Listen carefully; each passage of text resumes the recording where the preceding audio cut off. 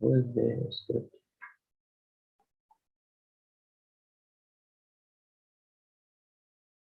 No, the script. One that is written the tentative. You can't read. The one that you just shared right now. No, she stopped sharing.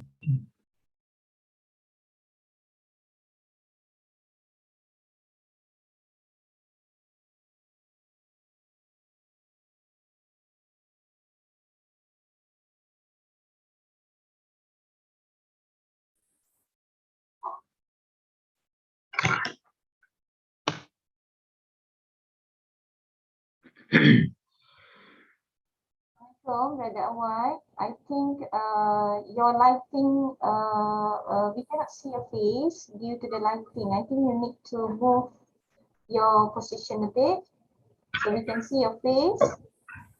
Oh, okay, sure. Let me change the position then.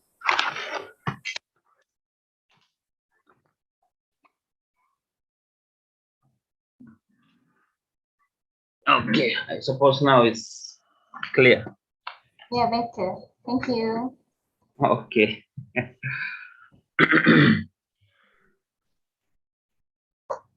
السلام عليكم ورحمة الله وبركاته.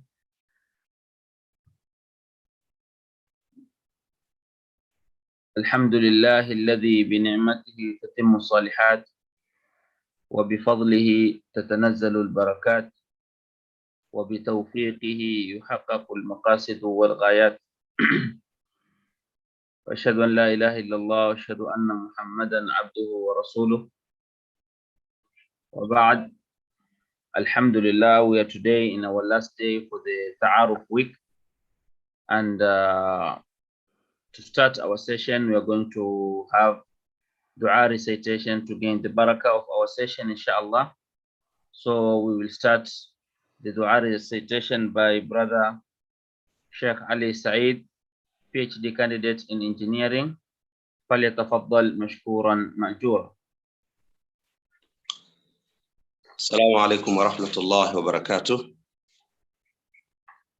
أعوذ بالله من الشيطان الرجيم. بسم الله الرحمن الرحيم. الحمد لله رب العالمين، والصلاة والسلام على رسول الله صلى الله عليه وسلم. لا إله إلا أنت سبحانك إنا كنا من الظالمين. ربنا ظلمنا أنفسنا وإن لم تغفر لنا وترحمنا لنكونن من الخاسرين. اللهم انفعنا بما علمتنا وارزقنا من لدنك علما يا رب العالمين.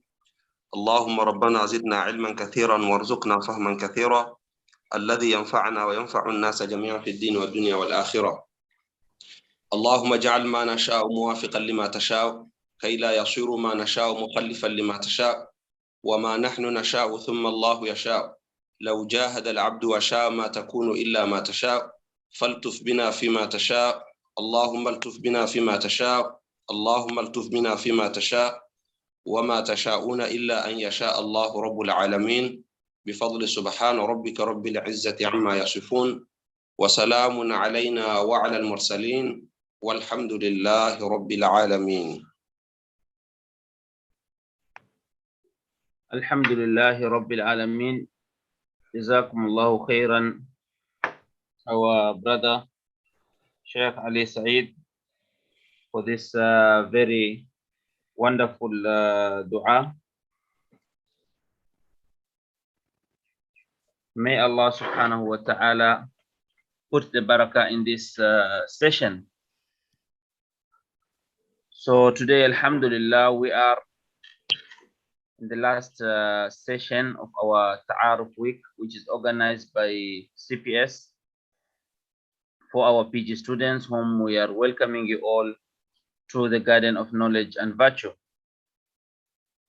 So today it happened in a very coincidental manner because I, Awad Muhammad, being the MC, am also from the Kuliya of Education, and I have the pleasure to welcome both speakers for today's session, whom they are also from our beloved Kulia of Education.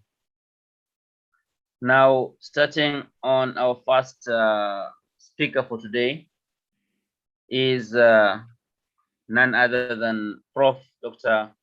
Ratnawati Muhammad Asraf. She is our lecturer in the Kulia of Education, and Prof has very immense contribution in the education, which speaks volumes of her great intellectual capacity and her great contribution to the Muslim world and to the education sector particularly. So having Prof today as our guest speaker here, as our first speaker, and she's going to share with us on writing thesis proposal. Now, what are the prerequisites? What are the things that are needed for us to write a proper thesis proposal? What are the do's? What are the don'ts? What are the things that we should be avoiding? And how can our proposal be very catchy and very understanding? And then once our proposal is ready, of course, this is the beginning of research work. So all our research is revolving within the proposal. How we frame our proposal projects the end of our research work. So without further delay, it's my pleasure to welcome Prof.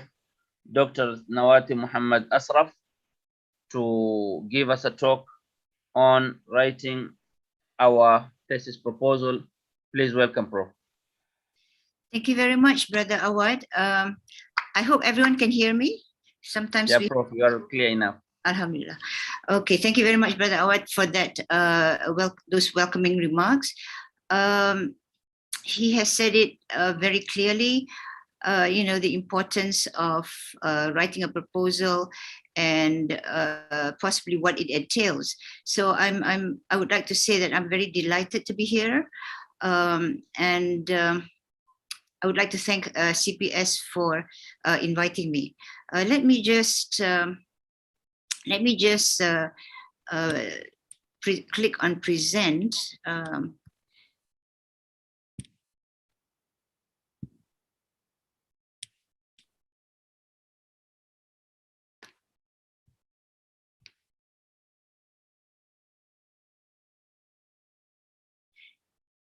Can everyone see my screen? Yes, Prof, it's clear. Yes, it's clear. Okay. Yeah. Writing a research proposal. Okay. All right. Let me also just hide a bit some of these controls.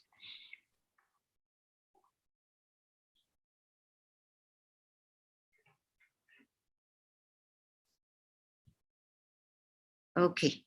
Oops. All right. So today our topic is writing a research proposal. And my name is Ratnawati. I'm from the Kulia of Education, as our brother mentioned.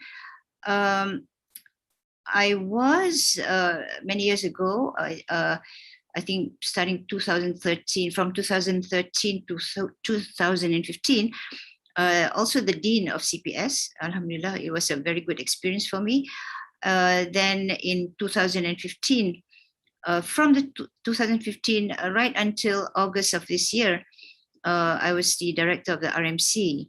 So these two aspects have been a valuable part of my my academic as well as administrative career, and these two positions have also will also help me, I hope, to address these issues to all of you. All right, so first I would like to welcome and congratulate all of you. Welcome everyone to IIUM. And I know for most of you, this is going to be your first semester. Some of you are already or have been already here. Some of you are repeat students in the sense that you may have been here in for your master's, and you're now here doing your PhD. But for quite a number of you, I was told this will be your first semester. So welcome to IIUM, and congratulations on taking this road. You have made the right decision, inshallah. This is you have made a good decision. Inshallah, this is the right decision for you. And now CPS is also helping all the postgraduate students by having the Ta'aruf week and the programs associated with it to help all of you. Before I proceed, let me just tell you a little bit about myself. I have been in IIUM since, I believe, 1988. No, perhaps earlier than that. Perhaps earlier. I've been here for so long that I don't remember when I first started with IIM, but that really doesn't matter. But I do remember that when I was interviewed to be a lecturer at IIUM, I had, of course, obtained my master's, and I believe with that, at the time you could still apply for a position with a master's, and that time was a very long time ago. So I went for my interview at IIUM, and I was told that, sister, you have got to do your PhD. You've got to do your PhD, and we want to send you to do your PhD. And so, of course, that was a very something that I welcomed, alhamdulillah. And so, of course, I completed my PhD, and after that, back to the kuliah, and I. Among the things that I did is, of course, was and is still, of course, to guide students. I still have students right now. I have currently more than 12, which is a lot actually. But alhamdulillah, I love being a supervisor and supervising students.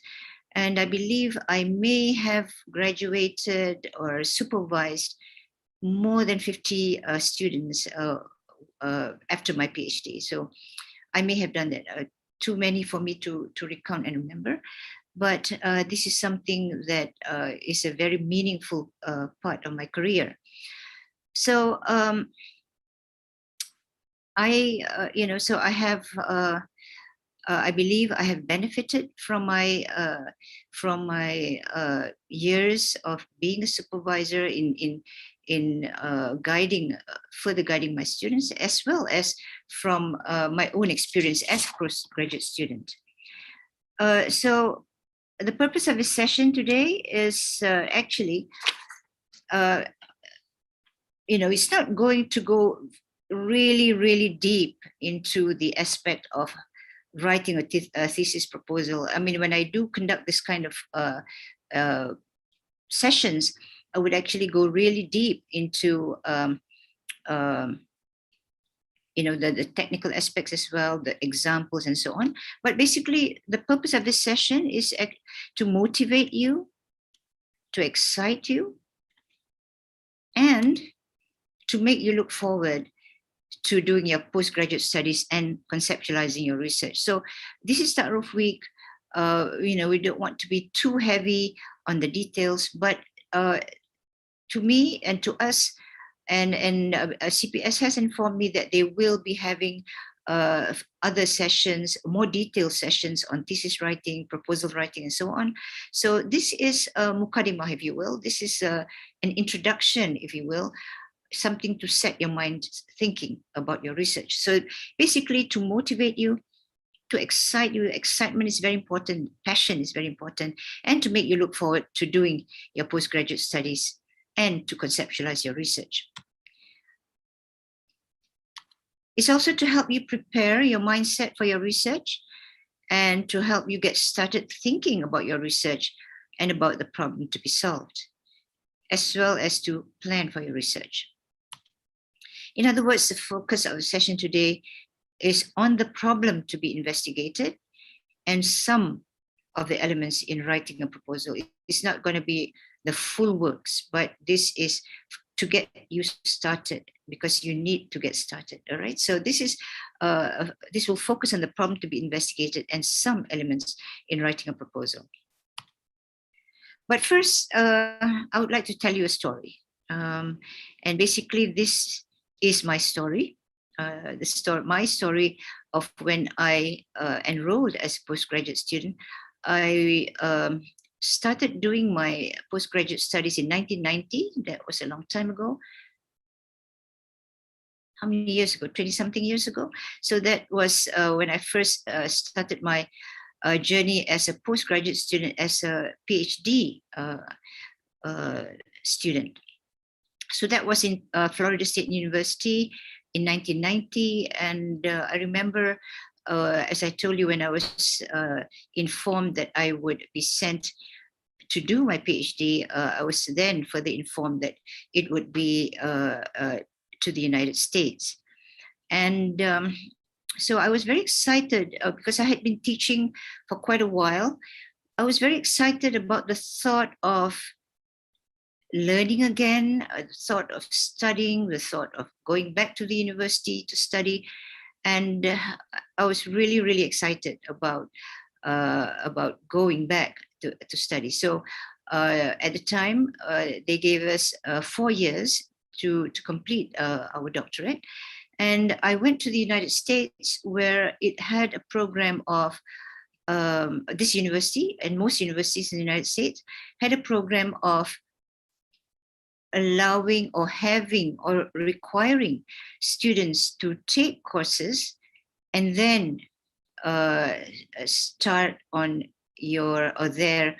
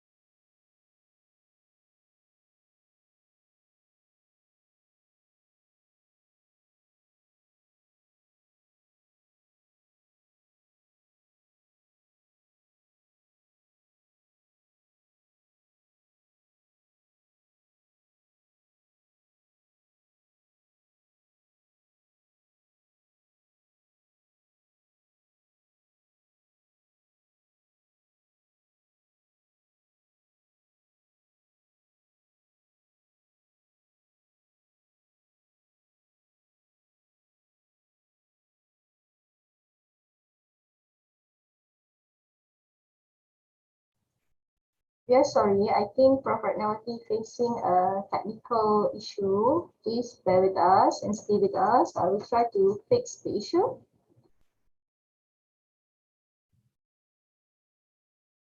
Yes, our technical team, they're working on the issue, inshallah. So kindly just bear with us. Jazakumullahu khairan.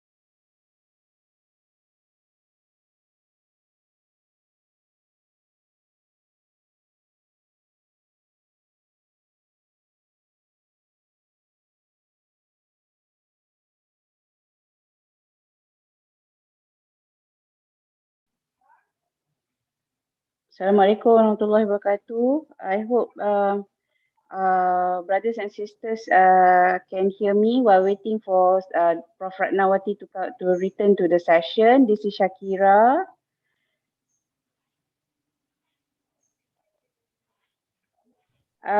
Just a little bit a reminder to all my brothers and sisters here. Our the kuliah briefing will be held next week.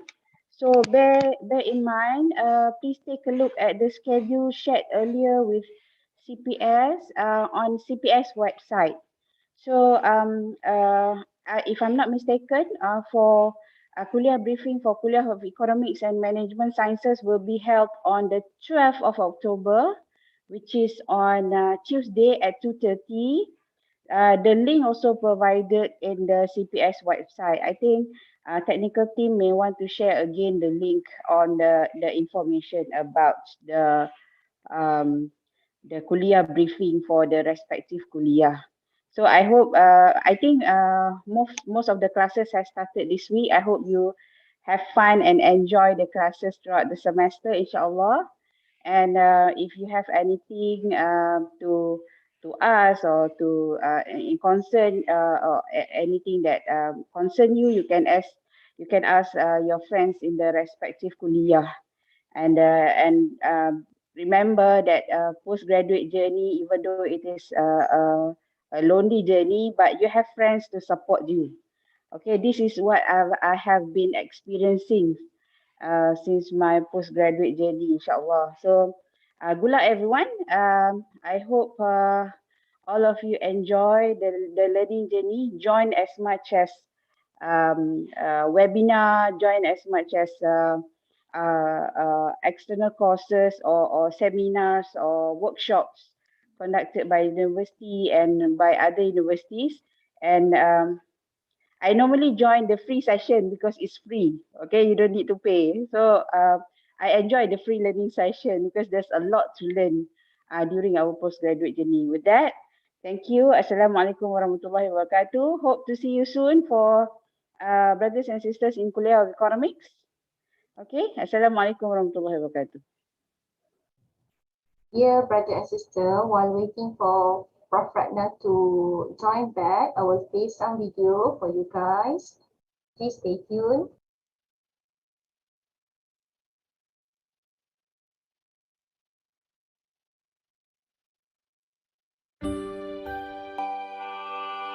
Selamat datang, ahlan wa sahlan.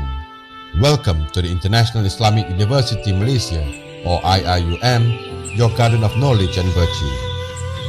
IIUM was established on the 20th of May 1983. The philosophy of the university was inspired by the spirit of Tawhid, leading towards the recognition of Allah as the absolute creator and master of mankind. IIUM triumphs to lead the way to become the Khalifah of Allah, to expand the culture of Iqra, to fulfill the amanah that is entrusted to us, and to realize the meaning of Rahmatan lil Alamin. IIUM has several campuses spread across several states of Malaysia, offering nearly 200 academic programs in 17 kuliahs and institutes. The main campus is in Gombak, Selangor, covering 700 acres, beautiful architecture with elegant Islamic style buildings. IIUM is blessed with majestic green forested limestone hills and a cool calming river, nature's wonders of flora and fauna, making it a conducive environment for study. KIRKHS is the largest kuliah in the university with more than 5,000 students. It was formed to integrate human sciences and reveal knowledge disciplines. The kuliah offers courses that bridge the divide between Islamic and secular sciences. Other kuliah of IIUM in Gombak campus are Kuliah of Economics and Management Sciences, Ahmad Ibrahim Kuliah. Okay, sorry about that. I was cut off, and I got disconnected, and I had problems getting connected again. So I'm sorry about that. This is actually the first time that it happened to me, and for me to get connected again. So we highly apologize, bro. Sorry. We highly apologize because no. I don't think it's CPS. I think it may be the internet connection in my area. So yes. this happens sometimes, and this is the worst time for anything like this to happen. So this is something that I wish would not happen, but it did. All right, let me get back to my slides. And now I see that there are more students here. So I will take that into consideration. And I know where I stopped. I was telling you a story and so on. Okay. Okay.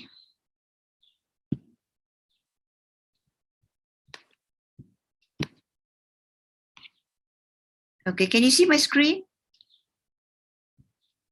You can see my screen, yeah? Yes, Prof. Okay, all right. And you can hear me too?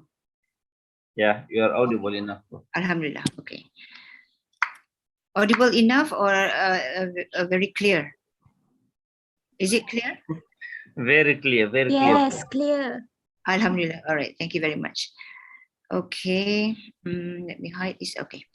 So we're talking about writing our research proposal, and I was welcoming all of you and congratulating all of you for joining the postgraduate studies. You have, inshallah, taken the right decision or made the right decision. And I inform you that the purpose of the session was to motivate you, to excite you, and to make you look forward to doing your postgraduate studies and conceptualizing your research. This is not.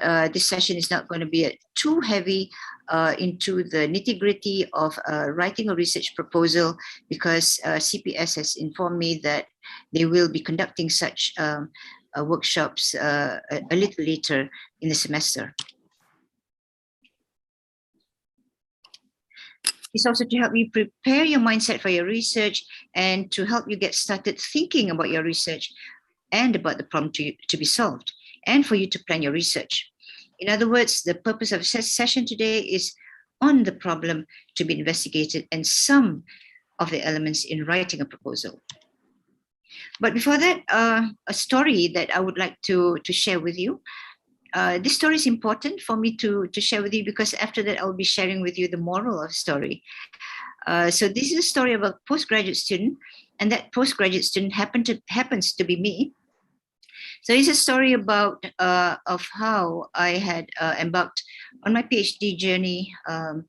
As I mentioned earlier, to those of you who were here earlier before I got cut off, this was, when I joined the university, I was informed that I would need to do my PhD. I joined the university in 1988, and that they would be sending me to the United States.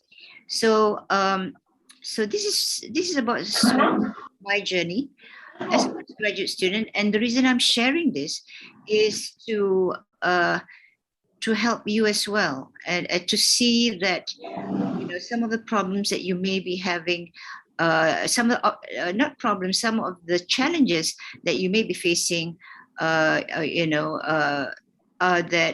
is something that can be overcome, and so on. So I joined the university, the Florida State University, as a postgraduate student, as a doctoral student, I believe in 1990. In 1990, I joined UIA in 1988. So I joined the university in 1990, Florida State University, as a doctoral student, and there the program of studies was such that you had a thesis and you had coursework as well. And the coursework that I took amounted to 72 hours of courses, so about 2 years of coursework. And to me, that was a very valuable.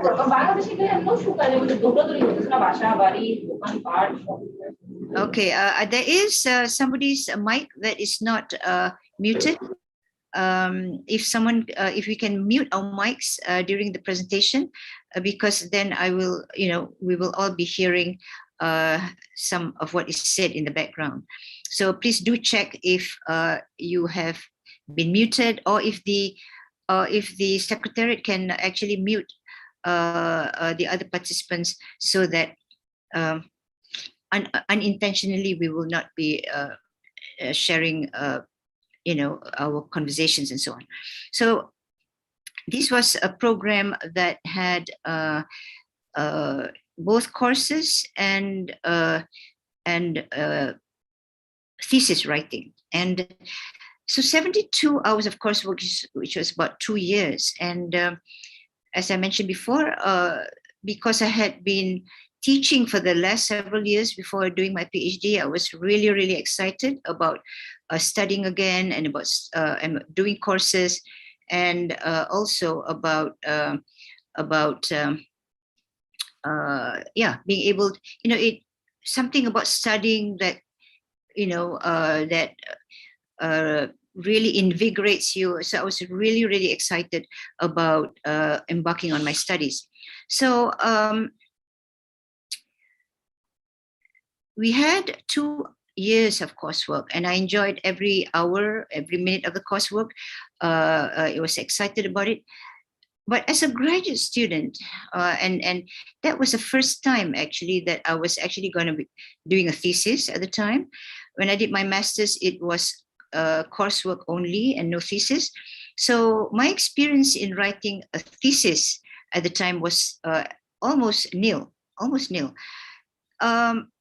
So I was so excited about the coursework and so into it. When you do coursework, you try to get your A's and so on, which was an exciting thing in itself. Of course, you are there for the knowledge, but that's a very exciting thing.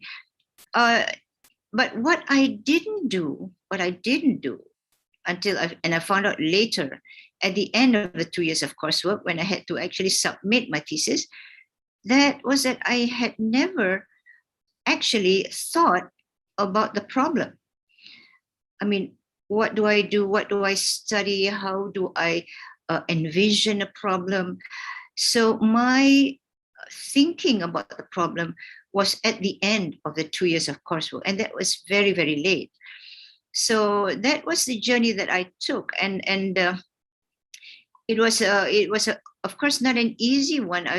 For me, I cannot blame anyone but myself, because that's something that I should have thought of earlier.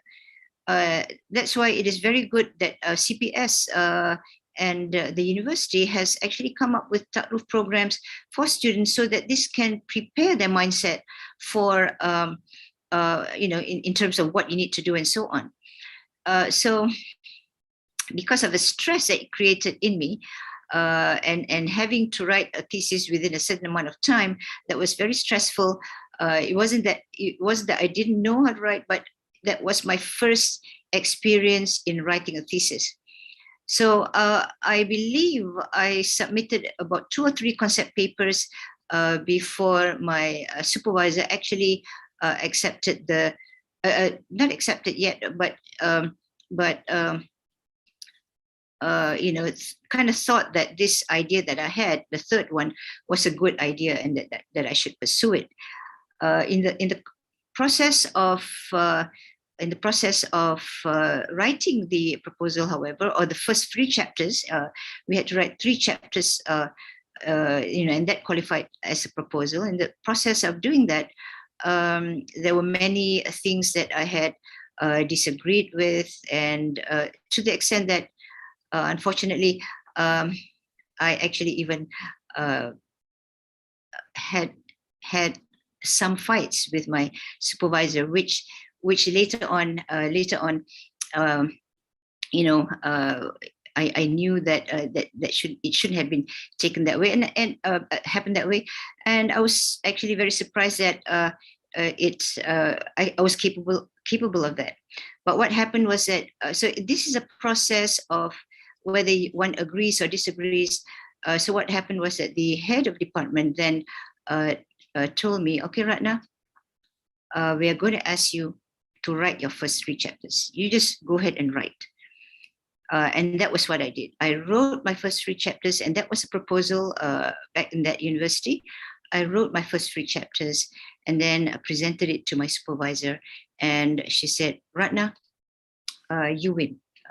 You you've got me, you have convinced me. And that was what she said. So, so in the process of doing our postgraduate studies, sometimes we may have our stress factors. There may be certain things that stress us out. But one thing that I would like to advise is try not to go the route that I had gone through. This is something that is something that I have learned from, and something that I have always shared with my student, perhaps not to go into that route. When I presented the first 3 chapters, then she saw what it is that I was doing, because then I put all the justifications and so on and so on, and she was very happy. It's when you put something in writing and you articulate and try to convince the audience that then can that is the thing that you want to do. In writing a proposal, it is actually to convince your supervisor and your committee members of the fact that this needs to be done and should be done. By the way, after that, of course, my supervisor and I became very, very good friends.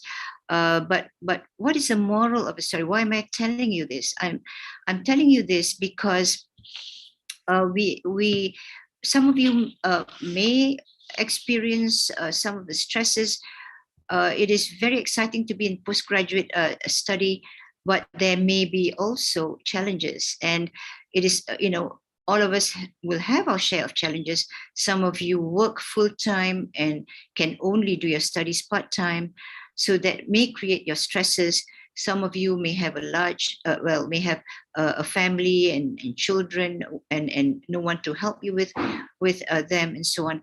So that can also pose some challenges to you. But what I want to say is that we can overcome the challenges. So what I want to say is that first, or share with you, is that first we need to orientate our mindsets. For those of you who are taking coursework and doctoral studies, I would like to suggest that you actually think about the problem early on in your course of studies. Those of you who just entered the university and just entered the program, think about the problem that you want to do. Think about what it is that you want to do, and start thinking about it now. So we have to orientate our mindset in that even a master's program, a master's with research, or master's with, some of you have master's with research, some of you of course have master's coursework only, some of you have master's with coursework and research. But for those of you where there is the research component being involved, you actually need to orientate your mindset towards thinking about the problem to be solved, and so that you can actually plan ahead. So you may come across situations which may not be as easy as you would like, but it is not necessarily difficult either. So, and I do believe you will enjoy your journey and studies as a postgraduate student, and enjoy the fruits of your labor. All right, so that was my story, and I believe some of you, and because of that experience as a postgraduate student who started very new, who didn't know anything, who had not had any experience in writing a thesis, that helped me to be a supervisor. Having gone through the experience, I actually shared with my students how to go about planning for their course of studies, so that they will go through it in a more efficient manner than I had. All right, so that was my story. A very excited postgraduate student, but a postgraduate student that had not planned ahead when it came to the problem to be studied and the thesis itself. Okay, so what you will need to do, what you should do actually is to think about the problem to be solved very early on, even now, and to know what constitutes a problem. Right? What is a problem? What is a problem? So this is what we are going to focus on today. What is a problem? And the problem actually can be a problem. You know, in fact, the problem is the problem for many students. So it is very important to know what is a problem and what constitutes a problem, because only then can we proceed with our proposal. So because we have to show why it is a problem and to be able to argue for that. And this is something that I would show in actually other modules or other presentations on proposal writing. And then we will, and then after you have thought about the problem, or as you think about the problem, you will need to think about the supervisor that would guide you. So, you know, as you're going through your course of studies, take a look and say, okay, I think this professor, or you know, doctor and so is someone that I believe will be able to guide me in my in the course of my doing my studies. All right. So, what constitutes a research problem? I talked about the importance of conceptualizing the problem. So, what constitutes a research problem? First, a research problem is a statement, or can be thought of as a statement about an area of concern, a condition to be improved, a difficulty to be eliminated, or a troubling question that exists in the scholarly literature, in theory or in practice, that highlights the need for a purposeful investigation. So this is a kind of, this is what a problem is. And the research problem is a very important thing, because research begins with a problem. We, you know, very important in research to determine what the problem is. And a good, worthwhile problem for an inquiry is the key to a good proposal. So, you know, we need to think carefully about the problem and what, because it is the key to a good proposal. But what is a worthwhile problem? So, worthwhile problem is not only what can be usefully addressed, but what should be addressed. It's something in which you're interested in, rather than what you have to do for your institution. Now, when you're doing your postgraduate studies, you know, there are many kinds of proposals. Some proposals are done for the institution. The institution wants us to do something, not as students, maybe they're working somewhere, you know, they want us to write a proposal for funding, or for to get the management to finance something. That is also a proposal. But as a doctoral student, as a master's student, a proposal is something in which you're interested in, and something that you can argue for and justify, and not necessarily what you have to do for your institution, because that doesn't really count as a research proposal.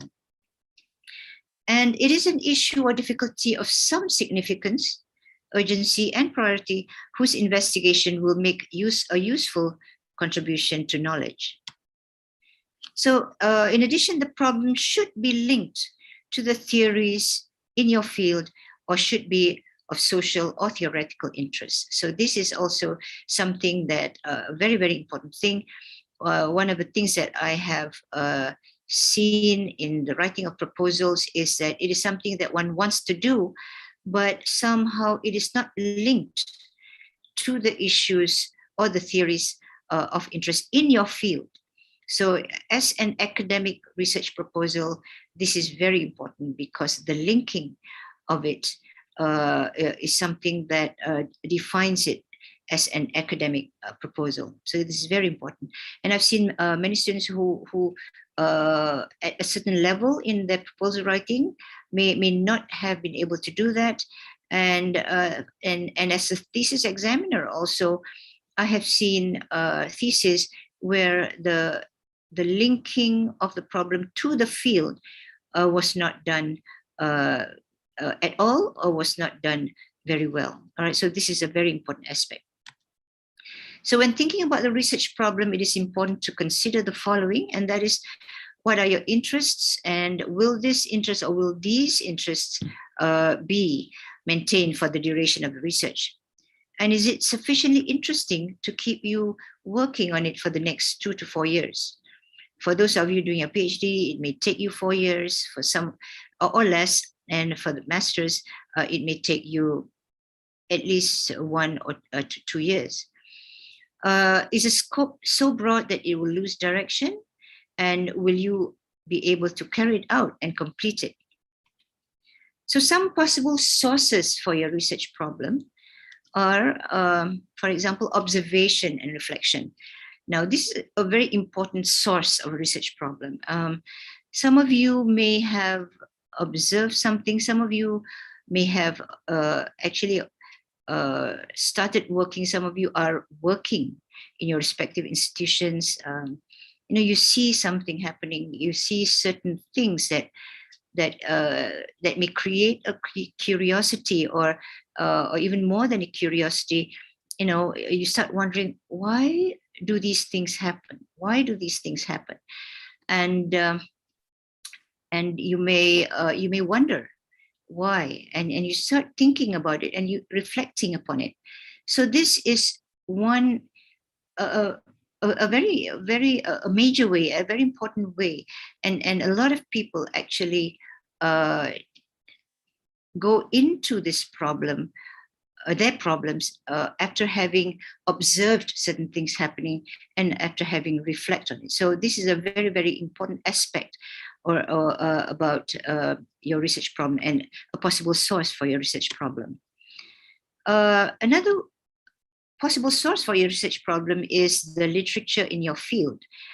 So that's why it's very important to read your recent research, read recent research. Meaning to say, you have to be up to date with the research. You may have been interested, or you may be interested in certain things happening, for example, and based on your interest, you've done the reading, you've looked at certain articles, and what are things that you observe in it? What are the things that, what are the issues that are being presented in the literature pertaining to something? So this is something that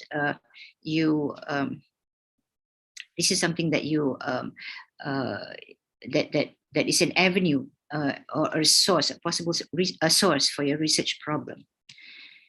There are also theories and debates in your field where you can then find a gap about what is known and about it, what is currently known about it. So there are theories and debates in your field.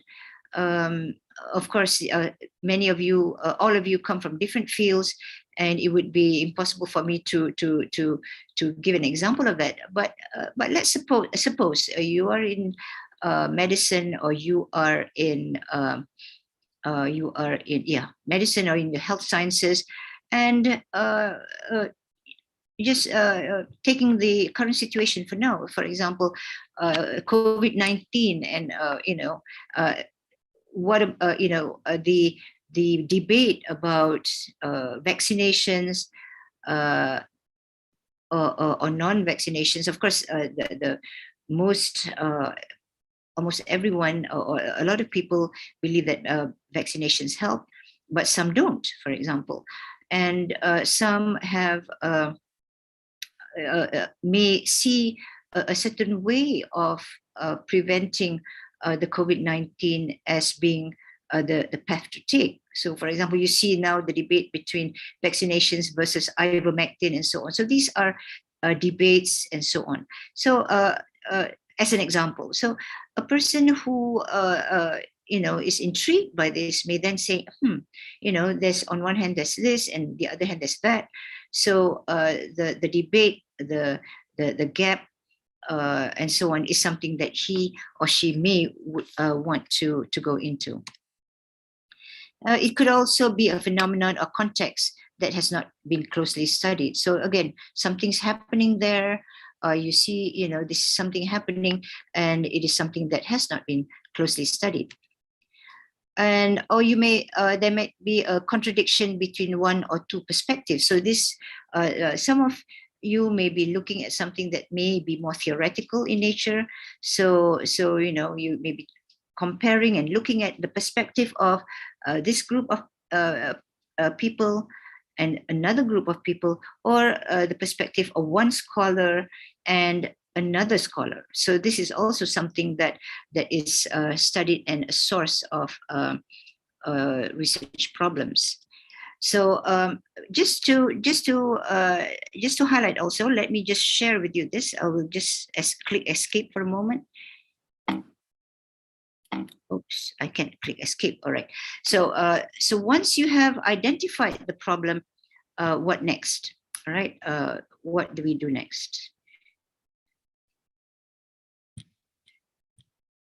Okay, so first, we have to state the research problem. This is, once you have identified it, you will have to state the research problem or write it or articulate it.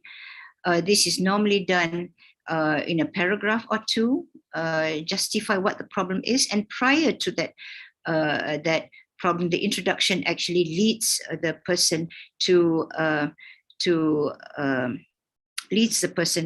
the problem. So describe the problem and justify why it is a problem. We need to determine the purpose of the study and the research questions, as well as to determine the feasibility of your research. Then comes a literature review. These are the processes, and the reason why I'm sharing this is to, again, keep you mentally prepared. Some of you may already have your proposals.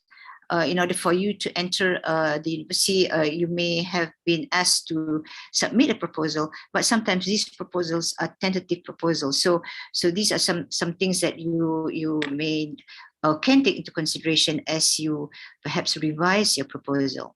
So the second step is to actually have a literature review, where this is done to determine what has been studied and if there's already a solution to the problem, and to show that existing solutions do not always explain new observations, and also that the existing solution might require some revision or even be discarded.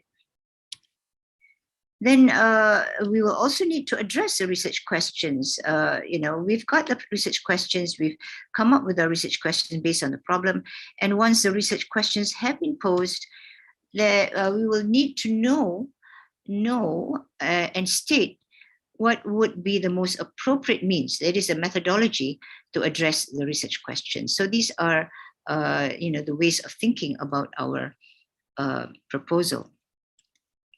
So the research proposal is actually aimed at convincing the supervisory committee that the study is worthwhile and should be carried out. So the research proposal is aimed at convincing someone. It is not a descriptive proposal. When you write a proposal, it is not to describe something, it is to convince, so you have to keep that in mind.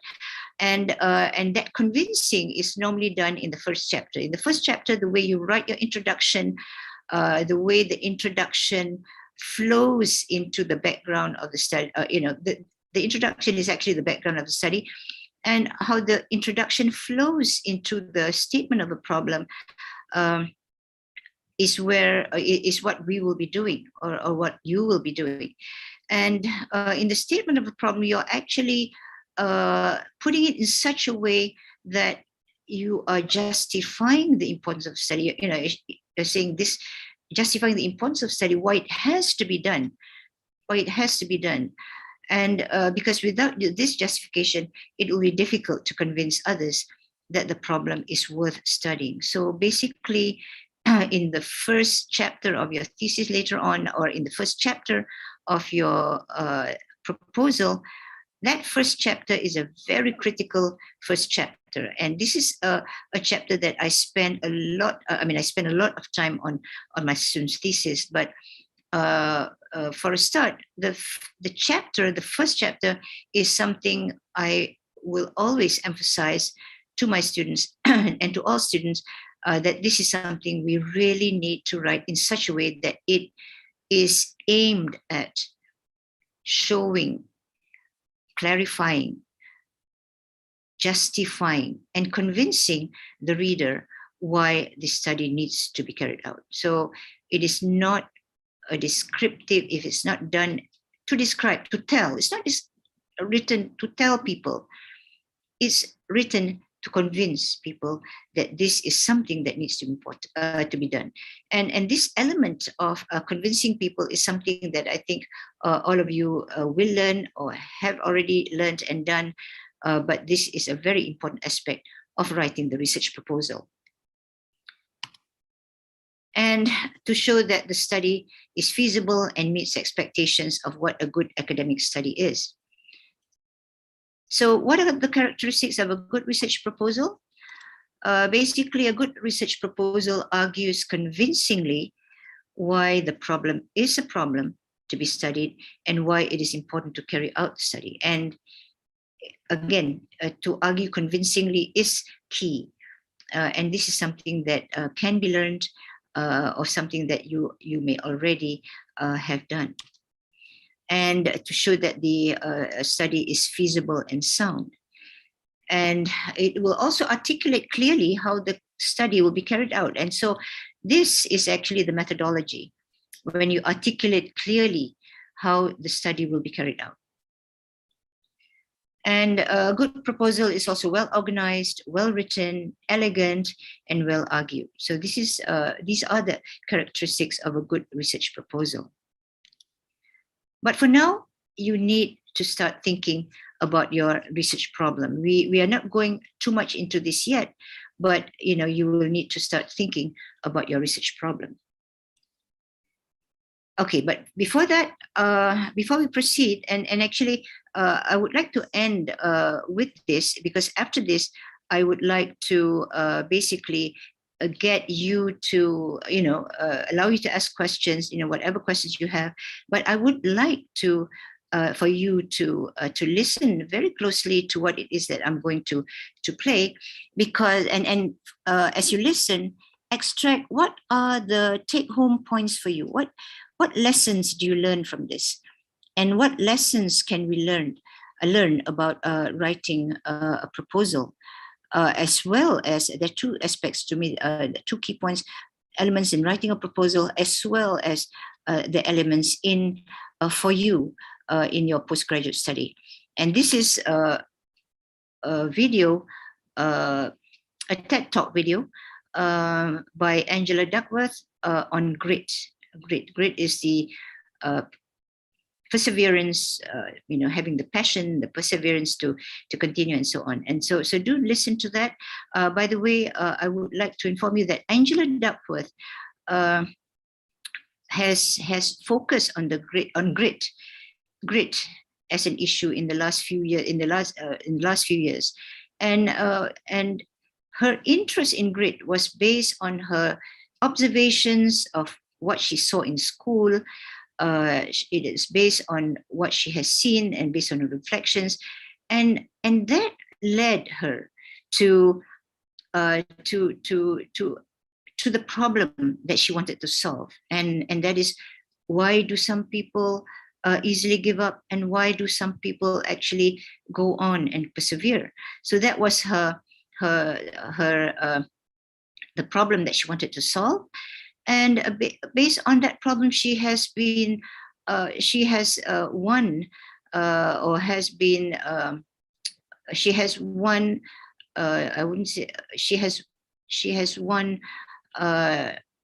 research grants, or she has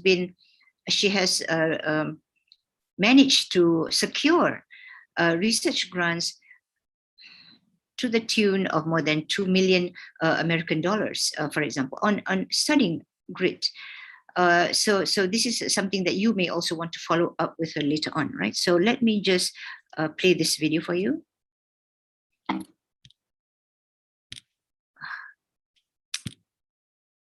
Okay, let me just play this video for you.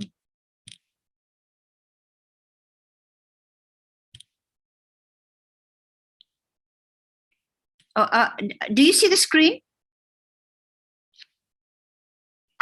Brothers? Yes, Prof. Okay, all right. You see the screen. Okay.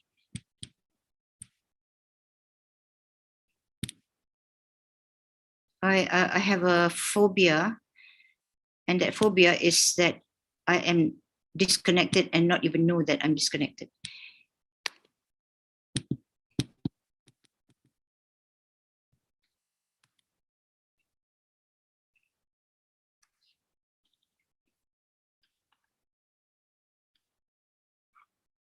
Okay, please listen to this carefully and enjoy the things. Only about 6 minutes.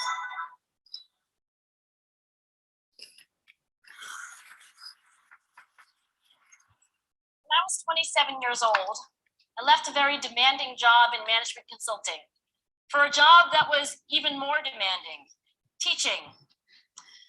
I went to teach 7th graders math in the New York City public schools. And like any teacher, I made quizzes and tests. I gave out homework assignments. When the work came back, I calculated grades. What struck me was that IQ was not the only difference between my best and my worst students. Some of my strongest performers did not have stratospheric IQ scores. Some of my smartest kids weren't doing so well. And that got me thinking. The kinds of things you need to learn in 7th grade math, sure, they're hard. Ratios, decimals, the area of a parallelogram. But these concepts are not impossible. And I was firmly convinced that every one of my students could learn the material if they worked hard and long enough. After several more years of teaching, I came to the conclusion that what we need in education is a much better understanding of students and learning from a motivational perspective, from a psychological perspective. In education, the one thing we know how to measure best is IQ. But what if doing well in school and in life depends on much more than your ability to learn quickly and easily? So I left the classroom and I went to graduate school to become a psychologist. I started studying kids and adults in all kinds of super challenging settings.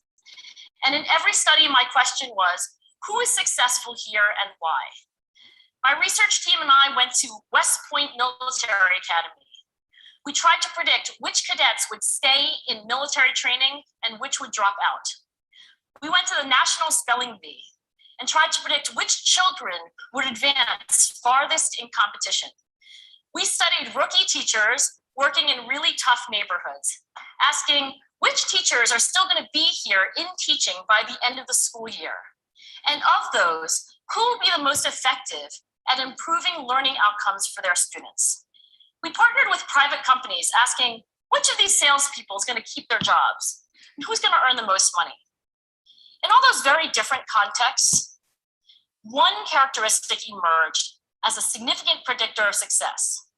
And it wasn't social intelligence, it wasn't good looks, physical health, and it wasn't IQ. It was grit. Grit is passion and perseverance for very long-term goals. Grit is having stamina. Grit is sticking with your future, day in, day out, not just for the week, not just for the month, but for years, and working really hard to make that future a reality. Grit is living life like it's a marathon, not a sprint. A few years ago, I started studying grit in the Chicago public schools. I asked thousands of high school juniors to take grit questionnaires, and then waited around more than a year to see who would graduate. Turns out that grittier kids were significantly more likely to graduate, even when I matched them on every characteristic I could measure. Things like family income, standardized achievement test scores, even how safe kids felt when they were at school. So it's not just at West Point or the National Spelling Bee that grit matters, it's also in school, especially for kids at risk for dropping out. To me, the most shocking thing about grit is how little we know, how little science knows about building it. Every day, parents and teachers ask me, how do I build grit in kids? What do I do to teach kids a solid work ethic? How do I keep them motivated for the long run? The honest answer is, I don't know. What I do know is that talent doesn't make you gritty. Our data show very clearly that there are many talented individuals who simply do not follow through on their commitments. In fact, in our data, grit is usually unrelated or even inversely related to measures of talent. So far, the best idea I've heard about building grit in kids is something called growth mindset. This is an idea developed at Stanford University by Carol Dweck, and it is the belief that the ability to learn is not fixed, that it can change with your effort. Dr. Dweck has shown that when kids read and learn about the brain and how it changes and grows in response to challenge, they're much more likely to persevere when they fail because they don't believe that failure is a permanent condition. So growth mindset is a great idea for building grit, but we need more. And that's where I'm going to end my remarks, because that's where we are. That's the work that stands before us. We need to take our best ideas, our strongest intuitions, and we need to test them. We need to measure whether we've been successful, and we have to be willing to fail, to be wrong, to start over again with lessons learned. In other words, we need to be gritty about getting our kids grittier. Thank you.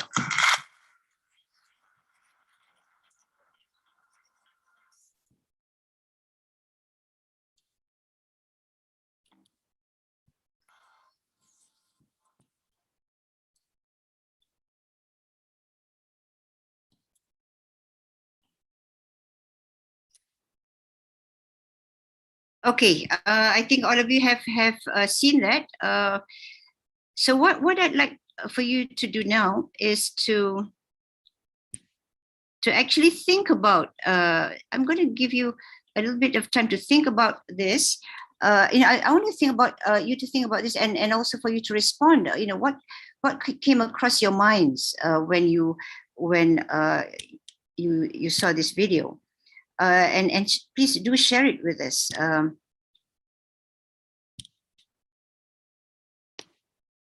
And in the meantime as well, in the meantime, for those of you who've got the smartphones with you, and for those of you who would, this is, I would also like for you to share what your main concerns are about writing a research proposal. So I do have this a scanner here that you can actually scan using your handphones. So this will allow you to give your views if you prefer to be anonymous. If you have concerns about writing a research proposal, you can do so by using this scanner and by sharing your views. Those of you who prefer to ask questions directly, you are also free to do so. All right. So this is something that that I would like to do. I'm going to give you just maybe a few 20 seconds, perhaps a minute, to scan this Q code. Can everyone do that?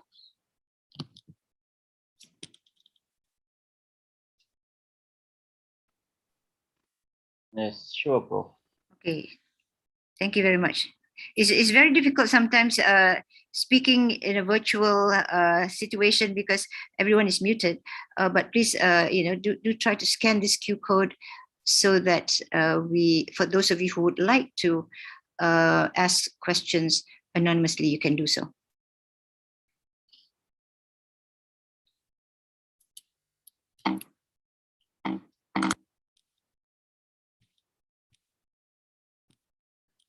Okay, we do have also an opportunity for you to scan your Q code here.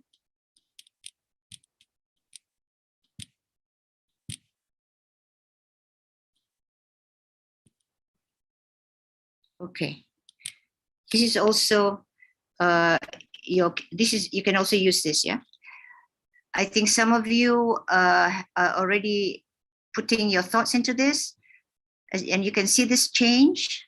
It's quite interesting.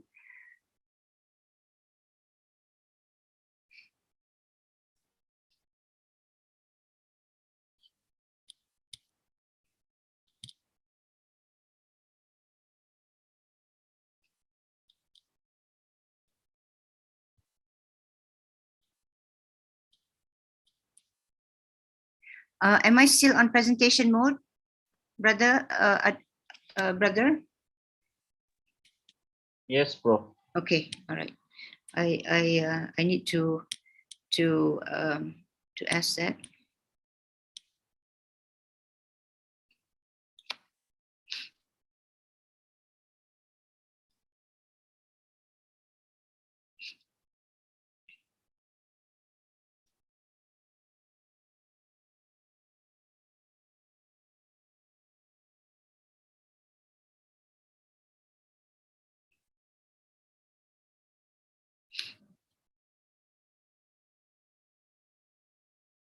Okay, very interesting. You know, concerns that you have, and these are all very, very valid concerns.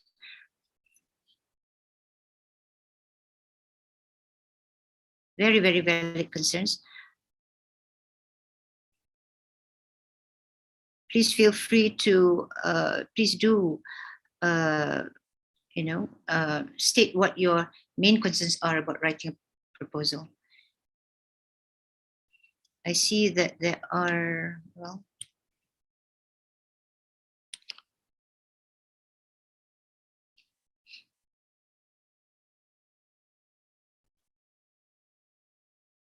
okay.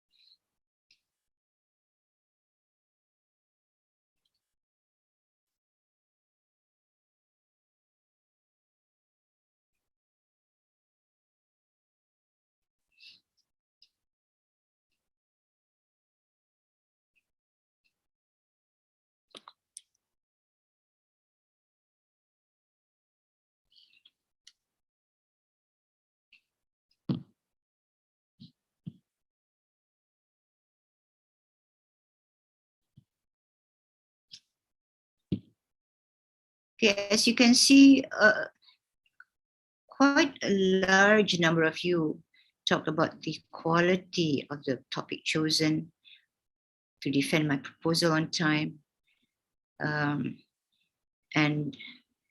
also, you know, whether you can do it, for example.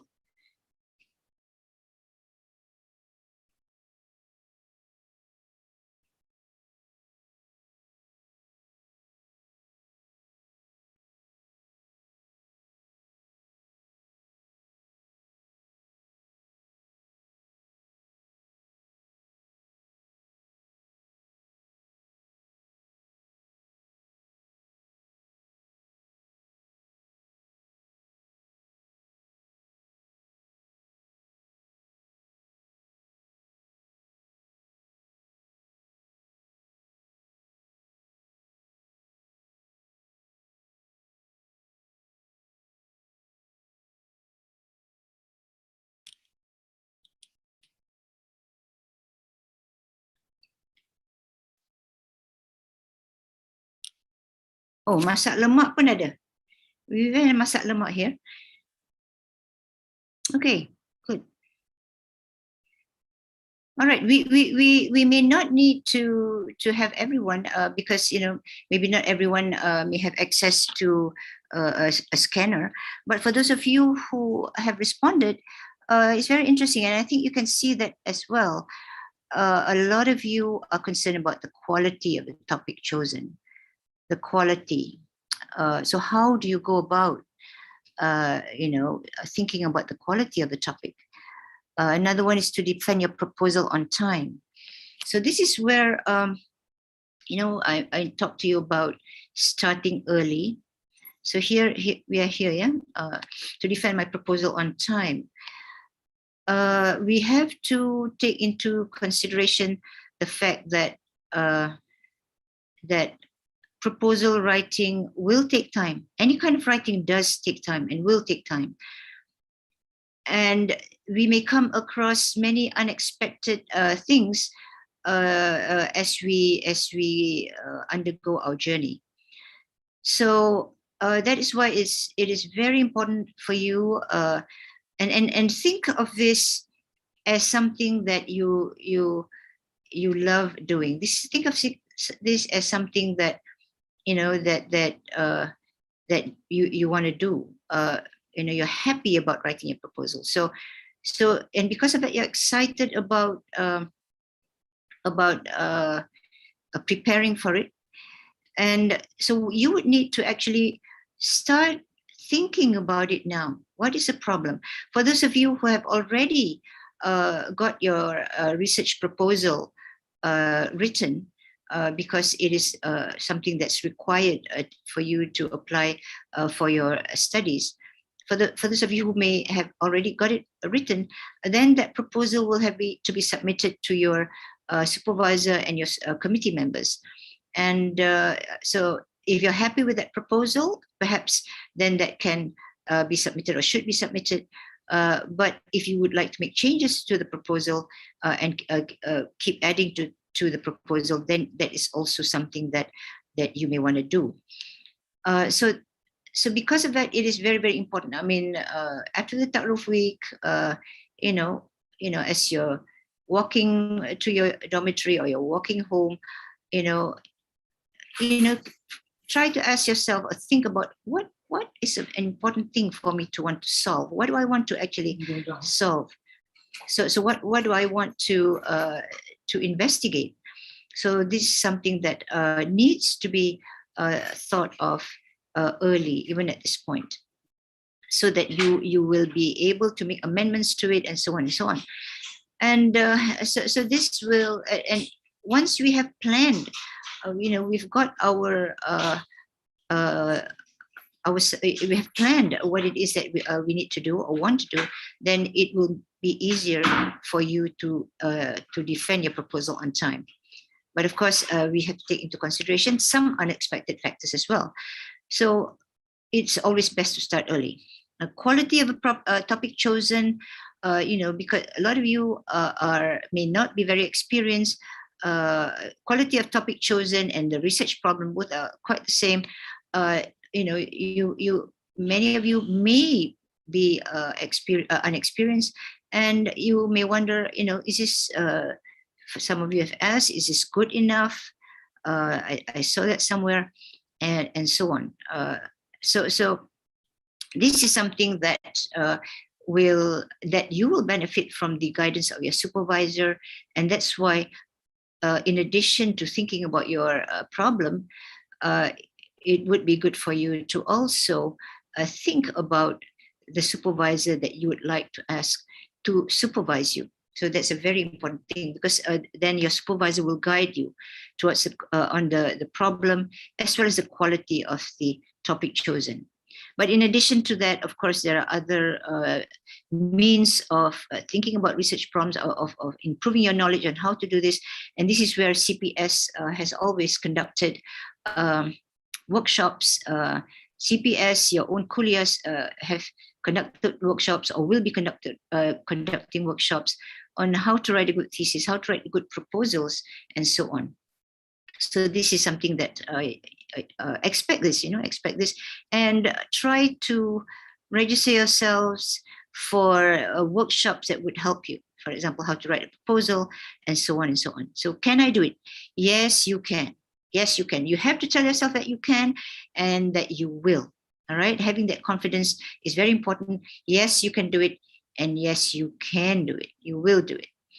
And you will succeed, inshallah. Time, we need to make time. You need to make time. You need to, okay, how much time do I spend, for example, on something, on A, on B, and on C? Am I spending too much time on A, on B, and on C, for example? So for example, it's no surprise that a lot of us may have, for example, WhatsApp groups, WhatsApp chats. We may also have our Facebook accounts, for example. So sometimes, when it's okay to have them, But if you think that you need more time, then you may have to allot a sufficient amount of time to to think about your topic, your problem, and then to write your proposal. And so sometimes we need to decrease the amount of time that we spend on it. Even for myself, as for example, I do have WhatsApp chats. I do have Facebook accounts, but if I'm busy and I normally am, it's not easy for me to actually check it. So I check it once in a while, for example. All right. Some of you said that consider about a good literature review. This is a very, very important topic. My colleagues at CPS, I know, will be also conducting workshops on what writing a good literature review and what a literature review is, because this is where also I have seen many students perhaps not thinking that a literature review is writing about all the studies that have been conducted, or the studies that have been conducted on a particular topic. But no, it is more than that. It has to do with the purpose of your writing it, what the literature review is for, and so on. So we can't go into detail on this one, but this is a very, very important aspect.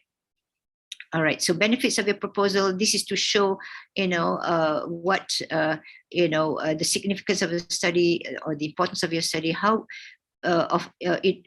whom will it benefit, which entities it will benefit. These are all then written in your proposal as well. So where to start? Where to start is start now. Where to start?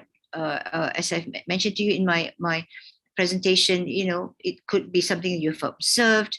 Some of you may not have had the opportunity to or be in a position where you have observed certain things, because you're still very young and new in your life as a student. But I would say to be involved in reading the research, reading, something in your field, getting an interest in something, and then get yourself started that way. All right.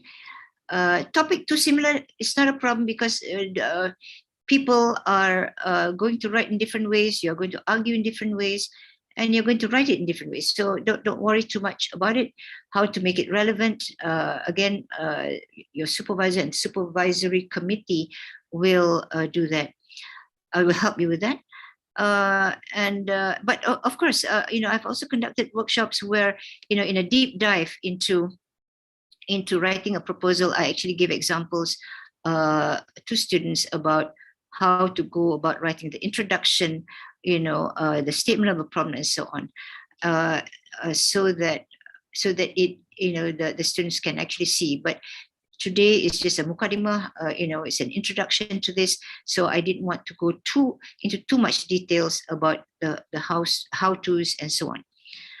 Understand methodology. You need to understand methodology. We need to know enough about methodology to be able to argue for it, to be able to show why we need to use this methodology.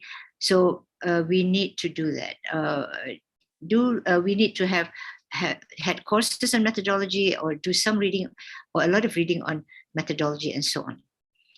The novelty of the research. Okay, I know some people have said this. It need not be so novel, because nothing is ever novel or really new. But then you need to argue why it needs to be done. Other people may have done it in other places. There may be many studies on something, even on grit. On grit, lots of studies have been done on it, for example. Right. So novelty is something that people have mentioned as being important, but you need not necessarily be too concerned about that. It's not PhD material. Again, your supervisor and supervisory committee will help you with that. One way to do this would be to take a look, and you can even do it now. Take a look at PhD thesis on, what PhD thesis in an area that you're interested in, to see how they have presented it. Okay, I see that. Yeah, it makes a lot of sense. So looking at good examples will help you to write well as well. Of course, we're not going to copy them. We're not going to, but they may have done something in their context, in a different context, and we may be doing something in our context. What if you're stuck in the process? Pick yourself up. You're going to be okay. Remember the clip that I showed you in the last the end of the presentation. You get stuck, you unstuck yourself. We unstuck ourselves. We unstuck ourselves. So and that is what grit is. We get stuck. We've got to push ourselves, and that is what we need to do.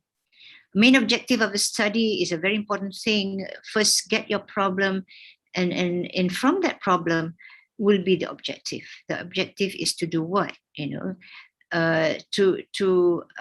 For those doing qualitative studies, for example, it may be to understand why some people have grit and why some don't. Perhaps maybe that's what we want to understand. Why do some people have grit, and why do some don't? Maybe that is your main objective. All right. So, topic of interest not relevant. I'm sure it can be made to be relevant, not relevant to whom, or to what. That's also another thing. But in writing the thesis or in writing the proposal, this is what is, it will be made to be relevant. So relevancy is actually, and that has to be done. And you will learn or have to learn how to do it. And you can learn this by looking at other theses, how this topic is related to other, to the issues in the field. And that is how to establish the relevance. And why do we have to link it to the field is because later on you're going to publish your work. If you cannot link it to the field, there's nobody who's going to read it. Because what we do here has got to be relevant or interesting to the person interested in grit or interested in extensive reading in the United States, in the UK, in Malaysia, in Indonesia, and so on. So how is it relevant to them? Because the issue is about extensive reading. The issue is about grit. So how do you present grit, and how do you present the importance of extensive reading so that it is important, or the relevance or the importance of it is seen by them as well. All right. Language, yes, language is something that we are concerned with. At this point, try not to be too concerned. Yes, you have to improve your language, of course. We do need to be concerned about our language, of course, but don't let it stifle you. Don't let it get you down or freeze you. If you think that you have some difficulties in language, we can get help. Nothing wrong in that. Nothing wrong in getting help with the language. Nothing wrong even to get to help with our language by having an editor look at the language. Is it recent? It need not be that recent. It can be, you can dig up something that was many, many years in the past because you want to take a look at where, take a fresh look at something. So it need not be recent. But for some fields like IT and so on, and medicine maybe, there has got to be at least a for the sources, literature review, for example, there have got to be a certain number, a certain amount of recent sources. But don't be too difficult, worry yourself too much about how recent it is. We have to be willing to be wrong, yes. So if you're not thinking properly, if we have been ditegur or advised about something, then I think I need to take another look at this. To be willing to accept the fact that we may be wrong, for example. We need to develop our analytical skills and so on. So this is these are some of the things. All right. So these are, very good comments and concerns. These can be addressed. Let me go back to seeing you. Screen sharing. Okay, I will not. Okay. All right. So do any of you have any questions that you want to ask orally, and not have to refer to or use that app? Any of you would like to ask something about concerns and Okay, Brother Awad, is everything okay? Really, if you do have a question, you can express it verbally. I use that just now because some students are still shy. I know that many Malaysian students especially are shy. I was also very shy when I was doing my PhD. I was shy to ask questions. And one day I kept seeing the professor, statistics professor. And one day he asked me, why don't you ask your questions in class? Because your questions are good questions. So I told my professor, said, sir, I am afraid to ask questions because I am afraid that the ground would swallow me up. And so he left. All right. So don't be afraid to ask questions. But I do think that we are at the end of the session. It is 10:30, I think, yeah, 10:30. So yes. all of you for that. Okay, brother, over to you. Okay, thank you so much, Prof. It was a very beneficial session and an eye-opener to all of us. The essence of having proposal and the key issues in our research proposals. And of course, also we have had very interesting session with our participants, and they have raised very great concerns about their key issues in their research proposal concerning the language relevance and the literature and the time frame, which are all very genuine concerns with regards to the PG students. And on the same note, we'd just like to say that we in PGSS and under CPS, we are having a robust programs for the academic writing generally, how to write the thesis and the proposal writing, the literature review, problem statement, how to avoid plagiarism, and all these aspects in the academic writing. We in the PGSS, we have already the planning, and we're just going to roll it out very soon, inshallah. Once again, on behalf of all our participants, it's my great pleasure to thank Dr. Prof. Ratnawati for your time, for your experience and expertise in this field. And we're looking forward to have you, Prof, in coming sessions, inshallah. Inshallah. Thank you very much for having me. Thank you to all of you. I pray for a very, very fruitful and very happy, and very meaningful PhD studies for all of you. Thank you so much for inviting me. Assalamualaikum. Wa alaikum salam wa rahmatullahi wa barakatuh, Prof. Thank you so much, Prof. May Allah bless you. Thank you so much. Thank you. Assalamualaikum. Wa alaikum salam. Terima kasih banyak. Terima kasih. Sama-sama. Okay, now inshallah we'll proceed directly to our second session for today, which is also directly connected with our morning session or the first session. And this session, there was one of the concerns that was raised about the language. How best can the language be, and which language are we going to use in our proposal writing or in our academic writing? Is my language proper or not? And so to try to answer that question, of course, it is very, very legitimate concern, and it has its weightage also in our academic writing. So it's now my pleasure to welcome our second speaker for this session, Associate Prof. Dr. Faiza Aidarus, who is also a lecturer in our Kulia of Education. And Prof, she's going to take us through on using academic language in thesis writing. So Prof. Faiza, she has also immense contribution in the language. She has a wide experience, both as a lecturer, as an administrator.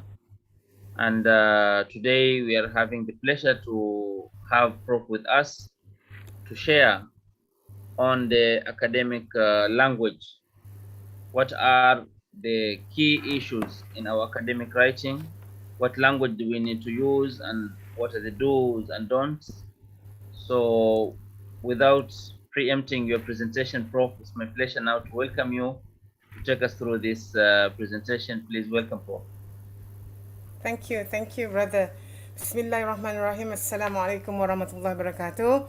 And a very good morning. And I am grateful that CPS has invited me to share a little bit on the experience of using language in academic writing, especially those who are going to write in different stages of your studies. Okay, first, probably those who are new, and probably you are all new to your kuliah, to the university. First, you have to understand what academic writing is and what other things that you are needed to have before. Okay, for example, writing a concept paper will be slightly different from writing a proposal. And when writing a proposal, what kind of tenses should I use? Should I use this tense? I am confused. So those are all genuine questions.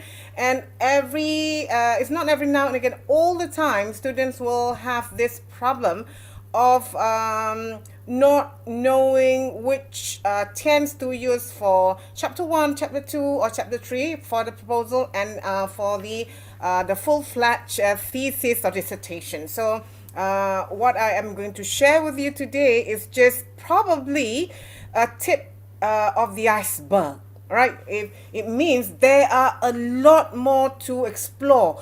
There are a lot more for you to find out, not from this one session that it will, you will know how to use language already. So that's why when you have registered for your postgraduate study, you are kind of making a pledge to wanting to explore not only your field of studies, but also those which are connected to your studies, such as what kind of convention, whether we are using APA or Harvard or MLA, those are convention of writing, and it's very important. And we are concerned about language today. All right, so without further ado, I would like to share my slide. I hope you can, and every now and again, so this is my style. Every now and again, I would want students to ask me question, or probably anyone that I can see on screen. Maybe I want to ask you a bit of question, not too difficult. Don't be afraid of me. My voice may be very it's very loud, but I am kind, inshallah, and I won't because this is our learning. It is also my learning. All right, so don't be don't worry too much if I ask you a question, because it's going to help you, and it's going to help your friends. So let's go now. Okay, can you see my slide, everybody? Yes? Yes, Doctor. Yes, thank you very much. Okay, right. Academic writing. So maybe some of you have started to think about the language, and some of you are saying, oh, I'll just leave the language at probably the end, and I can send my thesis or my dissertation or my my draft to somebody or to someone who is going to read it for me and I'm going to give some money to that person. No, I mean, you can do that later on when you have completed, but of course, you are going to write drafts for your supervisors, correct? And when you send drafts to your supervisor, make sure it's not like it is a very well organized train of thought. It doesn't have to be completely error free, because you are learning. We are learning. So when we are learning, we tend to make mistake, but we want to minimize the mistake as much as possible, right? So even if you are yourself right now, let's say you are teaching your brothers and sisters, and they ask you to look at their piece of work, you want them to try and make the best of it, right? So when you are sending your drafts to your supervisor, try and minimize the mistakes, and also look at the language. Your supervisor is not your editor, it's not your proofreader. Okay, so students, some students, they are not quite sure what the role of your supervisor is. The role of a supervisor is to look at or to guide you with the path of your thesis, of your study, from A to Z, meaning to guide the actual the actual data collection and your analysis, but not. So you have to bear in mind that supervisors do not look at your grammar. All right, but some supervisors are very nice. Alhamdulillah, very nice. I am very nice too, inshallah. Some supervisors are very nice. Okay, will correct your grammatical errors or structural errors and whatnot. But the others may say, "Well, just stop. Please correct all this and make sure when you send it to me, I want it error-free." Some are like that. Some are, they just want to look at the core. So different supervisors will have different approaches. But for you, what you have to do is to prepare yourself and know what kind of language that you have to use at the different stages in your writing. All right. Okay, so let's look at the outcome of the presentation.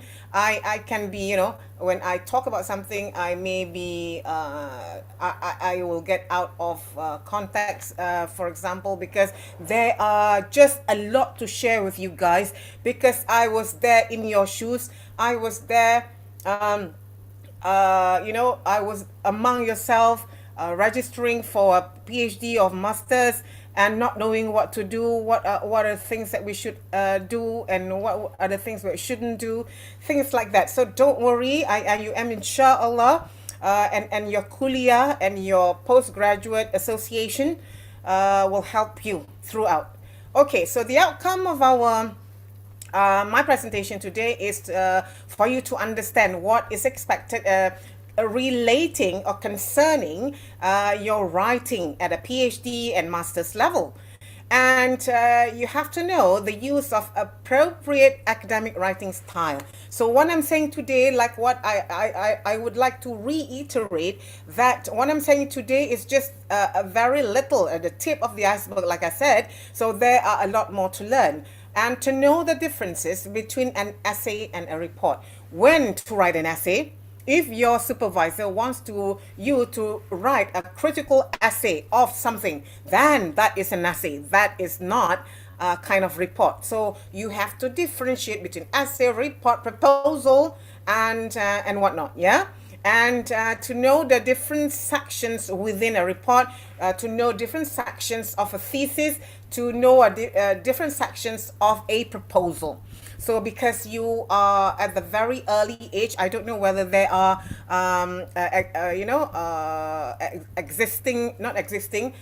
new students or old students in this seminar, but I hope If you are new, then it's good that because I'm going to start from the very beginning. But if you are, you have started, it can be a revision for you.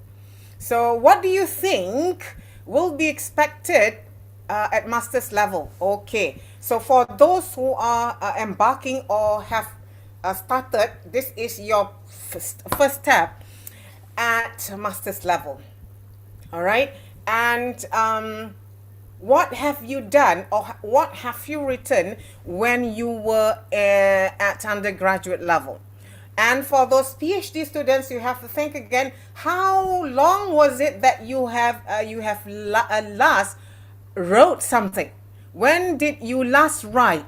When did you last write a piece of academic writing? So think about that. Sometimes when we have not written for some time, the flow will not be as smooth as you would like it to be. Why? Because when we want to write and we are starting to write, there must be, you have to read first. You have to, without reading or without knowing what you want to write, it's almost impossible to write unless you are writing a Facebook post or IG post and put pictures there. So that is different, right? So now we are talking about academic writing. And let's say if you have not written for a while, then from now you have to start reading, right? Reading, what do I read? There are a lot of questions. What do I read first? How do I start? Right? Of course, when you have registered for this course, you have given some kind of concept paper that you have given, or maybe you have a very a rough idea of what you want to do. That is a good start. Alhamdulillah, that is a good start. Now, at this level, at master's or PhD level, you are expected to be able to demonstrate knowledge of practice, apply theory to practice, analyze relevant materials, evaluate theory and evidence within the context of the study with the help of appropriate academic language that you use. Okay, so when do I use past tense? When do I use present tense? Should I use past participle? Should I use just simple present, simple past? But some of you will say, I have not, I have left grammar, let's say 10 years ago, 20 years ago. So this is a good time for us to revisit a little bit on your grammar. Not so much, but you can discuss, and start going back to the what do you mean by past participle? So what do you mean by active, writing in active form, writing in passive form? So those are important because the active voice and passive voice is very important in your research. So if you have forgotten what passive and active are, so maybe after this you want to revisit, yeah? Because different universities, different countries would have a different preference on active and passive voice. But that is okay as long as you have got your grammar and tenses right. Now, you need to also synthesize new information and knowledge. So when you want to use synthesis, okay, when you want to synthesize, you need to have the language of synthesizing, right? How do I use, let's say, connectors? How do I start with discourse markers, for example? What kind of discourse marker should I use? And every I have read a lot of theses and work that use the same discourse markers, the same, it's repeated discourse markers, repeated, connectors. So when you do that, the person who is reading, I think, after 2 minutes, the person will, okay, put it aside. I'm going to read it later. So that is not a good sign, right? So when we write, we want to have that person who is reading wanting for more. So that is our ultimate aim. Okay, so when you write and the person reads, oh, this is good, I want to read more. But if you write the first thing or the first two sentences is grammatically wrong, so your supervisor will say, okay, I'm going to pick this up later after lunch, after coffee, and then that process will be repeated, and that is not good. And if you are giving a draft to your supervisor, and your supervisor has taken too long, then you have to ask whether it's because of the content, or is it because of the grammar, or the other thing is whether your supervisor remembers to read your work. So it's another matter. So there are a lot of things in graduate studies that you have to endure, and you have to be patient. Not everything will go to your expectation. That I would want to caution you. All right, and everyone's path will not be the same. Right, so you can see your friends. Oh, my friend only, a PhD friend graduated after 2 years. Another one graduated after 5 years. The other one graduated after 10 years. So your journey, you cannot compare your journey with your friends, because they are not the same. They do not have the same problem as you. All right. So you can have them as somebody to look up to, a friend who finishes very early.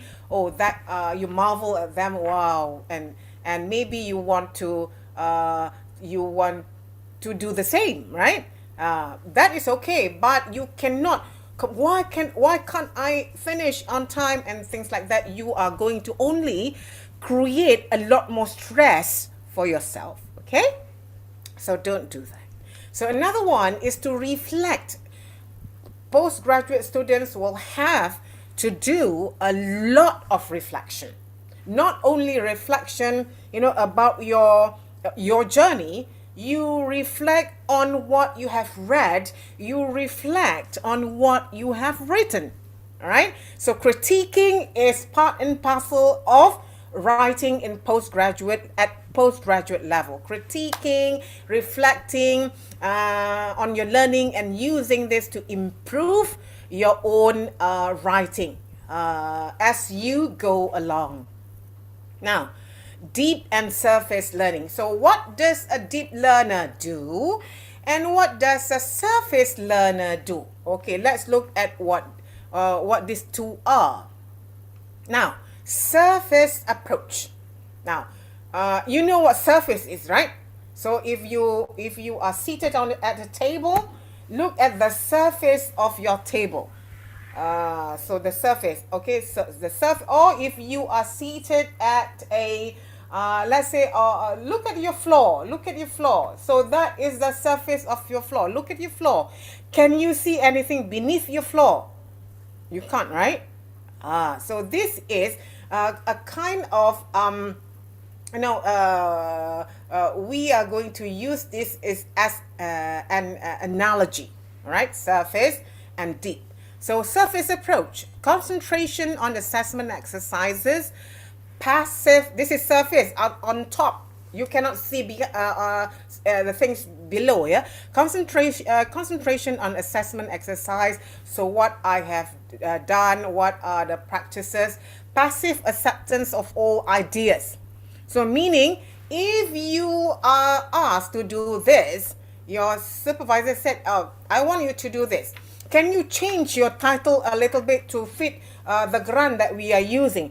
Can you do this? Can you do that?" But in a way that it does not actually fulfill what you actually want to do, right? So you have to think about that, whether that is what you want. What I'm saying is, if somebody asks you to change the direction of your study, you have to think. If you are a passive recipient, you say, okay, I will. You being an obedient student, you say, okay, I will change my title or I will change my direction. But again, this is your work. This is your thesis. This is what you want in life. So, can anyone dictate what you want, right? So you have to think about that. So if you are a passive recipient, once a person says, I want you to change your direction because of this, you have to then argue. Why should I? Probably you are on the wrong side. Maybe you are you have not gotten the actual input, and you have not you understand it differently. So that's why the advice. So you have to look at the advice. So surface learner will accept. Okay, you accept it there and then. And routine memorization of facts. There at postgraduate level,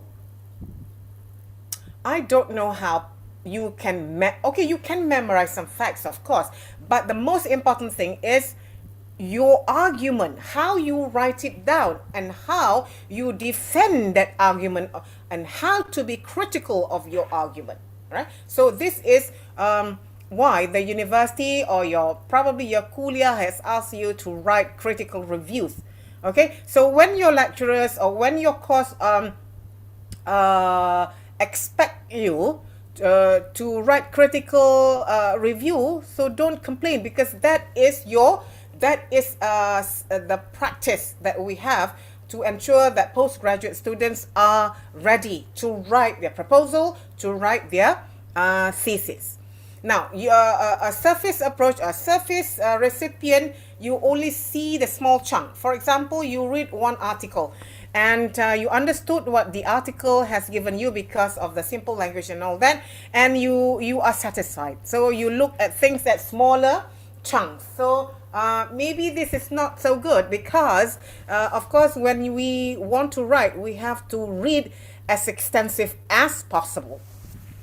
Ignore guiding patterns and principle also. So it means, let's say you are writing a proposal that you have to have certain word limit, that you have to have chapter 1, you have to have abstract, chapter 1, chapter 2, literature review, and methodology. And you said that I'm going to do it my way. So no, then you ignore the pattern. So this is not right. Okay, lack of reflection about underlying patterns and theories. Of course, like I said before we can actually write, we have to read more. We have not to only read, but we have to discuss with our friends. That's why you have your postgraduate, your kuliah graduate association. Why? Because we want to have a lot more, presentation by experts. You want to have a lot more workshops so that you will discuss with your friends, with your people in your field, right? And little attempt to understand. Of course, you cannot do this at graduate level. You have to understand what you want to do unless you are given that topic without understanding and you are given things to write. So that is not, I wouldn't want myself to be dictated like that. Okay, as a person who is mature enough to make decision. Okay, so I think all of you are, inshallah, all of you are mature enough because you have decided to embark on your master's and PhD. Alhamdulillah. So you are starting soon. So may not see patterns or connections. So when you write, you do not see the patterns and connection. You look at it as something that is, in isolation. In isolation, it cannot be connected. So that is surface approach. And minimal preparation for classes. So we do not want that. Although some of you may be taking the researcher by research only, that makes it you are going to have very minimal audit courses. But then, although that is the case, you have to prepare for classes, you have to write assignments, you have to, why? Because these are the things that are going to prepare you in your proposal defense. Okay, proposal defense is another thing for those who are going to defend their proposal. The language of proposal defense is also different. Okay, and those who are deep approach recipient or practice deep approach, making an effort to understand material for themselves. Okay, what am I reading today? Whether that material is actually related to what I am doing. Let's say you are taking a research method for the first time. So you want, because you have got your title already, you want to relate what you are doing in research method to your title. Maybe you want to do that. So because that is actually your effort to understand your own title, your own research. So I would suggest that you start early, all right? Critical and thoughtful about ideas and information. Like I said, you will be given critical reviews, systematic reviews for literature review and stuff like that. Don't take that as a burden, because that is part and parcel of doing graduate research. Relate ideas to own previous experience and knowledge. If you have been in the industry for some time, probably you can relate your own practice to what you are doing now. All right. You examine logic arguments. Of course, we want to try and articulate our arguments logically. Right? So how do we this? We do this. We are going to bring in, evidence from reading. Again, reading comes in. Right? Interested in wider reading and thinking. So if you think that you are not interested in reading, you are going to be in trouble, my dear brothers and sisters. Because graduate studies, meaning when you are here, you are actually telling yourself, I am ready to read more. I am ready to read extensively. And ongoing preparation for classes. Okay, so those who are going to audit classes, or you are going to have, certain classes, you are actually preparing your mind. You are preparing yourself physically to actually, okay, I have classes, so what do I have to prepare, right? So not yet so much on the language yet. So these are approaches first.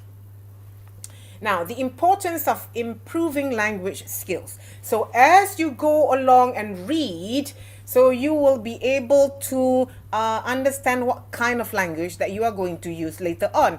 When you read, actually, I don't know about you, for me, when I read, I look at the structure of certain information. Is this in the present? Why is it written in the present tense? Or this is written in the past tense? So I look at it, okay, so the writer is writing in the past. So this is something that has been, it's already taken place. So sometimes I do that, sometimes I don't. So for you guys, when you read an article, do you actually know? Of course, an article, something that has been done, that has been carried out. So there are times when you say, this has been done, but why is it written in the past, in the present tense? So you have to know.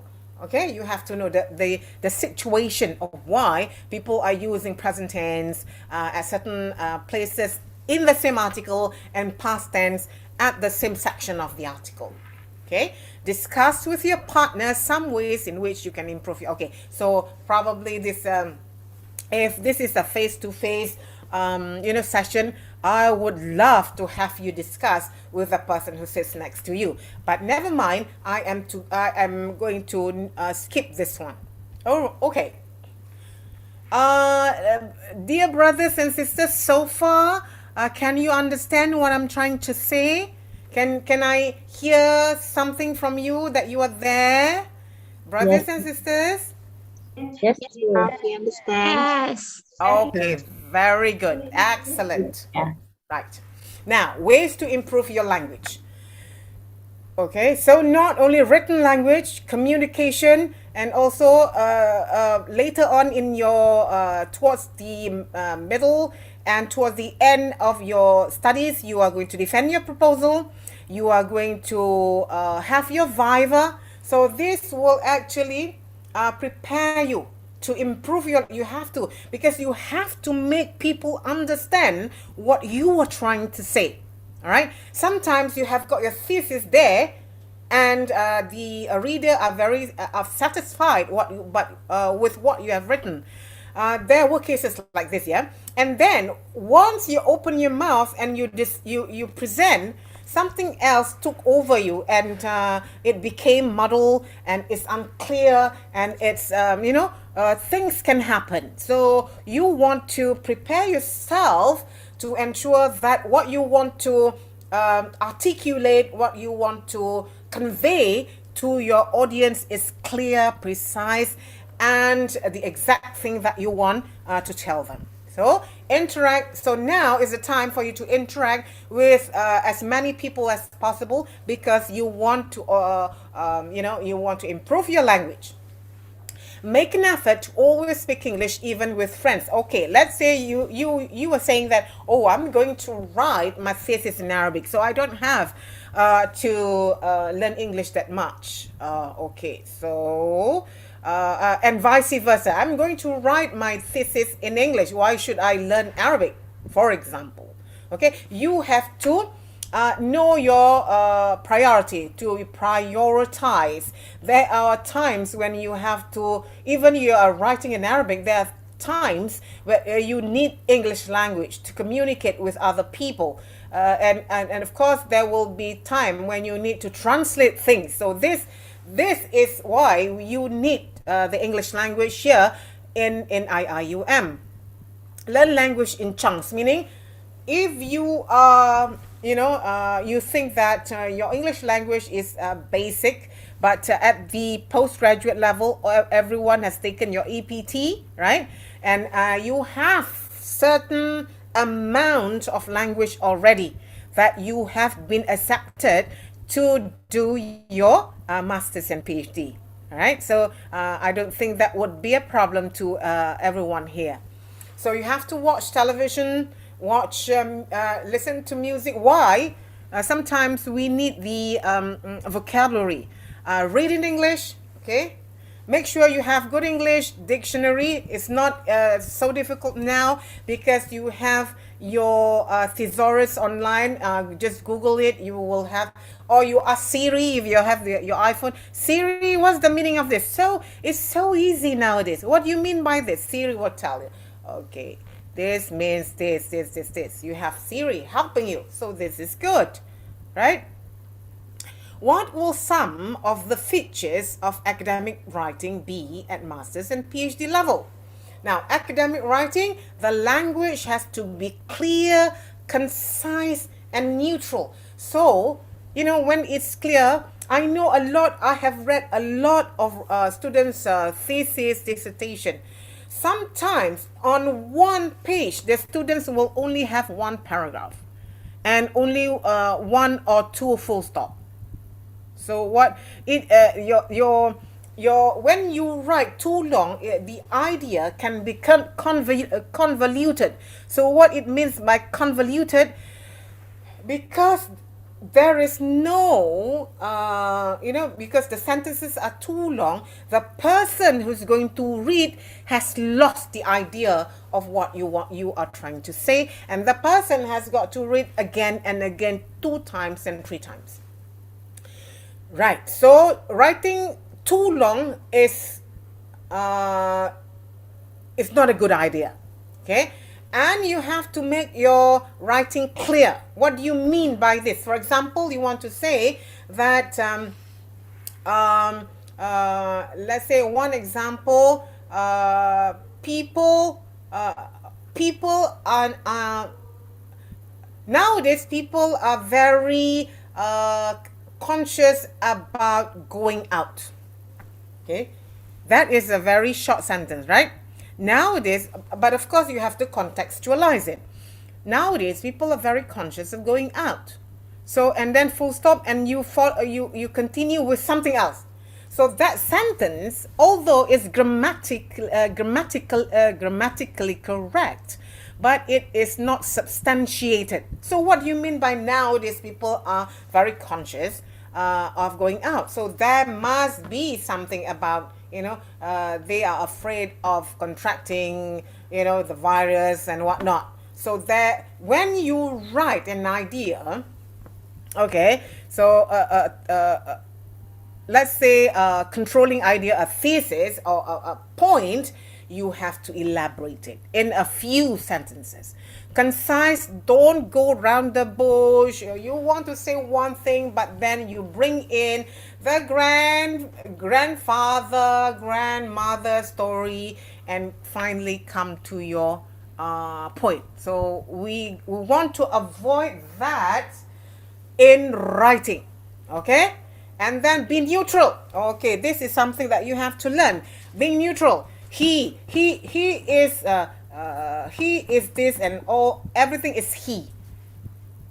You think that the world is only consists of a he, or she this, she, because you are a female writer, so you want to write everything in the female gender. She, right? So is that good or is that bad? You can have neutral. For example, you can use one instead. One means the person. Or you can write, if you are talking about yourself, you can say the researcher, right?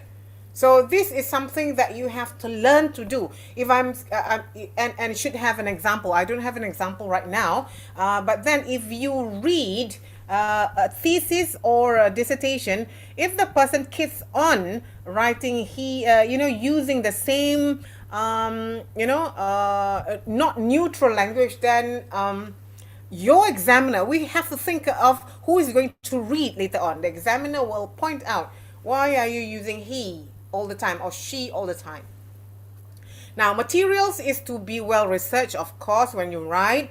Appropriate theories should be used. So this one, I'm not going to touch this because I'm going to touch on language, all right? It should be supported by relevant literature, of course, and all literature should be correctly acknowledged, right? So that's why when we want to write, or when we want to write a claim, for example, many people are unaware of COVID-19. Let's say that is the sentence. Many people are unaware of many people are aware. Many people are unaware of the danger of Delta variant, for example.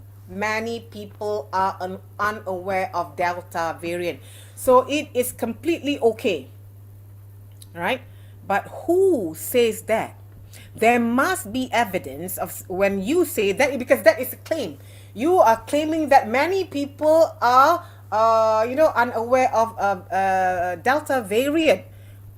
So who says this? Did you say it? If you say it, where is the evidence? If someone else's have said it, from where? So we need to be aware of what we write. We cannot just claim, or we cannot overclaim, right? When we overclaim, then your examiner will say, where is the evidence to this claim, right? Okay, so that is something different. Now, okay, let's see what activity that we have.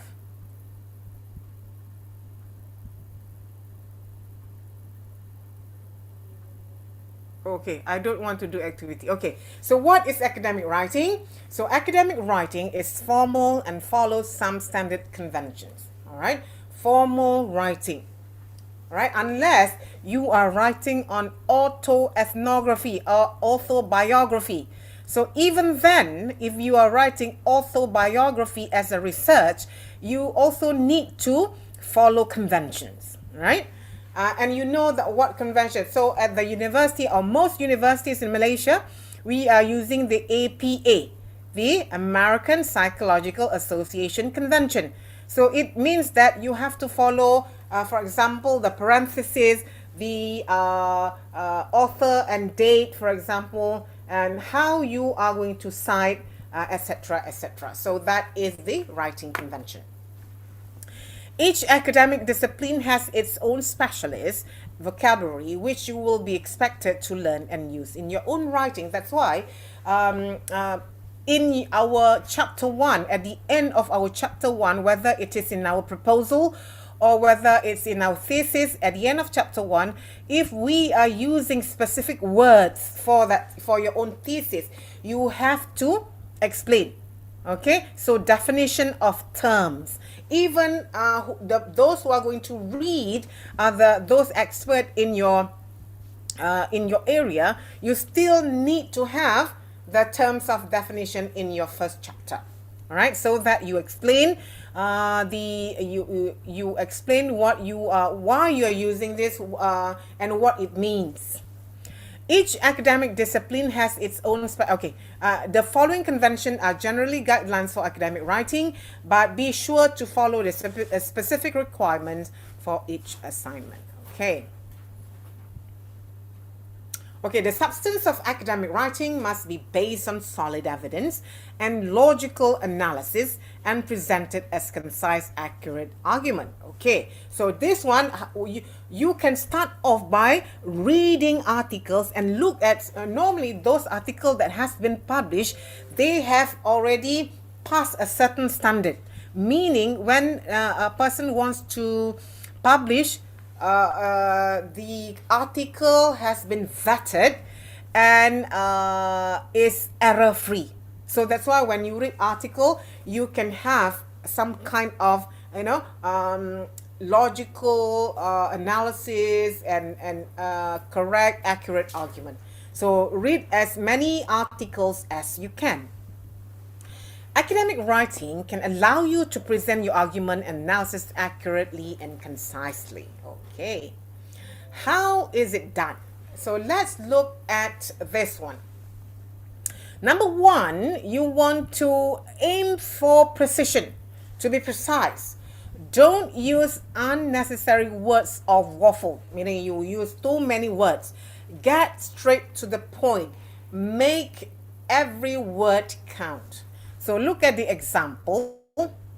Lila enjoyed the bouquet of tulips John gave her on prom night. However, she prefers roses. Okay, so what's wrong with this sentence? Lila enjoyed the bouquet of tulips John gave her on prom night. However, she prefers roses. So what is wrong with that? Can anyone tell me? Anybody? Come on, I don't want you to be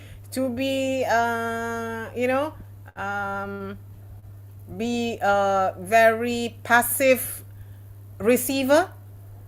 Okay, anybody? What is wrong with this sentence? Lila enjoyed the bouquet.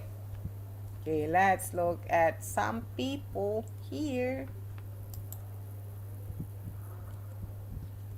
Ibrahim Omar, you there? Ibrahim Omar?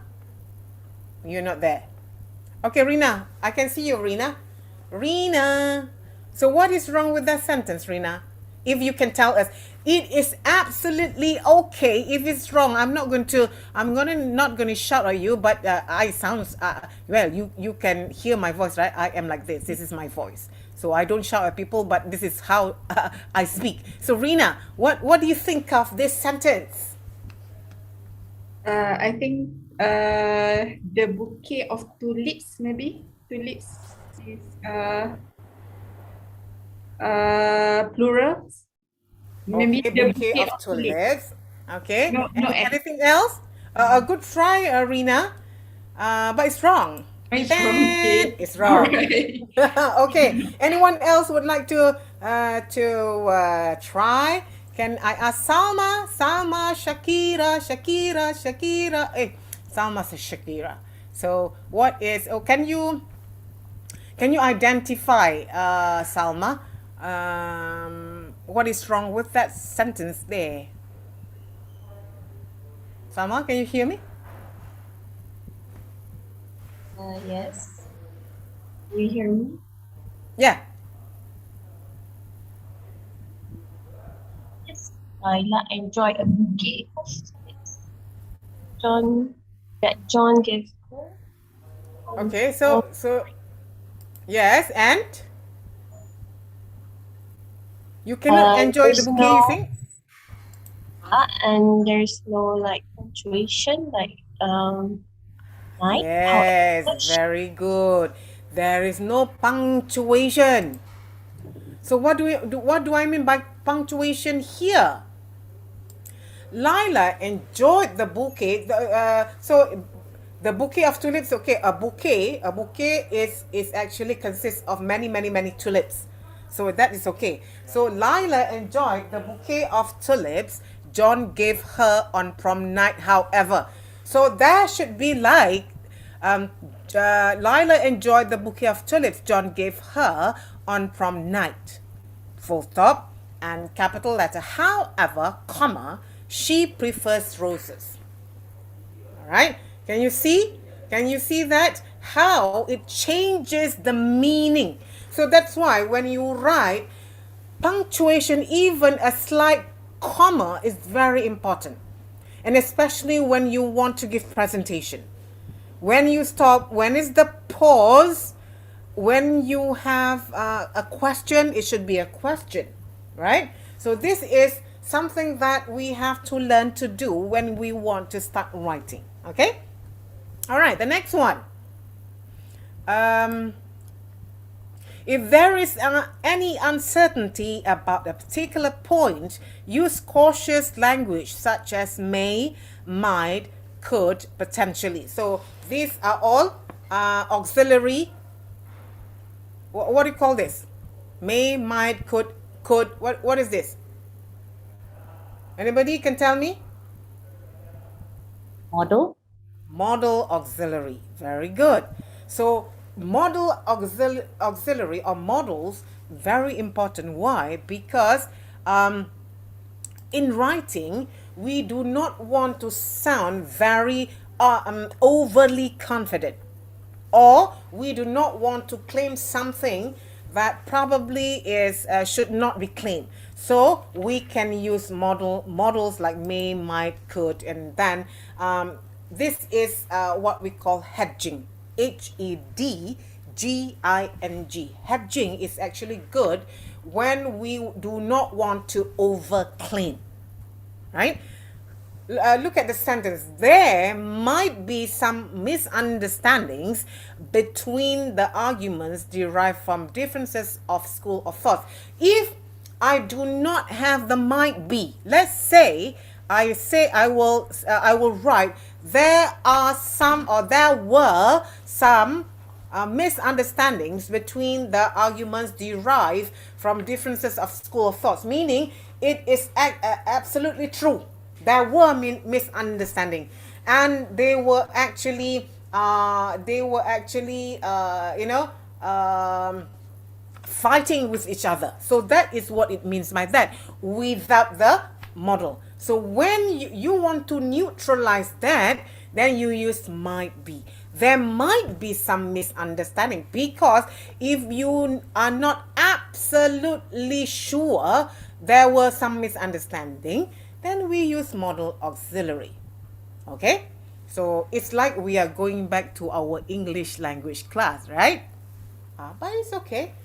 It's okay. We recall some of the things that we may have forgotten, that we may have not learned for a long time. Now, look at this one. Oops.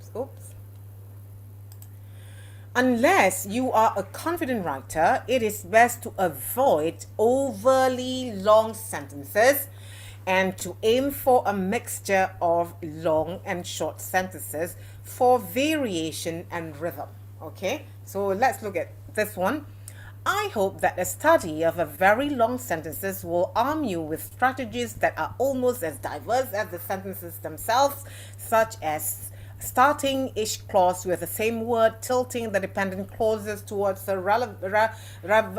revelation at the end, padding with parentheticals, showing the great latitude towards standard punctuation, rabbit trailing away from the initial subject, encapsulating entire life, and lastly, at the sentence is celebrating the list. So if you are writing like this, if you are a confident writer, you can write like this, because you know when to put a comma, you know when to put a colon, you know when to put a full stop, if you are a confident writer. But if you are not, then it is worthwhile that you write one sentence of let's say about 10 or 15 sentences, enough, or probably that is also very long already.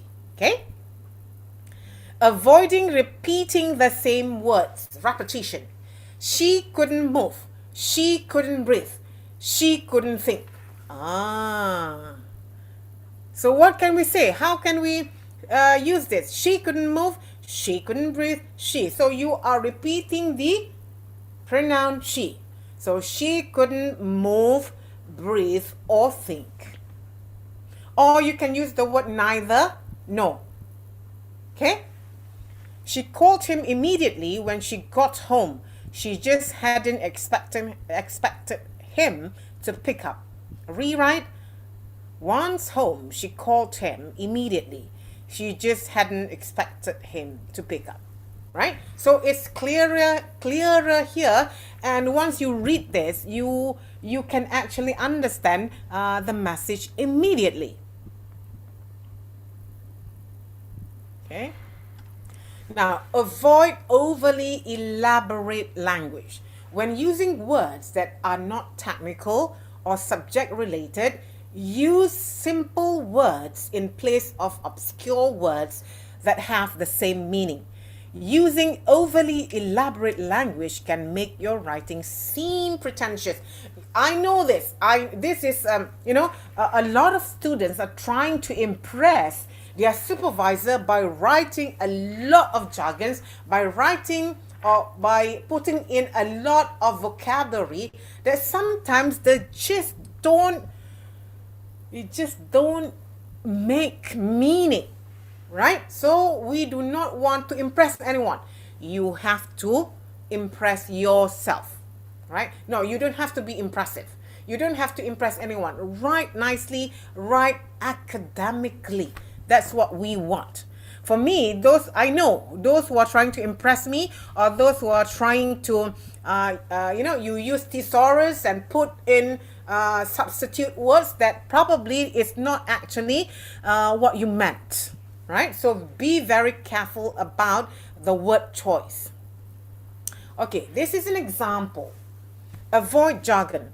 Technical jargon is used only if the writer is communicating with readers who are in specific trades and will understand the message. However, using jargon when communicating with readers outside the trade will result in the reader having no reference to what the message is saying. So jargon is, use jargon sparingly, unless you know that your supervisor or your potential examiner will know exactly what the specific word that you're using.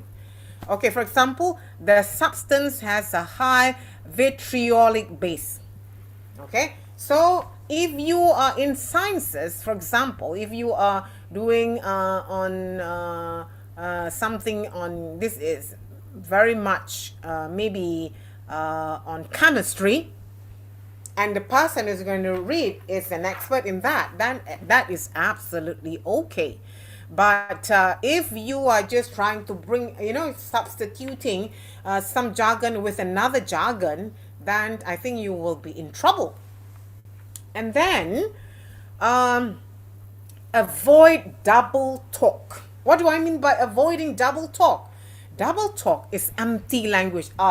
You know that you have to reach certain word count.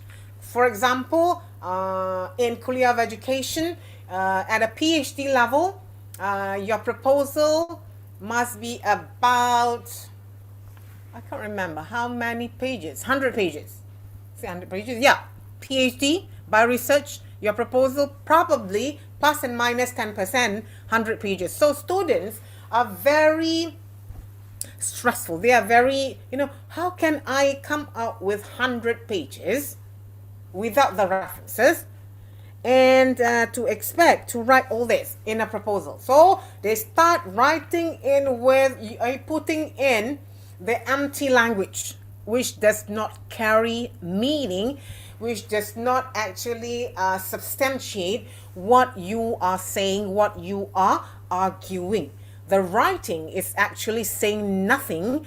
Double talk is used to fill space and is a clear indication the writer does not have a clear understanding of the issue or is trying to mislead the reader. Intentional double talk is not ethical communication. There are a lot double talk or empty talk happening in proposal especially. Okay, so if you want to if you want more example of double talk, you can Google that up. Then it gives you a lot more example of, okay, this is what it means by double talk. Okay, so look at my example here. The the redistricting will neither affect our client demographic nor our individual client portfolios. The impact of restructuring at the present time, however, is still undetermined. We will let you know the impact as soon as it becomes apparent. So this person actually is trying to say one thing. Okay, so the act of redistricting. Okay, we can actually, I think I have the answer here, but probably not. But never mind. Okay. Now, the other one is sexist language. Sexist language is neither respectful nor politically correct. Using sexist language can alienate readers or result in lawsuits. Use gender neutral, I mentioned this before, use gender neutral terms or restructure sentences in order to avoid sexist pronouns, avoiding the use of he or she combination pronoun. Sometimes students are trying to avoid sexist language, and the students keeps on writing he/she, he/she all the way through, and this is, I think this is a bit distracting. It distracts your reader. Okay, example, a driver needs at least 8 hours of sleep after he has driven for 8 hours. Okay, I want to ask somebody. Okay, let's ask do I have more people here? Okay, let's see if I have somebody. Samiha, are you there? Samiha Abdul Latif? Samiha? Look at the example. A driver needs at least 8 hours of sleep after he has driven for 8 hours. Okay, so he there is bold. Why do you think that is? You can unmute, Samiha. If you're not sure, it's okay, no problem. Sorry, Prof. I'm not sure about. You're not sure. Okay, absolutely okay. Anyone would like to try? Ibrahim, I can see you now. Ibrahim, just now you were not there. Ibrahim Umar, would you like to try that? Why do I bold the he there?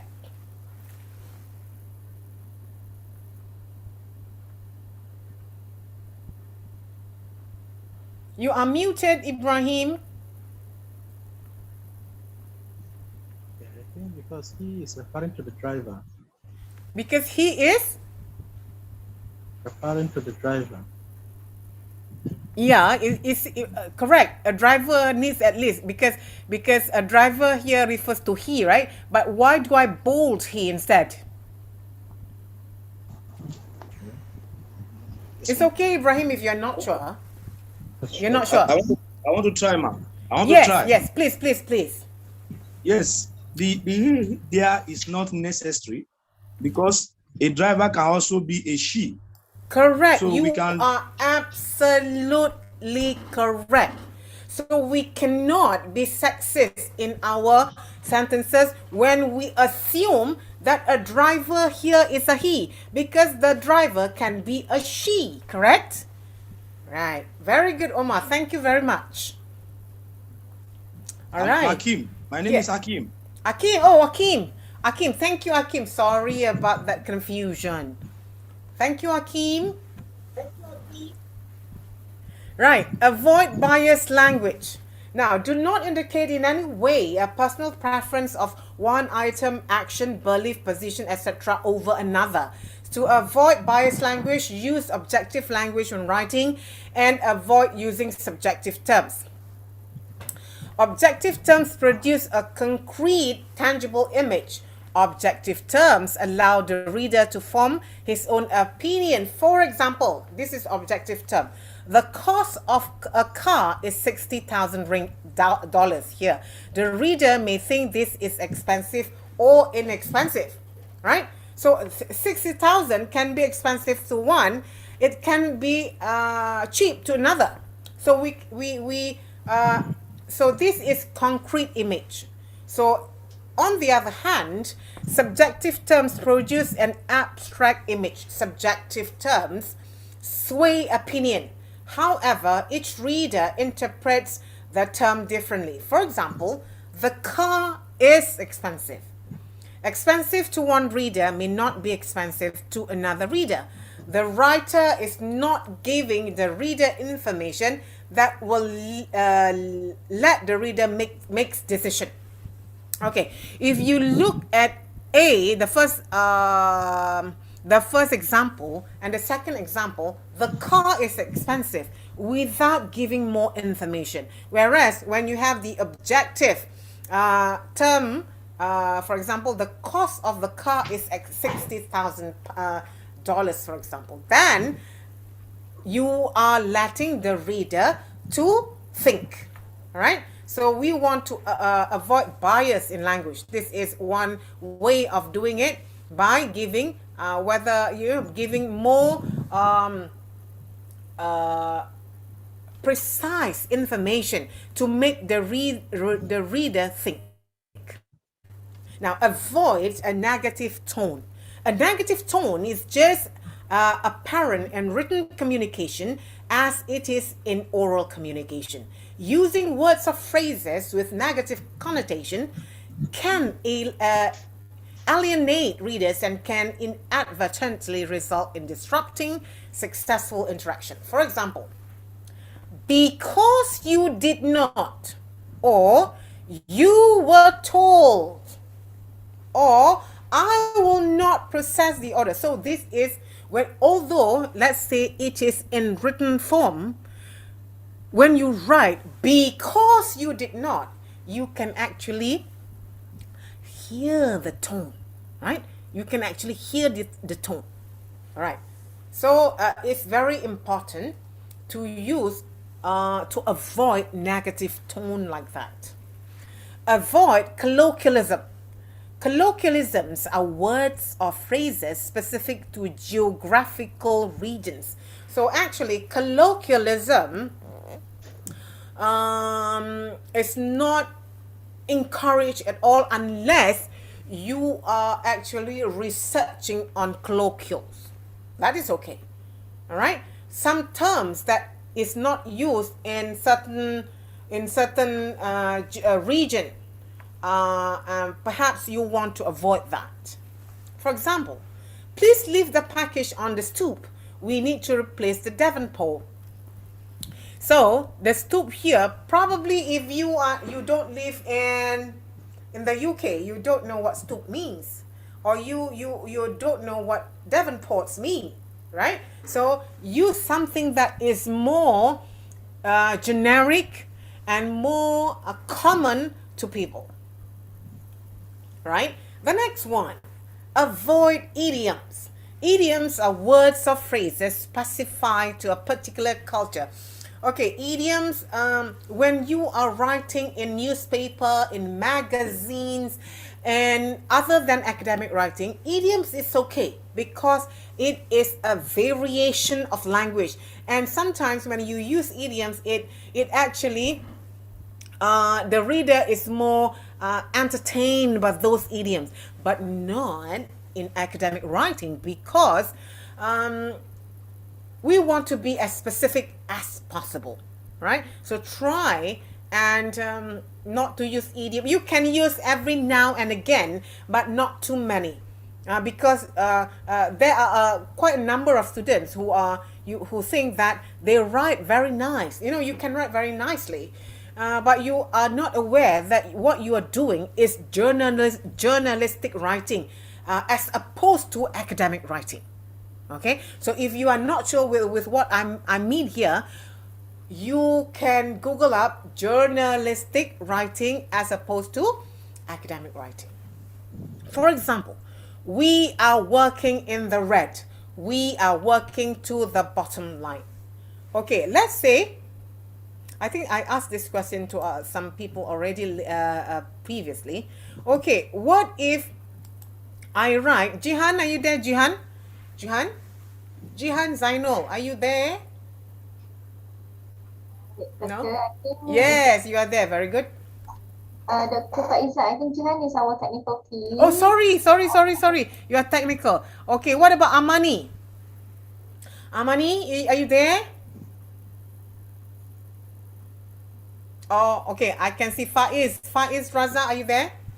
Now everybody is trying to be invisible right now because I'm calling up names. Faiz Raza, are you there? Yeah, Faiz also one of our team. Okay. What about Putri? There are a lot of technical teams, technical people more than students here.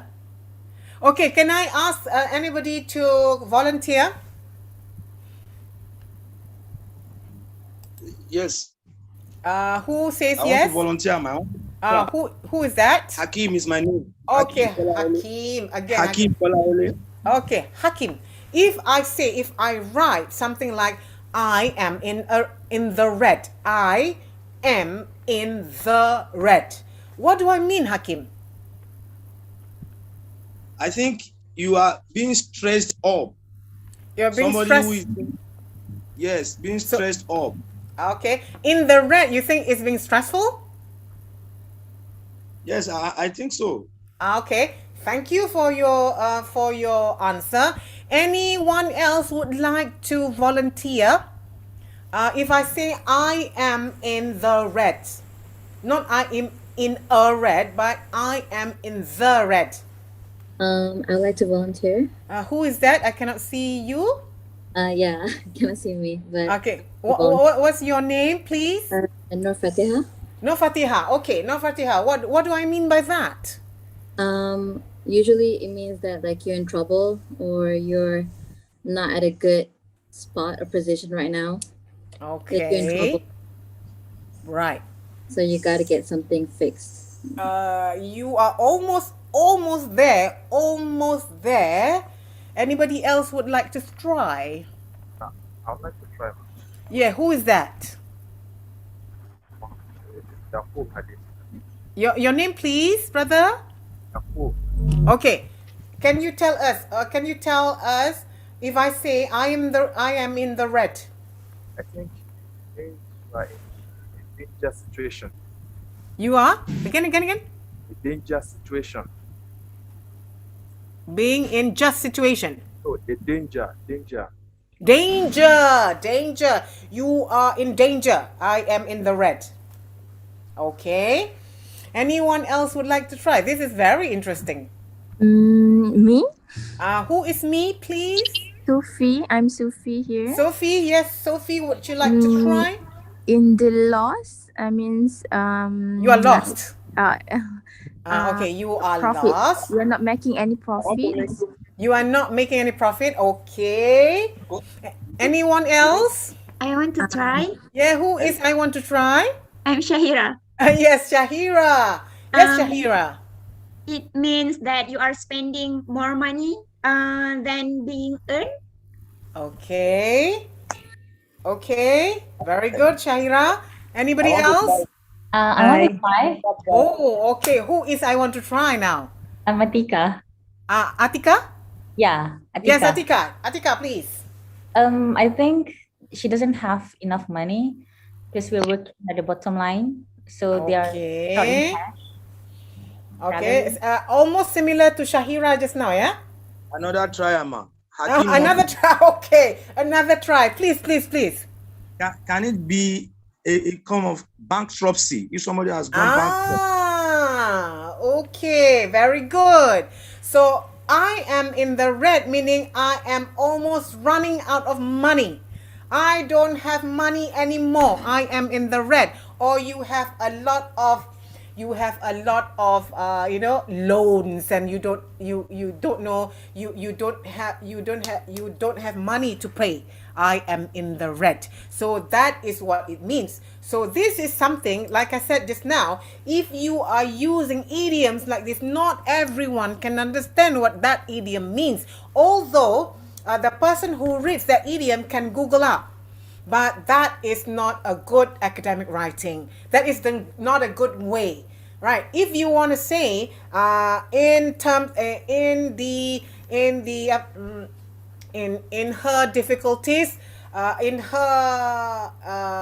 difficulties, she is not trying anything to get her out of her red, or she is in the red because she has spent too much money, right? Right? So although you have actually elaborated by saying that she has spent too much money, but still we want to avoid that kind of academic writing, that kind of writing in our work. So I hope you know what I meant by, trying not to use idioms when it is not necessary, unless you think that idiom here at this point is very necessary. Unless you want, let's say you want to start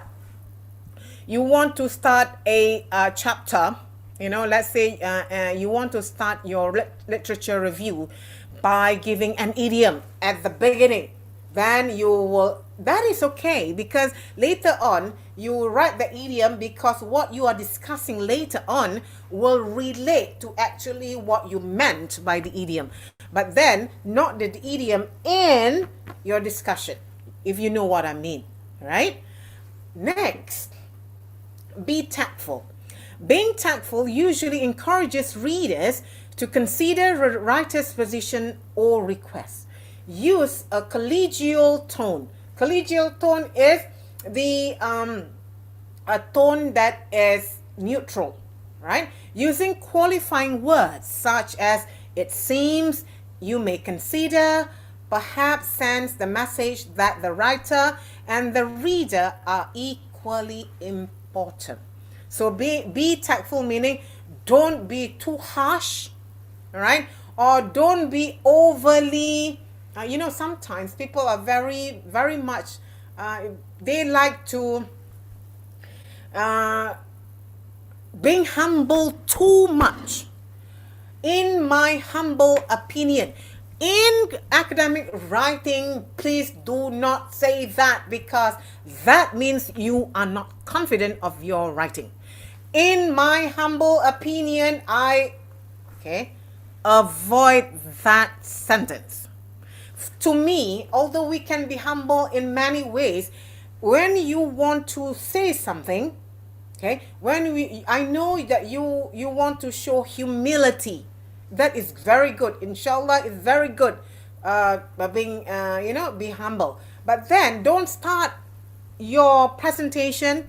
In my humble opinion, I would like to suggest, no, you are not confident, right? You are not showing confidence if you say like that. You can argue with me if you like, but to me, if you write like that, you are showing that maybe, you know, you want to say maybe I am right, maybe I'm wrong.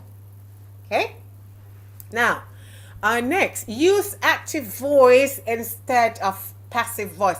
A lot of, especially Malaysian writers, they really like to use passive voice. Active voice. The supervisor will enforce the dress code policy. That is active. Passive voice, the dress code policy will be enforced by the supervisor. So we would prefer, or as a writer, academic writer, you are encouraged to write in the active voice. Why? Because that active voice is your own voice. You are writing about that, and that is your voice. Okay? Now, technical and specific language. Use technical language and words specific to your discipline where appropriate. Not, like I said, not too many jargons, but technical language in your own field. However, it is wise to avoid convoluted phrases and terms when writing about general information. Okay, moving on. What is the following? Why is the following text? Everyone, please pay attention on this text. Why is this text not a good example of academic style? Let me read it for you. I want you to tell me later on why this is not a good paragraph. Today, being fat is totally bad for our health.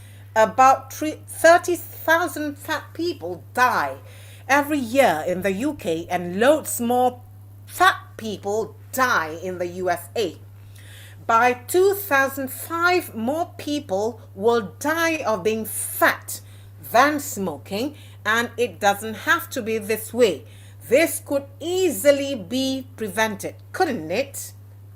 Okay, I'm going to give you 1 minute for you to think over why this paragraph is not a good example of an academic style. Okay? 1 minute. We don't have much time. I can give you 1 minute. I want to try. Yes, who I want to try is? Hakim again. Hakim Kolawale. Okay, Hakim. Okay, Hakim, can I give Nurul Huda first? Nurul Huda, because Nurul Huda has not answered. After this, I am going to come back to you, ya Hakim. Yes, ma'am. Okay, thank you. Okay, Nurul Huda, you would like to try? Yes. Yes, please. To me, this short articles is too negative. Okay. Why do you say it's negative? Because it using negatively phrases like being fat is so bad. It's not, when people read it, people will think that this is not, you are not trying, you know, you're just being judging to the fat people. Okay. And it Very is good. You are not encourage them to be to get better, but you are actually just judging them, and and you think that it could you want the reader to think that it can be prevented, but the way you write it, it's like you are accusing. At first you are accusing, you're judging them, and you already label them. Okay, very good. Okay, who else? There are 2 more. I will ask Hakim first. Okay, Hakim, and then I'll go back to the other 2 who has raised their hands. Yes, Hakim. Thank you very much, ma. I think the writer here is not assertive enough. Okay, why do you say that? Why ending the phrase or the sentence, the long sentence with a question mark does not count as an academic writing. Okay. Again, the writer did not give us the evidence of the assertion that about 30,000 people in UK. Where is the evidence? It's not evidence-based. So it looks journalistic. in my own, in my view, ma. Okay, very good try, Hakim. Thank you. So there are 3 more people who put up raise their hand. Okay, who is that?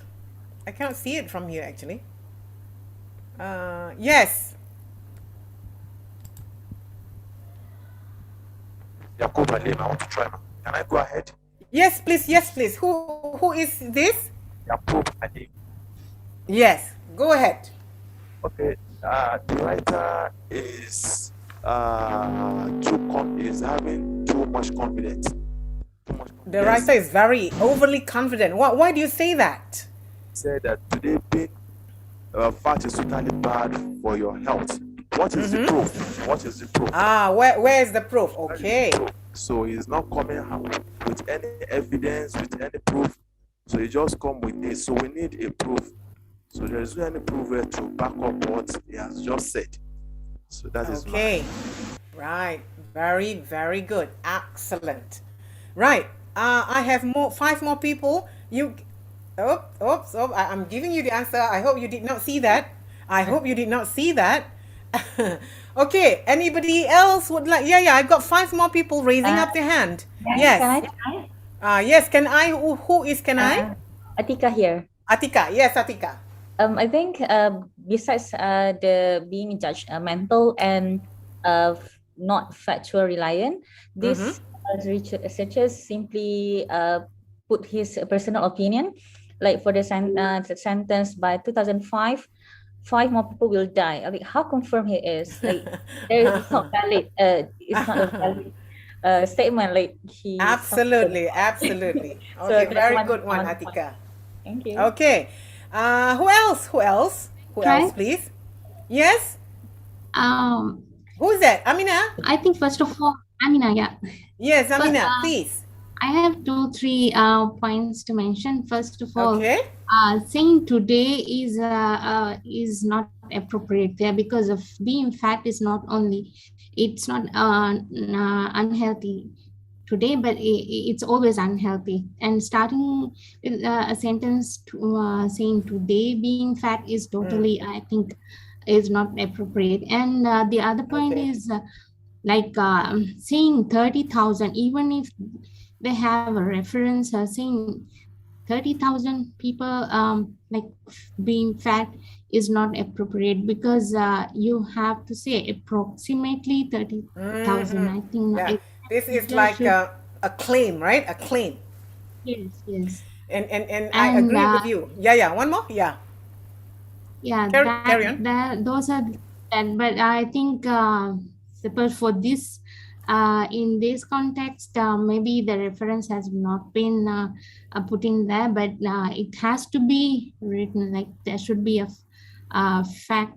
I mean, some reference for even if he's that 30,000 people will become fat and die. Very good. Okay, because you have mentioned about the word today. Now, if you're writing it the word today, now you're writing it in 2021. What about if someone is reading it 10 years from now? So today, what does that mean? Yeah, so it's a good point that you are actually pointing out. Okay, can I have one more before moving in? Moving on. Yes. Who is that? Noor. Again? Yes. Yes. For me, in addition to what has been said previously by my other colleagues, the first and foremost that should be changed is using the word being fat. It should be changed to a more academic term, in my opinion, such as obesity. So today, obesity is bad, and not to say your health, but make it more passive. So change being fat to obesity, and maybe your health should be more passive, not attacking the reader, but rather more neutral. Someone has written in the chat box, it's an insult. That is true. It's true. Yeah. It's like judgmental and insult. Okay, what you are saying, Fatiha is absolutely correct, and it's genuine. Okay, so let's now look at the revised paragraph. Okay, so we have done away with today and all that. The number of deaths per year attributable to obesity, so you can see that the word fat is gone, right? So attributable to obesity is roughly 30,000 in the UK and 10 times that in the USA, where obesity is set to overtake smoking in 2005 as the main preventable cause of illness and premature death. Even with this refined version, we still need the evidence. When you say it's roughly 30,000 in the UK, who says that? Right? So we still need the evidence, especially when you have got statistics like that. Okay? All right. So let's move on. We don't have much time. I've got only 3 minutes to go. Now, avoid abbreviations and contractions. Abbreviations and contractions are informal and best avoided in academic writing. For example, department should be used instead of DEPT. Is not should be used. No isn't, no couldn't, no don't. I see a lot of this writing and the proposal, and as well in the final work, in the final thesis. No contraction. If you are saying can't, must be cannot, could not couldn't, all that you should know. You cannot use contraction. And if you are writing an acronym, you have to explain what that acronym at the beginning, then you can use that acronym when you are writing it, after that. Right, I'm not going to use this activity because we are so running out of time. I'm so sorry about that. Avoid slang words and phrases. Okay, compare the following. The individual was sentenced for nicking a bike. I'm sorry because I'm taking this, this example from the UK context. So nicking, what does that mean? Nicking is stealing. Right? So nicking is a slang word for stealing in the UK.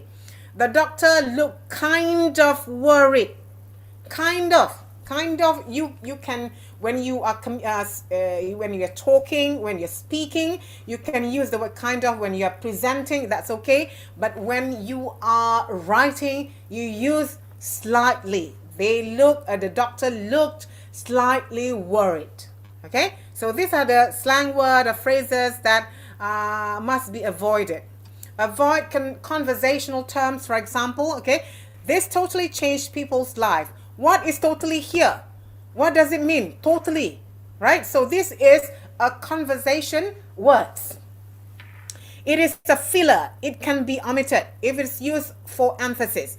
A more appropriate word could be used, for example, significantly, fundamentally. So totally is more spoken language than a written language. Avoid vague terms. Consider the following. The right thing could be better expressed as the right action or the right procedure. Okay? A nice addition to the collection would be better expressed as a popular addition to the collection or a prestigious addition to the collection. So a nice there is vague. It's similarly with the right thing. Okay? How can you make your writing impersonal? What is writing in the first person? What is impersonal writing? Can you give me an example? Okay, so I'm just going to go very quickly. As in qualitative inquiry, if you are thinking of doing a qualitative research, you are allowed to use I as a pronoun I, meaning that is your voice. I am this. I feel that this. Okay, that is okay, no problem in using I in qualitative, but in quantitative statistics you cannot. Okay, your supervisor or your supervisor will tell you not to use I in quantitative inquiry. But then, even though you are writing the researcher instead of I, you have to have your own voice. where is your voice in your writing? So probably this is not the time to write or to talk about finding your voice in writing. Maybe later on, if we can have some other session, then we can talk about finding your voice in your writing. Be impersonal. In many academic disciplines, writing in the first person is not acceptable as it is believed to be too subjective and personal. Many tutors prefer, or your supervisors prefer, impersonal language to be used in assignments or in your proposal and whatnot. Writing in the first person, I and we, I've just give example to that just now, we have considered, but again, when you are writing your thesis and dissertation, is you are writing, you cannot use we. Who are you writing with? You are writing it yourself. So you cannot use we. You must use I, or the researcher, for example. Okay?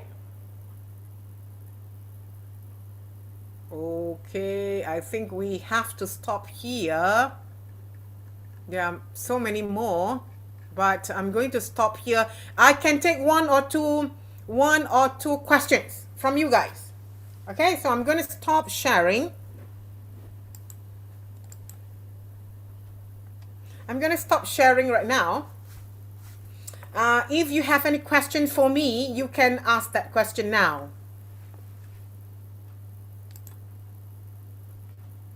Okay, now we'd like to open the floor for any questions, any inquiries, of anything wasn't clear during the presentation. Please feel free to ask Prof, and she's more than willing to share with us. I'm sorry, I have I have not covered everything, but in the short term that I am given. So probably if you have any other question that comes to mind, that you need to ask me now. Assalamualaikum, Prof. Walaikum salam. Who is that? I'm Atifa. Atifa, yes. I would like to ascertain with you. We are using APA 7th edition, is it? Yes, correct. How different is it from the 6th edition? Okay, one thing that I realized in the 7th edition, it has been made simpler. Okay, it has been made simpler for you to use it more easily. For example, if last time the first time you use at all, ETAL, all right, you have to write the whole name, let's say there are 7 names. For the first time, you have to write it all.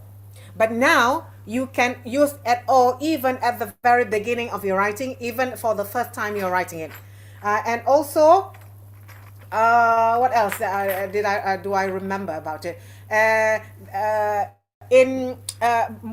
think the thing that they have made simpler in your citation, I need you to check this. I need you to check this. They have made it simpler with your citation style, but the references are still the same. All right, references are still the same. They have made it simpler in the way you are citing. Okay, so I cannot offhand tell you what, but I know that because I have spoken to quite a number of my students on the 7th edition, that it is much easier than the 6th edition. Please go back and check. If you are not sure, look at Purdue, Purdue, AOWL.Purdue. It gives you the 7th edition, yeah? Please check. All right. Great to know that, Prof. Thank you very much. Thank you for highlighting that. Okay. Any other question, or I should already stop, brother? Any other question from our participant, please? No, nothing. Thank you. All right. So I would like to take this opportunity to thank CPS and Brother Chairperson. If you think that you have any question on language for academic writing, we at the Kuliah of Education, the Postgraduate Student Society, or we call it CAPSA, is we have an ongoing workshops, right? Ongoing workshops on all this language for academic writing, proposal writing, what and so on and so forth. We always have this workshops. So you are free to join. Some are free, some are very minimal, like 5 ringgit to join. It all depends. I think most of the workshops are free unless we are inviting speakers from outside. Then we impose like a 5 ringgit fee for you to join. So this is like a you know, if you want to learn more about all this nitty-gritty on language writing, on proposal writing, on defending your proposal, on you know, working with your supervisor and things like that. Okay, so with that, assalamu alaikum warahmatullahi wabarakatuh. Thank you very much. Wa alaikum salam wa rahmatullahi wa barakatuh, Prof.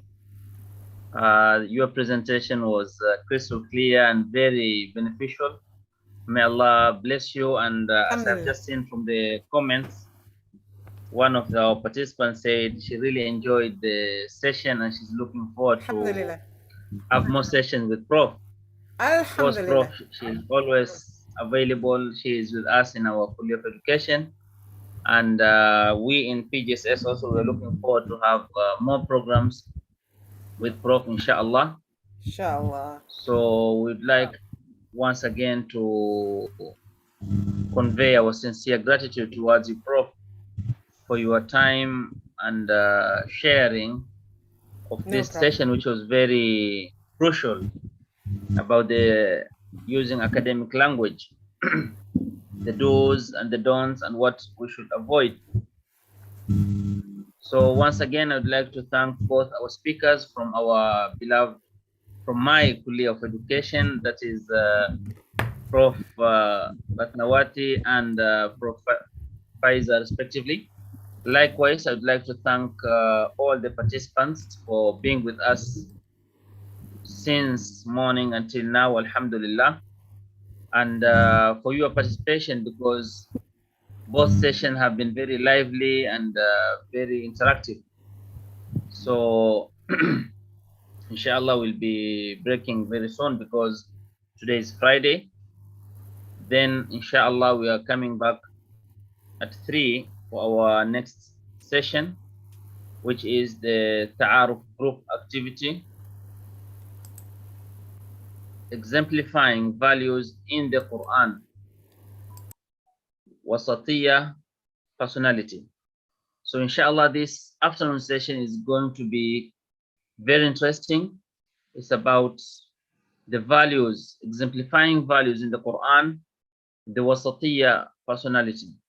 How should we have the wasatiyah personality, avoiding the extremes and being a shining example or a role model to the Muslims and humanity at large?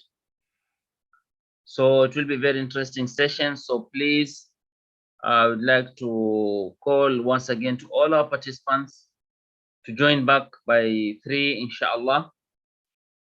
And I'm assuring you that it's going to be a very interactive sessions.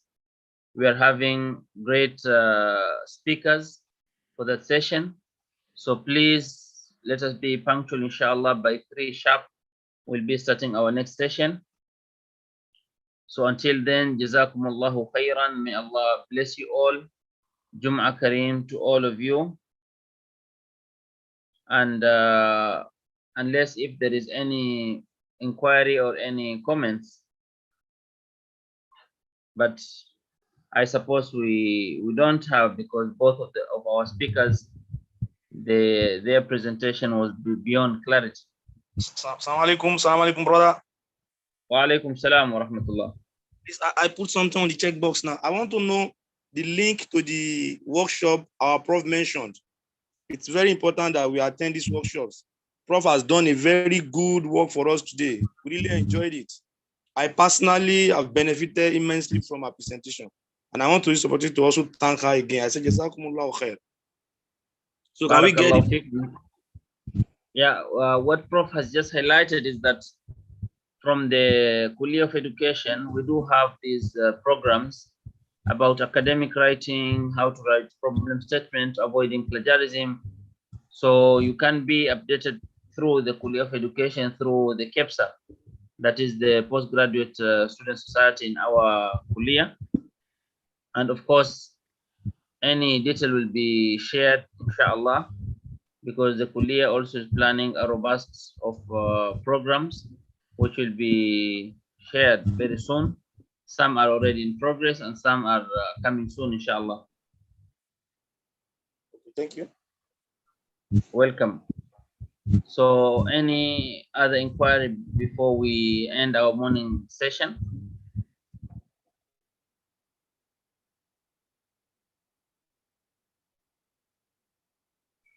Okay, Jazakumullahu khairan. I think everything is clear so far. So once again, please, I'm looking forward to see you, all of you, in the afternoon session. The morning session, alhamdulillah, we had almost 110 participants, but I'm very confident that inshallah in the afternoon session, we're going to have 150 plus participants, inshallah. So please stay tuned, and we'll be meeting you back by 3 p.m. sharp, inshallah. Until then, Jazakumullahu khairan. Jum'ah Kareem to all of you. May Allah bless you all.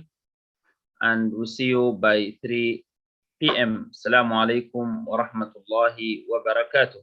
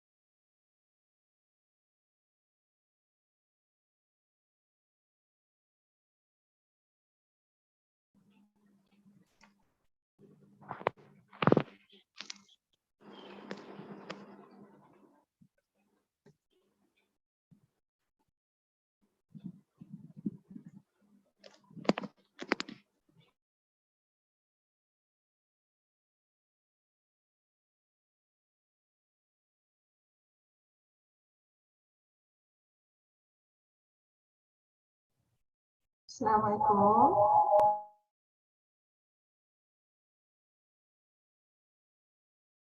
Calling for Brother Awad. Are you in?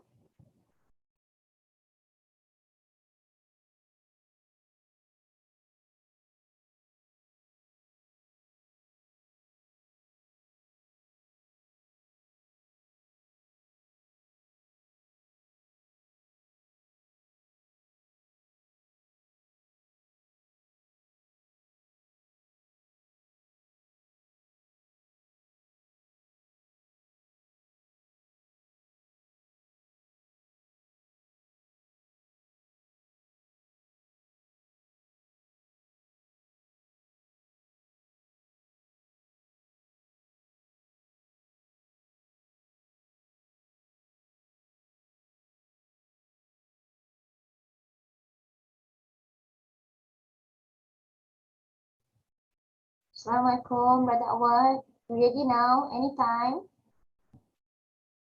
Waalaikumsalam. We are waiting for the MC to join.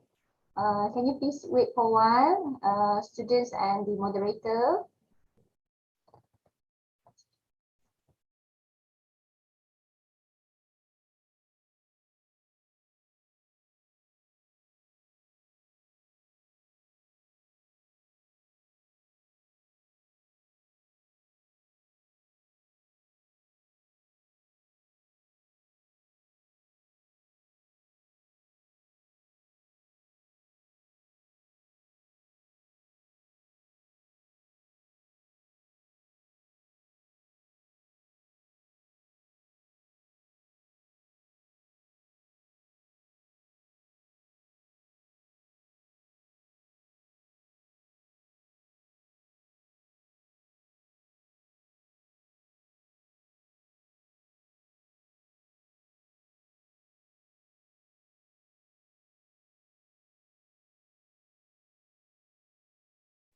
I hope all participants and the facilitator can wait in another 3 to 5 minutes. So while waiting for the students to join, I will play some video.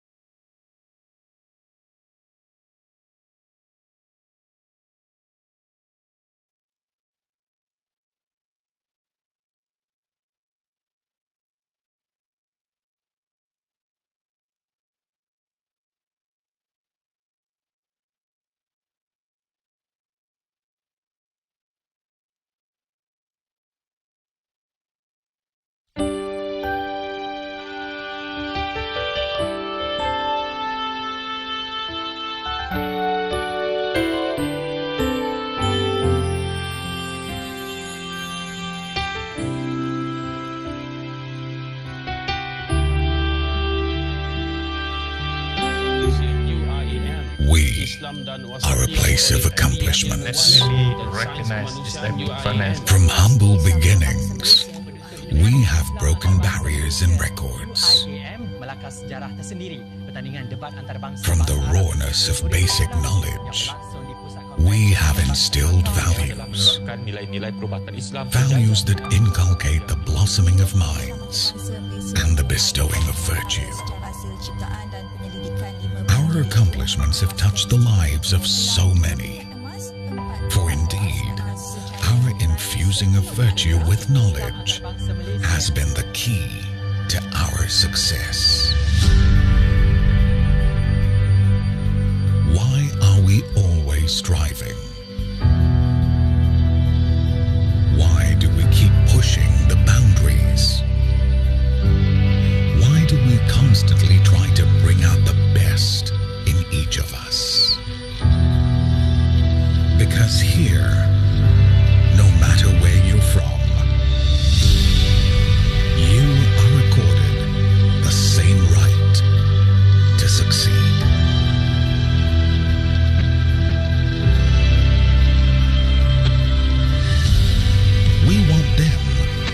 build a better future where good is not just created, but sustained.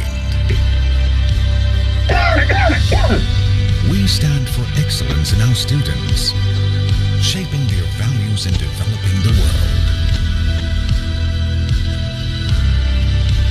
We strive for inspiration in our graduates, inspiring their dreams into reality. We want to go beyond the imaginable and bring out virtue beyond any barriers.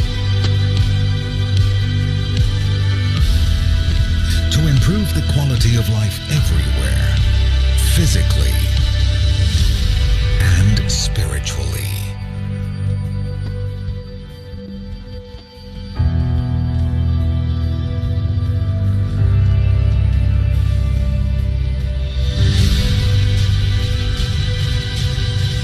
IIUM provides the best conducive learning environment for all students, offering a wide variety of amenities in the pursuit of knowledge. Opening avenues to reach the furthest realms of enlightenment. The International Islamic University of Malaysia. The garden of knowledge and virtue.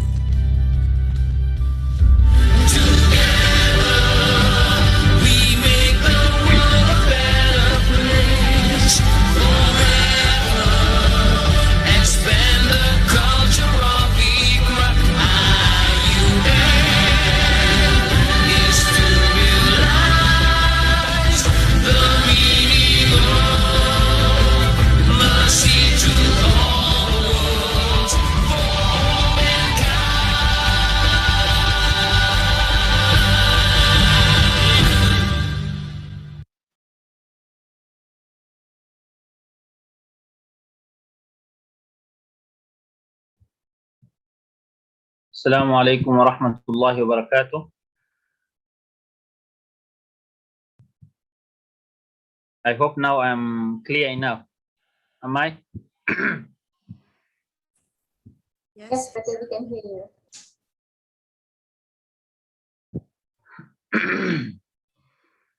Okay, so it's my pleasure to welcome you all in this afternoon session. Just to recap what we were having in the morning session, we had two speakers in the morning session. The first one was about writing a thesis proposal by Dr. Ratnawati, Prof. Ratnawati. And the second session was about using academic language by Associate Professor Dr. Faiza Idarus, both from Kulia of Education. And it was very interactive session, which we all benefited a lot, alhamdulillah.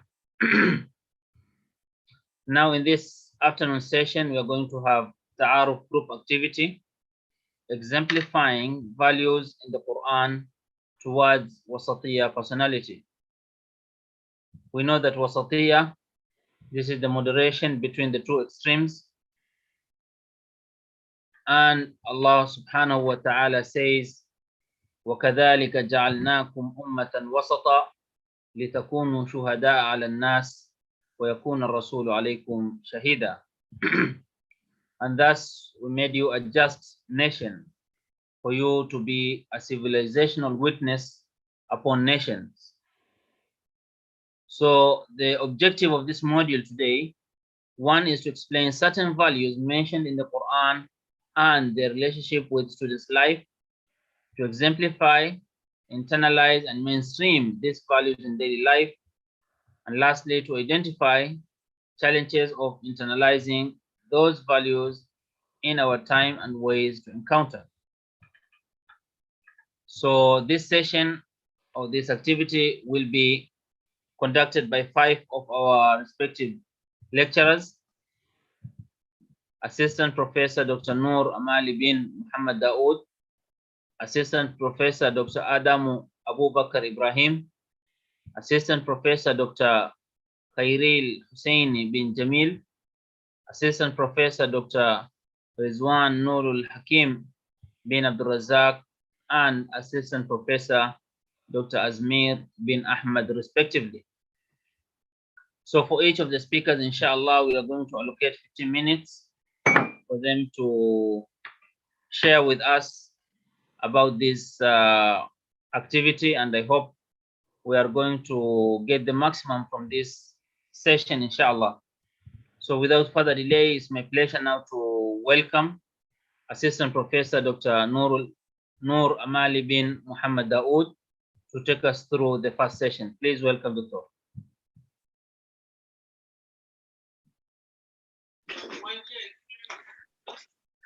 Assalamu alaikum warahmatullahi wabarakatuh. For this Ta'aruf session, inshallah, the student will be divided into 4 breakout sessions, and each session will deal with different Quranic values that they need to internalize in their life as postgraduate students. So we have 4 facilitators for today, and you may join whichever breakout session that you want. We have here Dr. Adamu Abu Bakar, we have Dr. Khairil Husseini Jamil, we have Dr. Azmir, and we have Dr. Ridwanul Hakim. So you may enter any breakout session. Thank you very much. Thank you very much, Doctor, for that priceless information that we all needed. So to our dear participants, you can join either of the 4 breakthrough sessions, and you join with either of the facilitators that we have to join the session.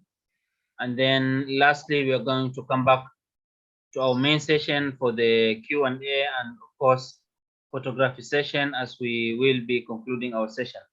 So now we encourage our participants, please to feel free to join either of the 4 breakthrough sessions to get the maximum from all our respective lecturers. Jazakumullahu khairan. Assalamu alaikum. Wa alaikum salam wa rahmatullah. Yeah, I think you need to specify the breakout section by the facilitators. So like room 1, which facilitators, room 2, which one, and room 3 and room 4.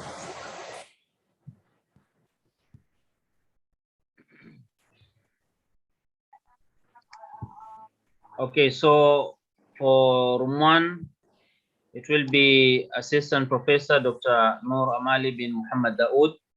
No, Dr. Husseini Jamil, sorry, Dr. Husseini Jamil. Okay, so Dr. Husseini Jamil will be for main room. Main room, okay. And then breakout number 2.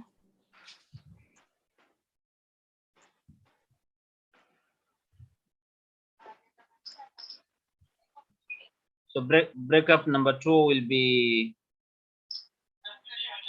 Dr. Adamu, is it? Yeah. Okay, now it's clear. Okay. So breakup room number 2 is Dr. Adamu Bakar Ibrahim. And then breakup 3 is going to be Dr. Nur Amali. Dr. Azmir. Okay. Dr. Azmir bin Ahmad, breakthrough 3. And then lastly, Dr. Rizwan. Okay, lastly is Dr. Rizwan, inshallah. So I hope now everything is clear to all our participants, inshallah.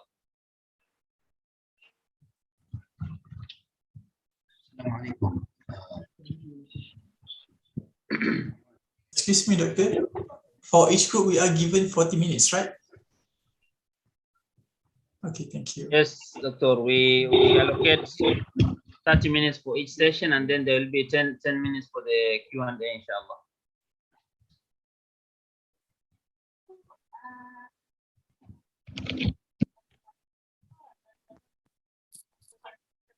Assalamualaikum. Assalamu rahmatullah. Can everyone hear me? Yes, Doctor, you're clear. So I'll just remain here in the main room. Yeah, for group number 1 will remain in the main room. Okay. But I'm seeing also other facilitators here. Yeah, facilitator needs to move to Okay. other breakouts room, please. Okay.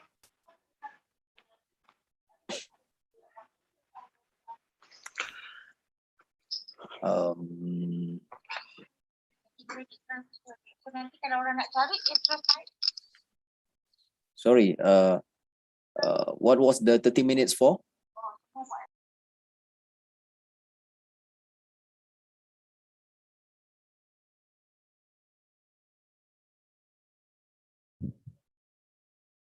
The 30 minutes, Doctor, is for your presentation. And then we'll be having 10 minutes for the Q&A session, inshallah. And then we can come back to the main room for the closing remarks, inshallah. Oh, I thought there would be like a presentation from the participants.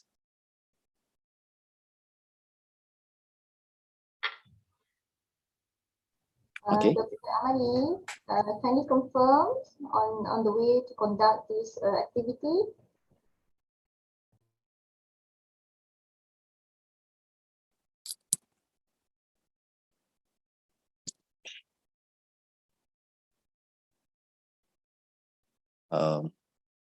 Okay, Assalamualaikum everyone. I'm not sure which one are the participants and which one are the facilitators or the organizers. Okay, I'm seeing inside this room we have like 46 participants.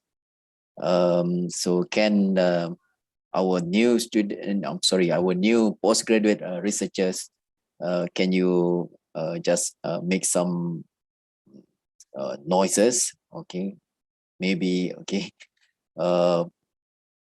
just say something so that I will know that you are here, and who are the participants of this session. Yeah, can you just say, I'm here, or this? I'm one of the participant. I'm one of the postgraduate, a new postgraduate researcher. Yeah. Yes, I'm here. Who's Hello. that? Oh, can you say your name as can you say your name as well, so that I can see the which one on the list that is okay. So it was like, who was the Assalamualaikum, Dr. Khair. I'm Ali. Yeah. Waalaikumsalam. Yeah. Zuriati, PhD in RQD. Alhamdulillah. Who else? Assalamualaikum. Waalaikumsalam. Ainur Azalia. Ainur Azalia. Yeah. In which program? Sociology and Anthropology. Sociology. Okay, still in KIKHS. Yeah. Yeah. Okay. Anyone else? Anyone outside KIKHS? No. Hello, everyone. I'm Annie just now. Hello. I'm actually from Kuliah of Allied Health Science. Okay. Doing PhD. We'll be doing PhD in optometry. Who is speaking? Ali just now. Oh, Eli Amran. That's the Yeah, name? correct. Okay, Yeah. Eli Amran. Okay. Nur Afifa Akmal, biotechnology. Okay, great. And we have more. Okay. When we have some others to interact with us. I know that from the schedule, I've seen that there are many lectures, many talks, so I don't want to add some more talks to the session. Maybe we can have like a more exchange session. we can somehow discuss any problems related to the theme of the session. Yeah, if I'm inside the classroom, I can move with you. You can see, maybe I can jump so that we can lift the mood. But now I'm not seeing the faces. So your voices will really help. Okay, so others, I'm made to believe that we have like around 40 participants. So I've just listened from not more than 10 just now. So if more others can participate, at least introduce yourself.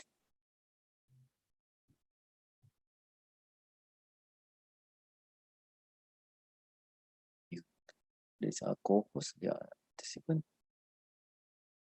Yes. We have others like Aiman Marzuki. Where are you? Irshad Noor, Liana Hasna. Yeah. Yes, sir. Yeah.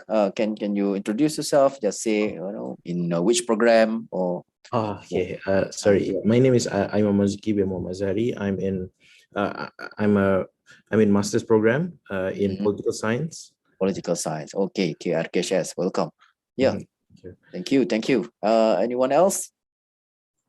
Assalamualaikum warahmatullahi wabarakatuh. Warahmatullah.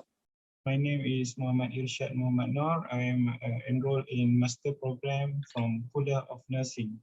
Kuliah of Nursing. Alhamdulillah. Okay. Thank you. Yeah. Salam. Okay. We have many more here. Assalamualaikum.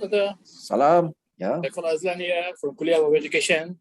Education. Yes. Yeah, doing my PhD. MashaAllah. Okay, PhD. I'm from KRKHS, but I will be teaching one subject in education this semester. I see. I previously from KRKHS. Okay. During my master. Okay. Master in which? MA Sociology. Sociology. Yeah. English study. English language study. Oh, English language. Yeah. So now to education. Yeah. Welcome. Okay. Thank you very much. Anyone else would like to, make it more interactive? Okay.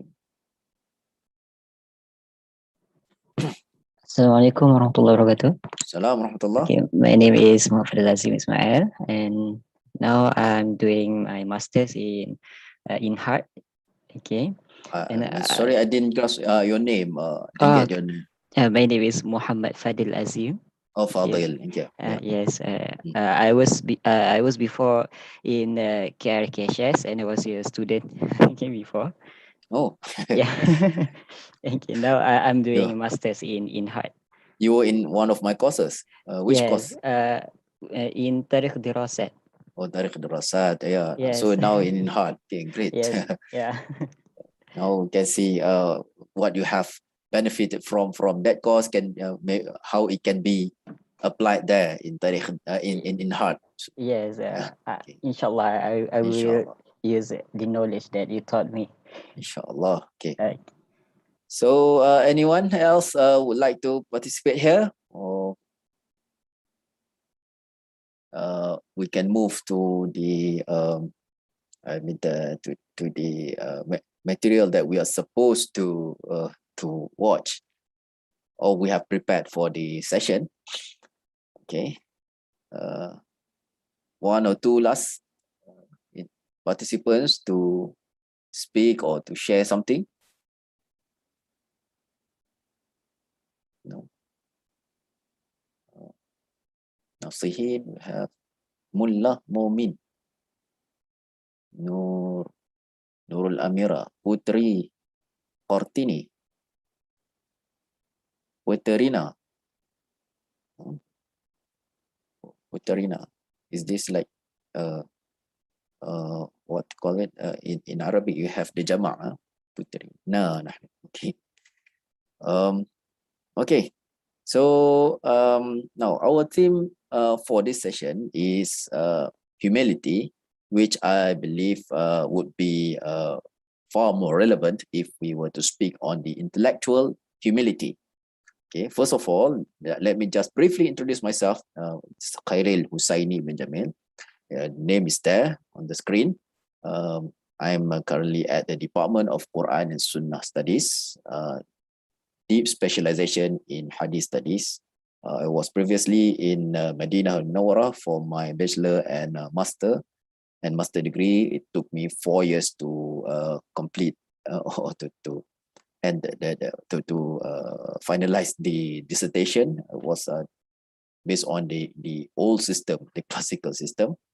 I joined IIUM, and later on I was sent to University of London, School of Oriental and African Studies, to pursue on philosophy of knowledge or epistemology and how it relates to traditional criticism, particularly to Hadith studies. So that's enough about me. So I think that it will be more relevant for us to discuss on the topic of intellectual humility, and we know that humility is very important. So why don't we watch this video presentation, or just this short clip on intellectual humility, and later on we can try to respond to some questions. We have 4 questions here. How do you define? The first one is, how do you define intellectual humility? Second one is, what is the importance or the significance of intellectual humility? The third one is, how do we internalize intellectual humility? And the fourth one is, how do you materialize it, or how do you sustain or maintain intellectual humility in the society? So I'm going to share my screen now. Hopefully that everyone can see and oh, sorry, how to share the video from Zoom. Not sure. Hopefully everyone can. Okay, let me try to see whether we can.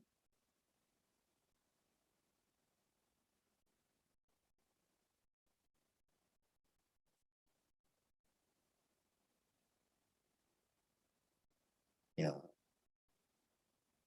but in the video.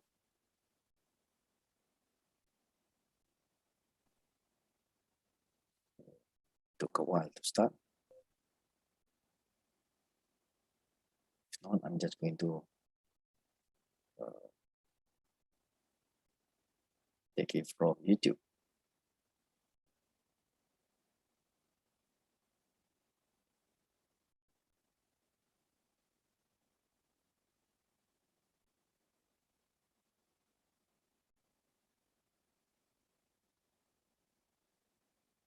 Now, if I share this screen, this is the player.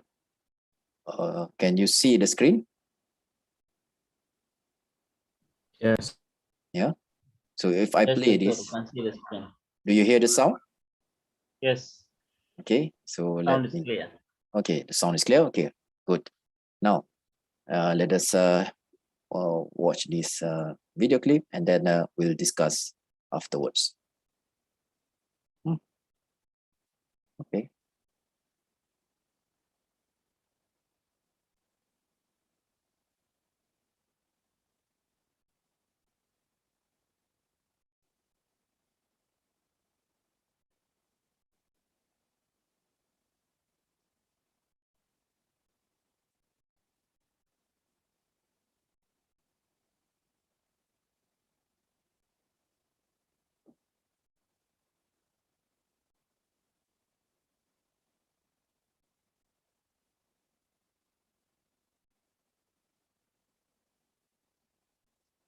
Excuse me, Doctor. Cannot hear the sound. Sorry? Cannot hear the sound from the video. Oh, I thought you can hear the sound. Yeah, okay. Okay, let me try to change the sound setting. Where's my Zoom? Where's the Zoom? Okay, maybe I have to select this one, stereo mix.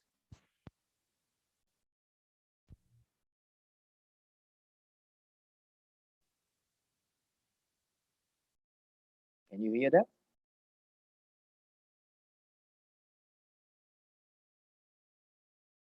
Sorry. Was the video audible? Video not played, Doctor. No, I just test it just now. Okay, let me do it again. Okay.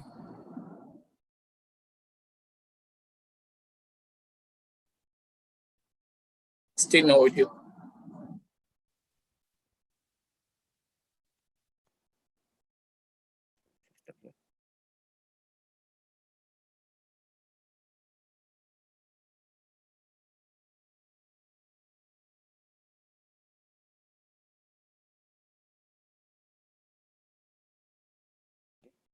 Did you hear that?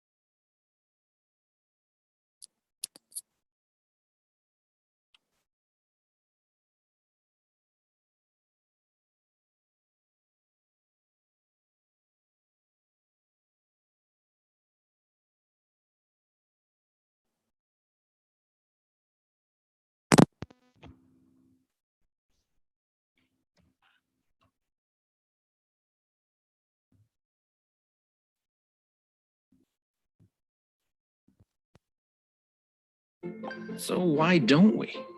Why is it so hard to admit in arguments? We've all been in arguments. And it wouldn't be an argument if you didn't believe that you were right and they were wrong. But aren't we all wrong sometimes? No one is right about all the things all the time. Research shows that admitting that we might be wrong can actually help us be better friends, happier people, and more effective advocates for our beliefs. This is called intellectual humility, and it's a gift. Not the kind you're born with, but the kind you can give yourself. So why don't we? Why is it so hard to admit that we might be wrong? In our minds, our ideas, assumptions, and experiences weave together to form our picture of the world. So you can see why it's painful to admit that something we believe in is wrong. One tug on the thread and it can feel like our whole sense of self is unraveling. In fact, studies show that our brains actually react to attacks on our beliefs the same way as threats to our physical well-being. Our natural human tendency is to avoid those threats, surround ourselves with people who think just like us. It doesn't matter how smart or well-educated you are, anyone can fall into these traps. But we can break out of these bubbles. Our ideas don't need to limit us. We just need to remember that some of the things we know are wrong or incomplete. It doesn't have to feel like a failure. It can feel like a relief. We can let go of the ideas that were holding us back from growth. This is one of the key features of intellectual humility, that willingness to accept and admit that you might be wrong. Early research shows that people who practice intellectual humility make more thoughtful decisions, have stronger connections with their friends and partners, and are more tolerant, which could lead to a happier life. We live in a time where there's pressure to appear like you're always right. But recognizing an incompleteness in our knowledge isn't weakness or ignorance. It's the opposite. It turns every day into an opportunity to learn and grow.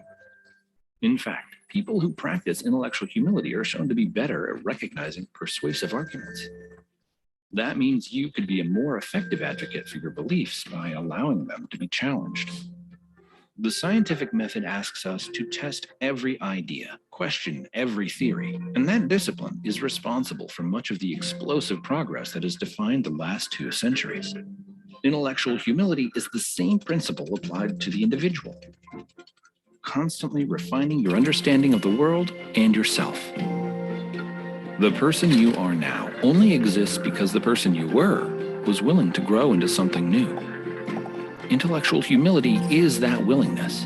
It allows us to constantly search through our understanding of the world and bit by bit, make it better. Learn more about research on intellectual humility at templeton.org/discoveries.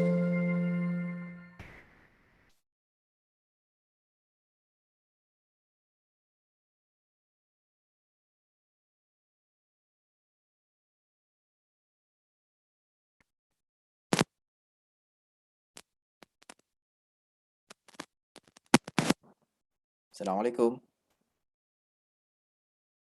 Waalaikumsalam. Am I audible? You can hear me? Yes. Okay. Now I'm going to share with you the Quranic verses.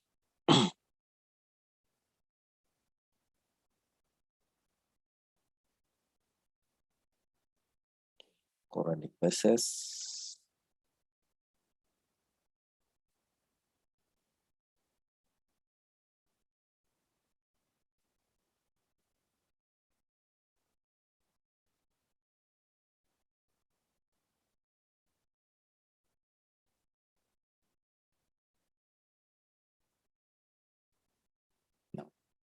These Quranic verses are related to the subject of humility or intellectual humility. So why don't we discuss a little bit, just, a very short discussion.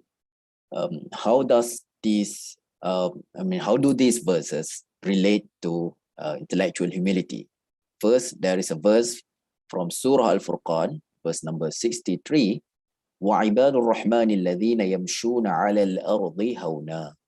Okay, and the translation is the servants of Ar-Rahman, the ibad of Ar-Rahman, Abdullah we say, so Abdur Rahman, and this is the plural form. The servants of Ar-Rahman are those who walk on the face of this earth in full humility, in full humility. Okay, so in tawadhu, we say as well. So hauna is like something being very low, not low in terms of quality, but like low profile or something, but more of like not being arrogant. Okay? So this we have the first verse in Surah Al-Furqan, and the second verse, وَإِنَّكَ لَعَلَى خُلُقٍ عَظِيمٍ, from Surah Al-Qalam, verse number 4. This is from Surah Al-Qalam. The ayah says that Muhammad, Prophet Muhammad, you are of the magnanimous character, or of the noble characters. Khuluq azim, akhlaq, very good akhlaq, very perfect akhlaq. Now, and the third verse is from Surah Al-Fath, verse number 29. Muhammadur Rasulullah walladhina ma'ahu ashidda'u 'alal kuffari ruhama'u bainahum.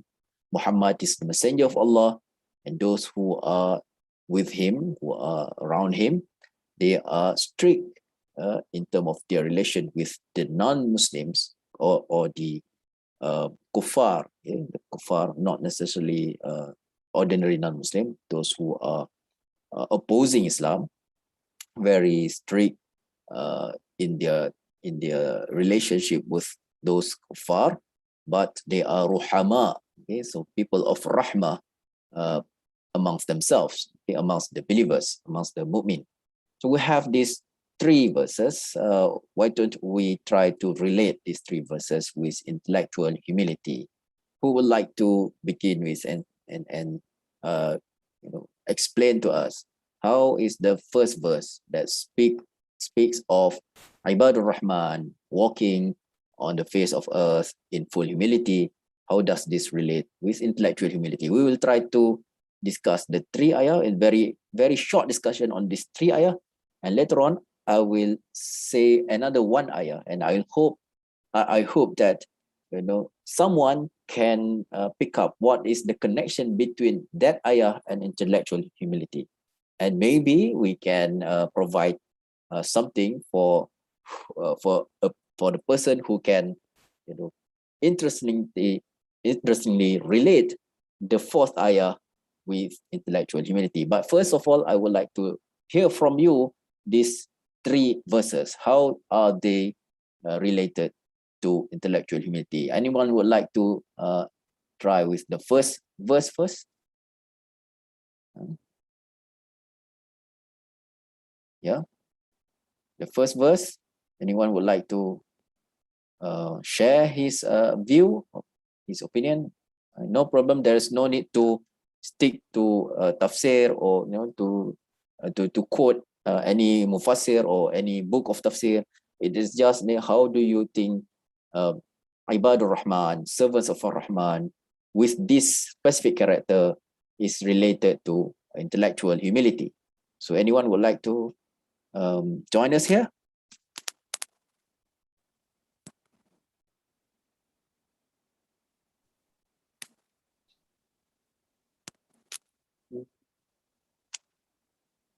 Assalamu alaikum. Walaikum salam. Yes. My name is Syed Iftikhar Ali Gilani. I'm Syed from Iftikhar. Pakistan. Alhamdulillah. Okay. In which specialization? My specialism is jurisprudence. Jurisprudence. So you are at law or in fiqh? Yes, in fiqh. Department of Fiqh. But I am teacher. I'm in my specialization in teaching Sirah. Teaching Sirah as well. Okay. Yes. Okay. So yeah, please. عباد الرحمن الذين يمشون على الأرض حونا وإذا خاطبهم الجاهلون قالوا سلاما. عباد الرحمن, because I want to say that in this verse, Allah subhanahu wa ta'ala want to ask us that in your life, okay, you are be humble. Yeah. Not to be proud and not to be like Pharaoh, and walk like a humble person. And the second ayat, you described that رحماء بينهم محمد رسول الله والذين معه أشداء على الكفار رحماء بينهم. Yes. That in this ayah, Allah subhanahu wa ta'ala want to say that to be alike, to love with Muslims, and don't friend and don't make friends the kuffars, because they are our enemies. And if you love and cooperate with Muslims in this world, we are saying that the Muslims are not friend each other. I want to say that the countries, Muslim countries, we are in a great power. We are 56 Islamic countries, but we don't love with one another, and that is and the kuffars are our friends, and Muslims are not our friends. That is why in all in this world, the Muslims are not dominating, and there are a decline of Muslims, I want to say. Today is my first lecture. I think I want to say something, if you understand what I'm saying. Yeah, that's very interesting, and thank you very much. I think you raised a very important point. That is one thing is you relate between our discussion now with our current situation. I mean, the current situation of the Muslim world, and also one of the things that we can learn from, seeing what is happening around us. That's how do we make friends, or how do we be a good friend to one another? That is very important, I think. Okay, even though if you disagree with someone, okay, you disagree with your friend in the lecture hall, or even in your specialization, even if you disagree, how do you become a good friend? In Malay, I would say that ramai orang tidak pandai berkawan.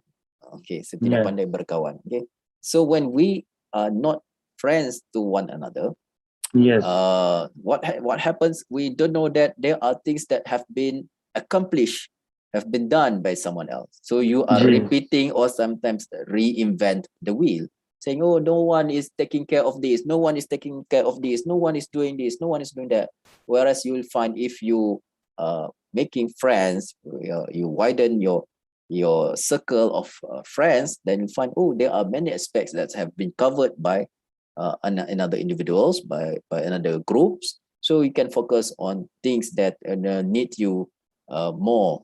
So then you'll find your significance, your own contribution, and you can contribute better with better quality, and then at the whole level, and in general, everybody will raise higher. Okay, but thank you very much. That is a very interesting point. So now we can relate intellectual humility with raising higher. Okay, going higher. Yes. Okay. So anybody else? Thank you, Iftikhar. Anybody else would like to share his view?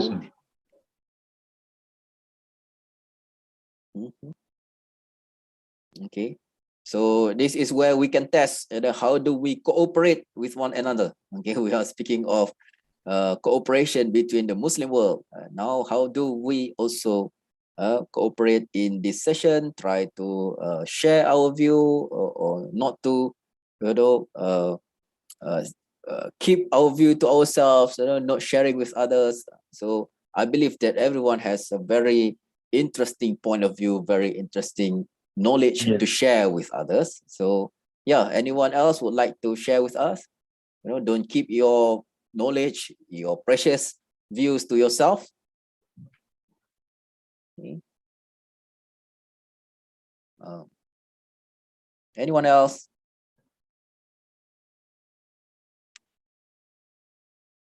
Come on, our researchers, experts,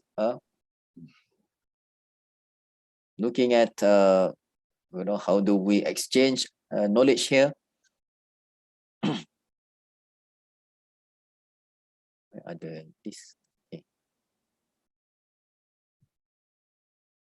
Yeah. Yeah. Apart from what we have said, yeah, and we have another two verse. Innaka la'ala khuluqin azim. How does this relate with intellectual humility? Yeah. My respected scholars, future scholars.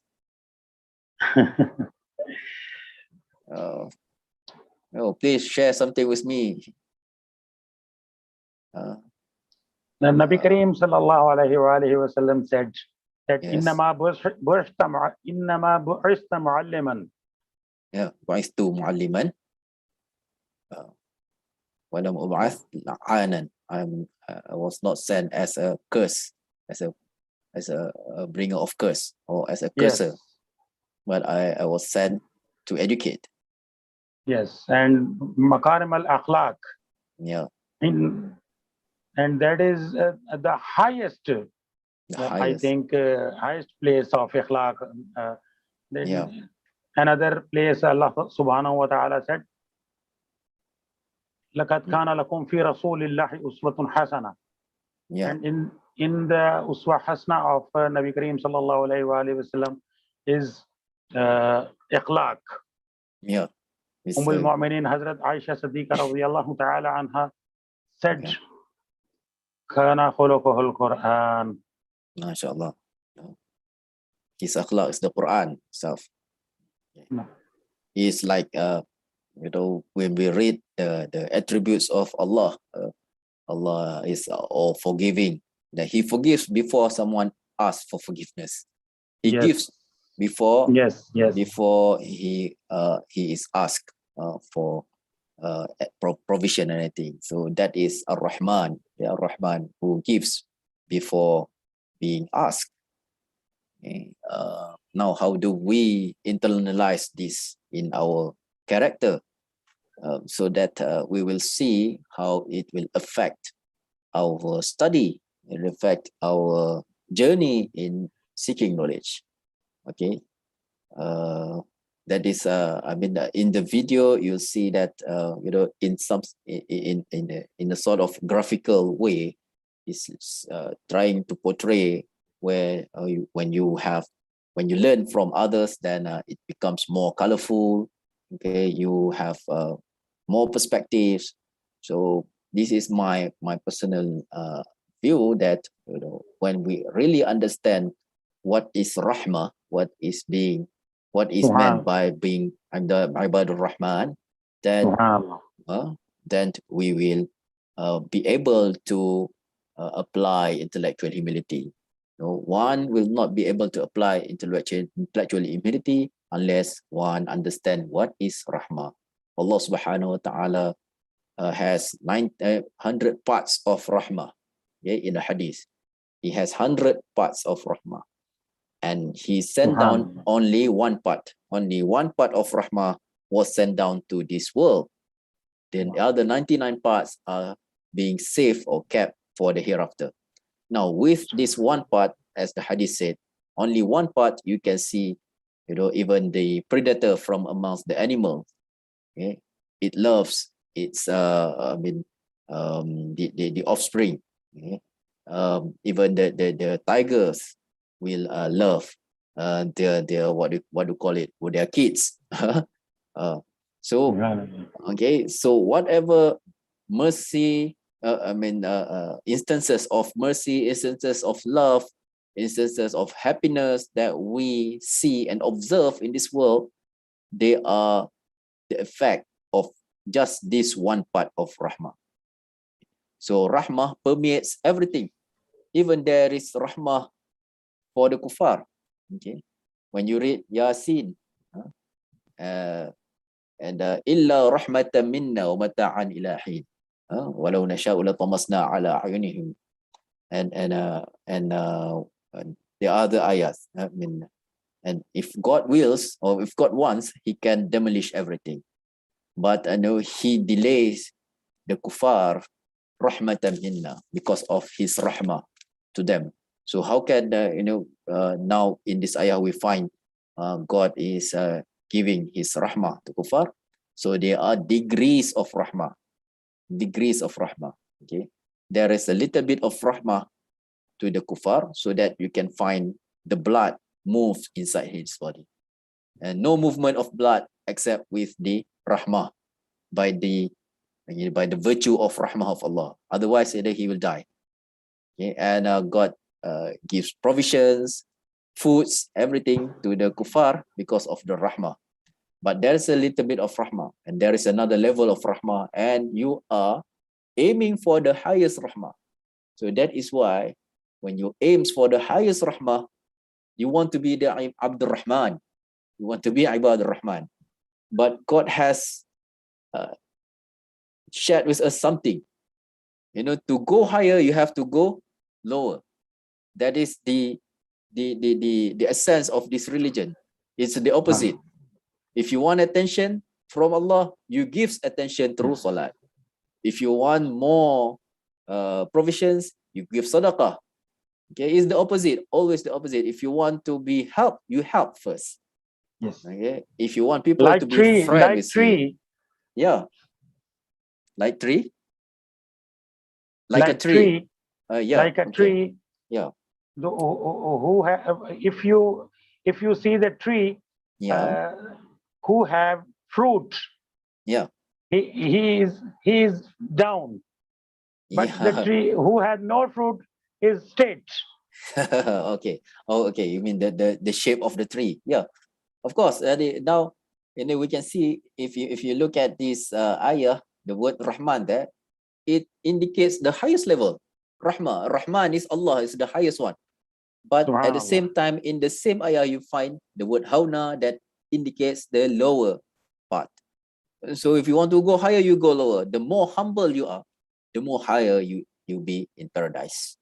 That is very, very interesting. Because people who are looking for paradise, you will see that he will try to be the most humble person on this earth. he will try to be clever in showing his humbleness. It's not easy to demonstrate humbleness. If it is a fake humbleness, or sometimes some people call it like humble brag or something, then it is also accepted, but it is only at some level of paradise, some level, some darajat. But if you want to climb higher, to be the closest one to Ar-Rahman, then you go for to be the most humble person in this world. So that is why you find that all this, the awliyas, all the arifin, all the salihin, when they realize this, they will try to be the most humble person. Try to give without being asked, try to give attention, try to help, try to console others, out of not seeking for reward. La nuridu minkum jazaa'a wala shukura. It's just though it is, I am looking for the rahmah. So I'm doing everything because I'm looking for the rahmah to be the Abdul Rahman. Okay, so anyone else would like to share his view now that I'm speaking here? Okay, and if Tikhar is joining me, so can we have someone else joining us, sharing Your with lecture is very interesting, sir. Yeah, thank you. Very informative and fruitful for us. Yeah, I just would like to hear any responses, so that I know that you are understanding this and you are with me. Otherwise I feel that I'm speaking to the screen. Yeah. So now we want to make a friendly session. Can anybody join me? Yeah, we have a number of people here. Is that 30 people? Doctor? Yes. Could you hear me, doctor? Yes, please. I am Zuriati.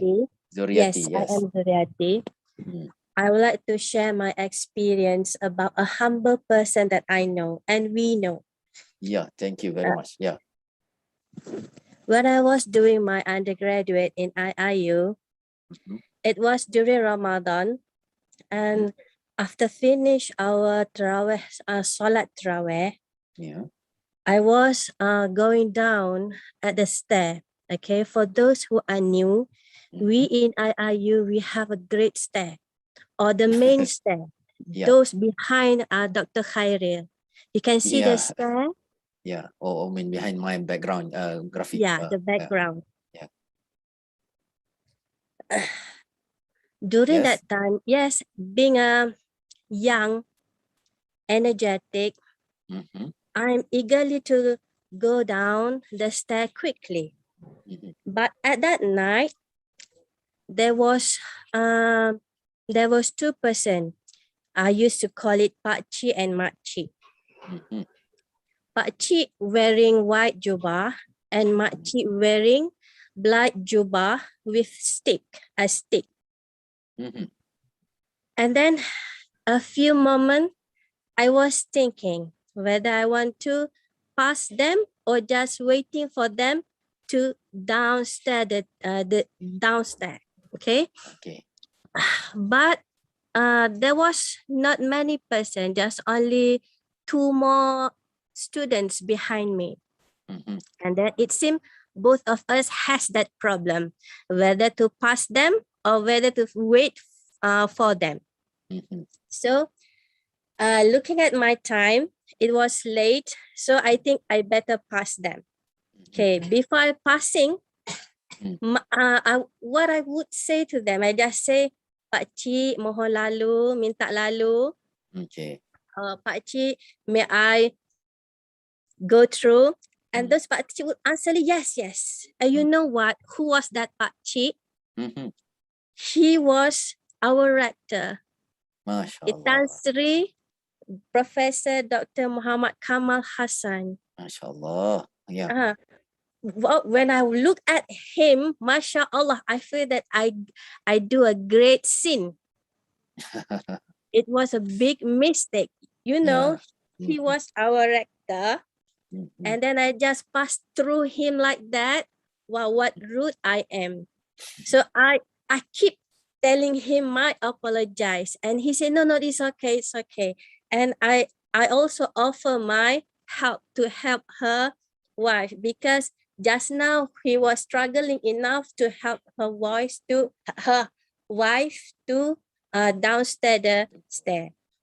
So in order to respond to the ayah, I think, we know he with his great knowledge, he surely is Ibadur Rahman, but when we walk, he is the best people who has the humility. MashaAllah. And Very then interesting. he also show his khuluqin azim. When I try, I and the sister behind me also seek apologize, because at the night we cannot see the face clearly until we reach near to them.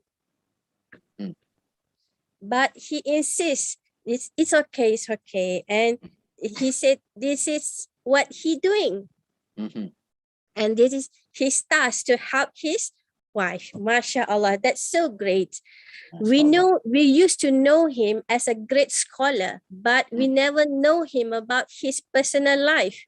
For me, that's a great experience for me to know him, even though in just a few minutes with the incident, but it's give me a great impact. MashaAllah. We show me the great humility of him, the great humble. With his knowledge, he will not never arrogant. Okay, that is very, very interesting story. I thank you very much for sharing that. That in a way, we learned that humility can affect others. Humility is also a mechanism or a way of conveying a message to others. And it conveys it very. How do we put it? It has that great impact on the other person. So once we adorn ourselves with humility, although we thought that being humble is when people may not know you, people may not pay attention to you, but just by being humble, sometimes you can impact others. You can have leave an impact, a great impact, a great lesson that others will remember throughout their life. Maybe they will not. No. I have my own story, my own experience, but I would like to also listen to you. Okay, listen to all my fellow researchers who are now joining our postgraduate program.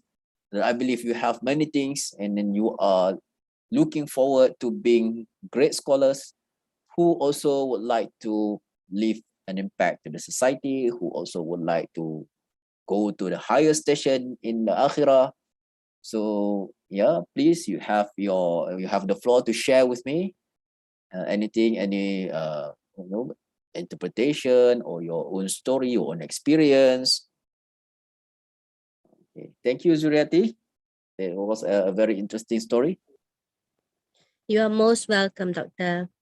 Okay. Anybody else? I've said that I have the fourth ayat that I would like to see whether anyone can share with me how he will connect this ayah with intellectual humility. But before going to that ayat, let us just have a bit of a short discussion on these three verses. So once we have established that it is very important to cooperate, to make friends. It's also very important to understand rahmah, what is rahmah, and how do we aim for the higher rahmah, and how do we achieve that by being humble. We have also seen how humbleness can leave a very lasting impact on others. Okay. So anyone would like to share more lessons?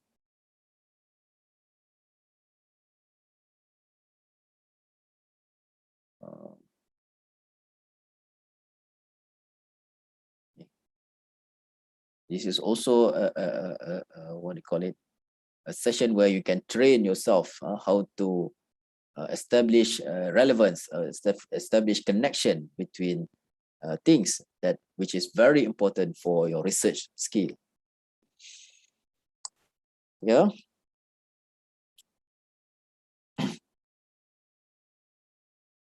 Where are my fellow researchers? Where are you? I'm seeing your names, but not hearing any responses. Okay.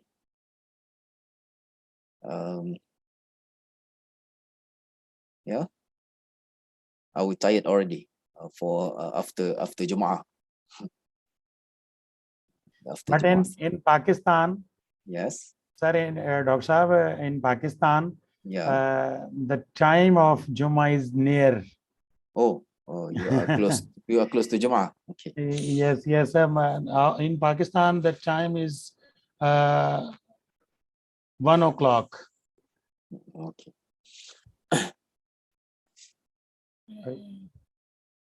Yeah, I hear voices, but are you sharing? Are you speaking? Yes, I want to say that in Pakistan, this is the time for Juma prayer. Yeah, okay. But the rest of us, we have many names here. Muhammad, Azrin, Fadil, Faiz, Nasihin. Oh, that's a very interesting name. Mu'min, Hidayah, Shahira, Fifa, Randa, Ahmad, Saiful Azlan, Sharifa Nadira, Shahira Aqila, Wan Farah, Wan Zainuddin. Okay.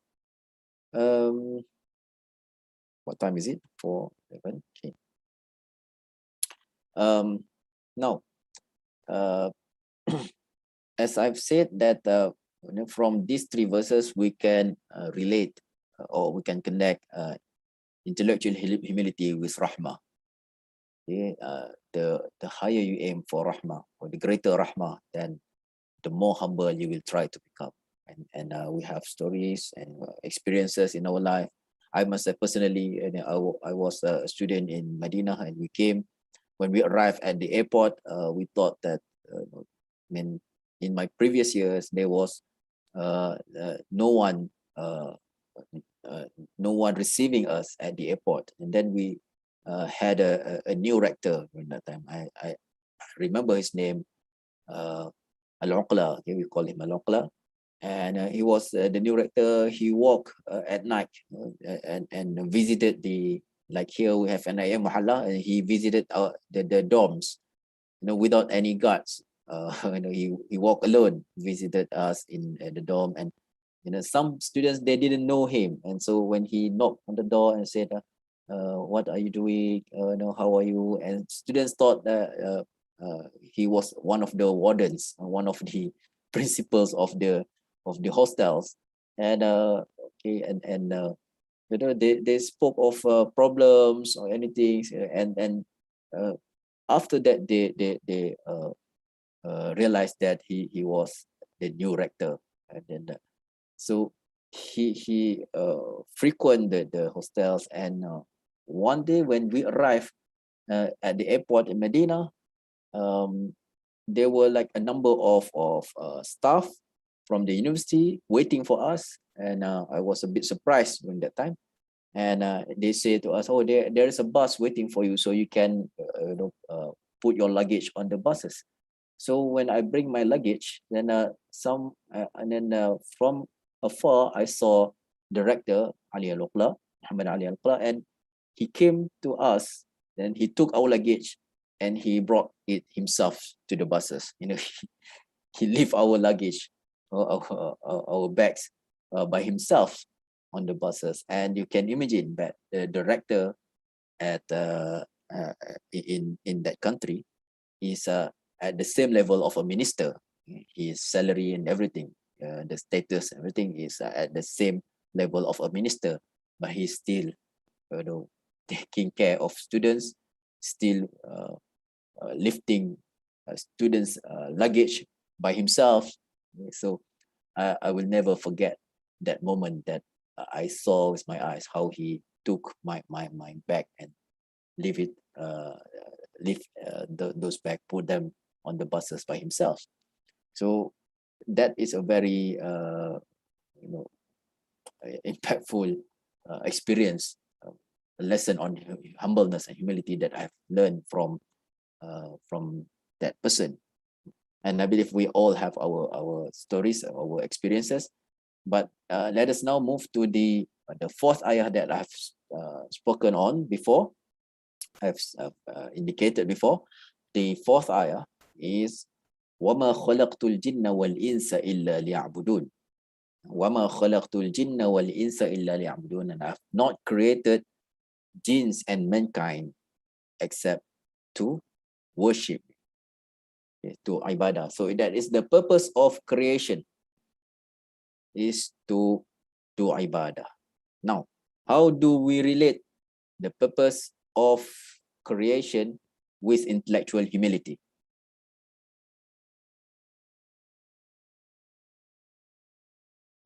Anybody would like to try to share his understanding or his interpretation of this? How do we relate the purpose of creation with intellectual humility? Okay. Yeah. Anybody would like to try here? And I've been informed that we may give your name to the kuliah and they may provide something for the best participation or the best interpretation. Yeah. Yes, sir. If you give me permission, I want to please. say something. Yeah, of course. I think I am because that is the interesting topic. That is why I want to say something. Yes. That worship is not only salah. Worship is not only zakat. Yeah. In our life, before us, if we spend and follow the rules of Sharia, we are in ibadah. We are in worship. For example, we are eating. If we are eating in the way of Sunnah, that is worship. If we are drinking in the way of Sunnah, that is worship. If we are sleeping in the way of Sunnah, that is also worship. Okay. In 24 hours in our life, if we follow the Sharia rules, at that time we are in worship. That's my opinion, sir. Okay, but how do you relate worship with intellectual humility? Or how do you relate this ayat? Yes. Well, that is a great relationship with the worship and humility. If you worship, you must be humble, and if you worship, I want to say that if you bow your head to Allah, that your head and your brain and your all things with Allah, and that was your attitude to not only for Allah but in our Sharia, that if you are worship, and then in our Sharia, who teaches us to be humble with other peoples. For example, I want to say that if I want to say some example of that. وَبِالْوَالِدَيْنِ إِحْسَانًا. Okay. This is the order of Allah.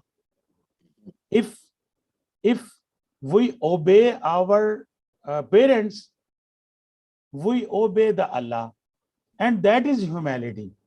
Okay, thank you. So you are now defining or taking the perspective of, you know, worship as obedience. Okay? Yes, Worship yes. as obedience, then obedience entails humility. Okay, thank you. That is a very Can I convey my interesting. message, sir? Yeah.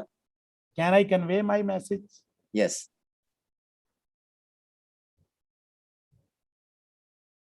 Okay. If we have the rest of us,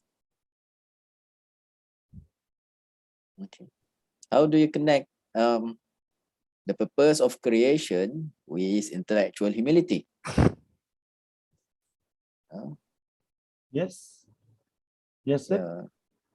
Yeah. Okay. No, I'm trying to you know, have some others to share their perspectives. What they see. Michael, Dr. Karen. Yes. Saiful here. If I can add something on humility. Yes, Saiful. Okay. If I can share, humility is actually a quality of being humble, of being something that is close to what you have said just now, that we are the God's creation, the Allah's creation, that we will always be His creation. We will never be above that, regardless of our intellectual, regardless of our level of academic, regardless of our position in this dunya, in this world, because we are still His what we call His servant. I think this is what the quality that I am trying to what we call to nurture among the students, that whoever you are in the near future, you are still the servant of Allah. You still have to somehow serve as a servant to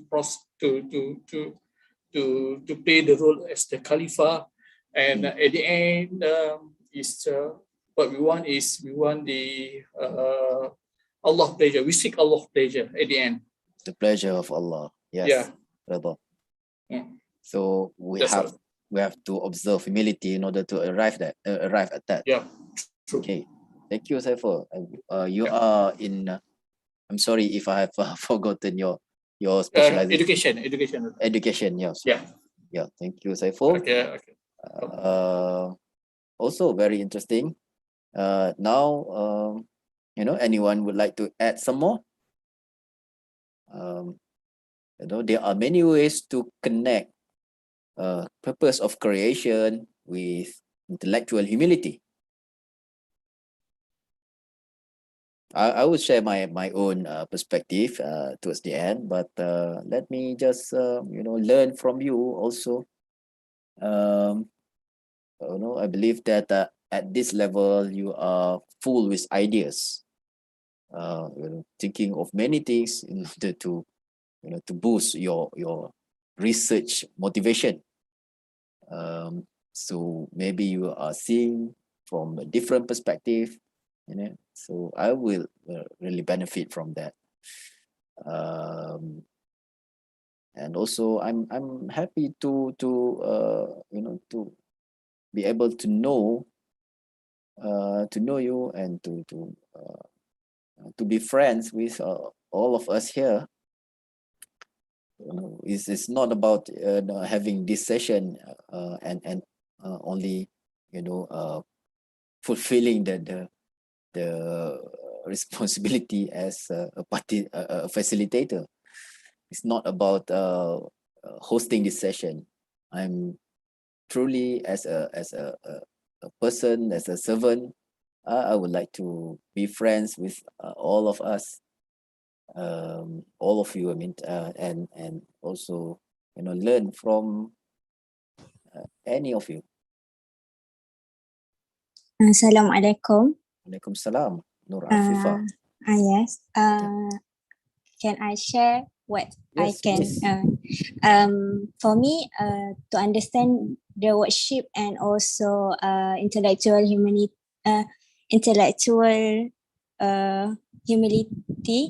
I can say like we are the servant of Allah, but we are also a Khalifah. in which one of the surah in Surah Al-As at the in which and they mentioned that we have to give advice to each other, in which it is one of the way in which we are learning something and we also teaching something to people. And from that, we know that we can have that kind of accepting and also not correcting, but asking people to do good also. That's on how I understand that. So that's all. So you add some more here, that is accepting, learning. Yeah, I really like that. Okay, so learning and accepting, and also know how to spread goodness towards people, so that we can be better, and it's not only ourselves but also other people, because as we know that when we do good, people tend to see the attitude rather than what we say. So that's how it is actually looks like when we show humanity. So people will see the goodness, so people will be more attracted to the good also. So that's all. So it's how you make people feel rather than what you say. Yes. Thank you. It's very many people have also reminded us of that. Even the Quran, Sunnah, is about how do we conduct ourselves. Yeah.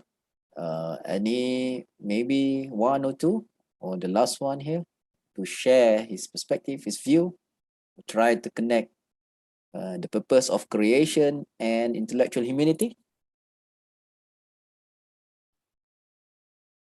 Dr. if you know Allah and you connect with Allah, and after that, I think the humanity will be on the high stage. MashaAllah. But how do you explain that? That is I think that is a simple, that if the connection, if your connection built with Allah, and you obey the rules of Sharia, you will be humble. Okay. And if you will be humble, and the humility is on the top stage, and when you will humble, that you got more things. Okay, let me just challenge you a little bit, everyone here. When we say being humble, observing humility, some people would say that if you are too humble, if you observe humility constantly, then people will manipulate you, people will exploit you. Okay, you are too good. So how do you respond to that? Yes. That is a very major point. Waqi. Yeah. Dr. Sahab,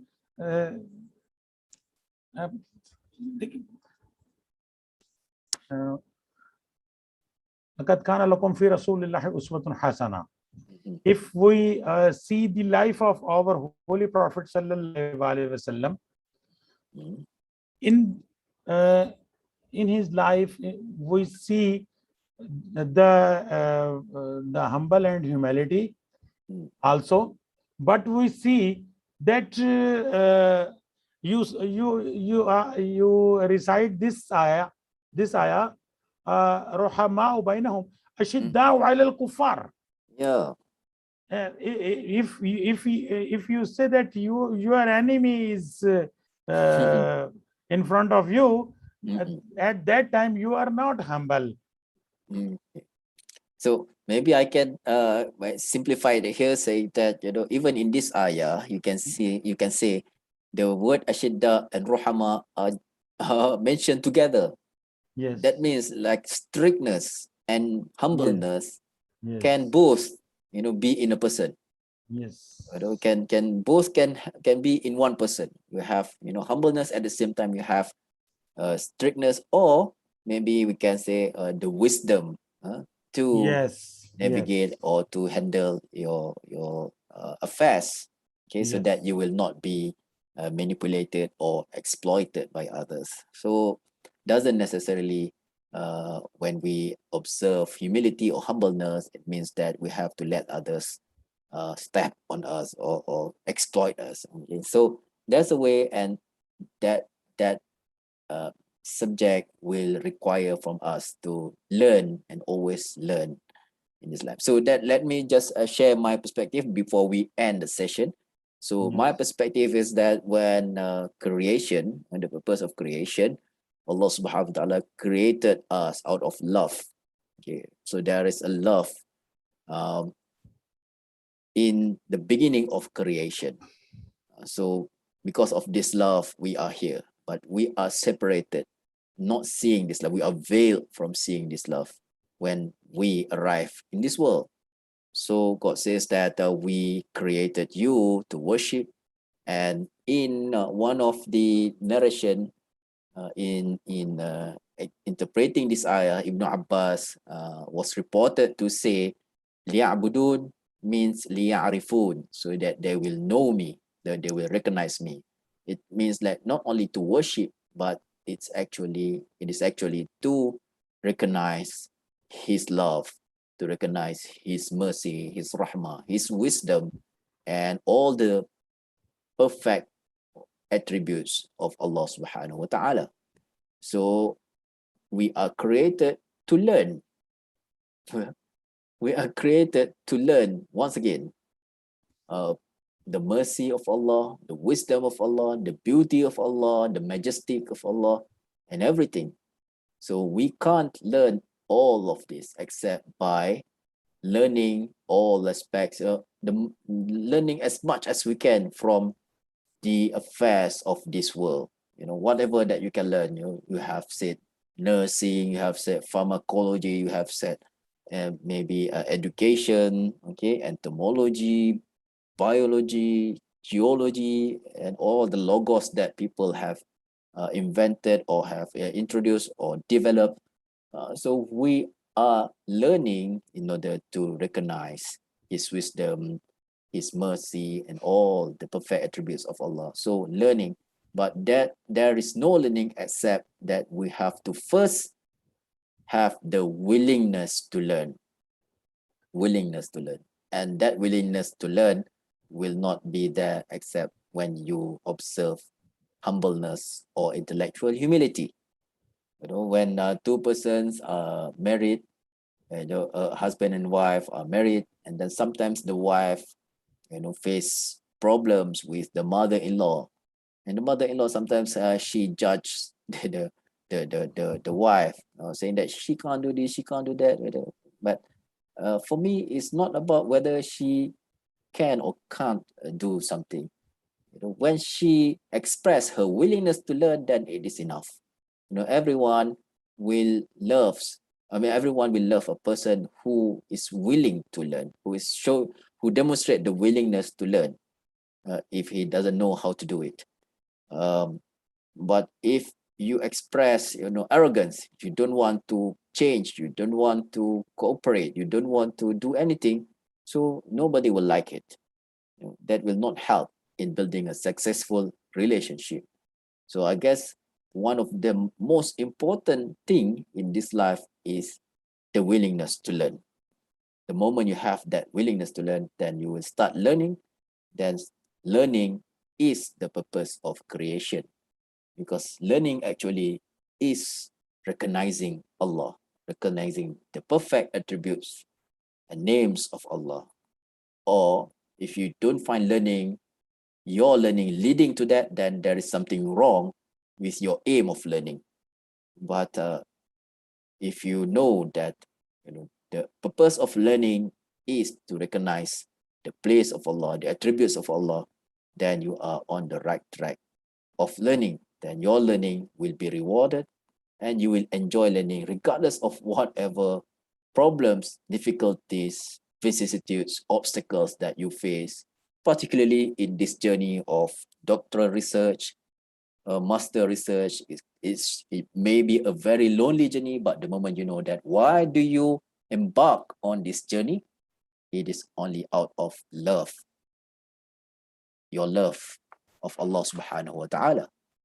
You are loving Allah, you are doing this for the sake of Allah, then everything will be easy, inshallah. Okay, will be easy, inshallah. I hope that will help for us to always remember intellectual humility and always try to remind others of as well. If you see me being arrogant, then you can come to me and say that you have spoken on intellectual humility. Why don't you observe it, you recall it and apply it to yourself? Then if I want to, if I still remember intellectual humility, I will try to correct myself, rectify my actions and everything. Okay, so I hope that this session can help us to observe humility, humbleness, and also will help us to also face this journey of research. Okay, that we have the right aim for our journey, and we will have the right, what do you call it, bekalan, the right knowledge mechanism to face any obstacles, any challenges in our journey. Okay, I'm not sure with the arrangement of the program. When previously we said that we have only 30 minutes, but this is now more than 30 minutes, I guess. So what is the next?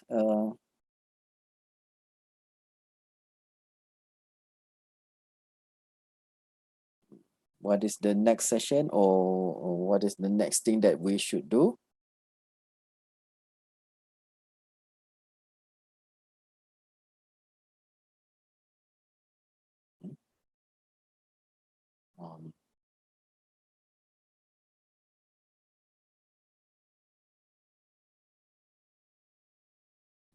Okay, sharing.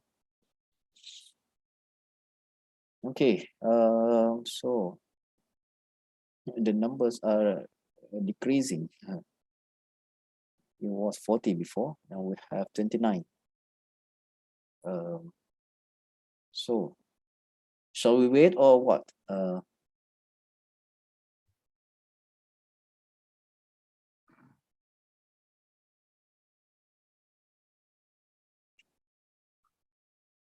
Okay, inshallah, we'll be having 10 more minutes. Then we advise all our participants to come back to the main room, inshallah. Who is speaking? For the closing session, inshallah. Oh, okay. Okay. Thank you. So we are having 10 more minutes for all our respected facilitators, inshallah.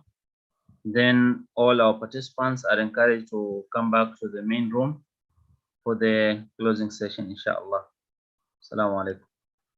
Salam.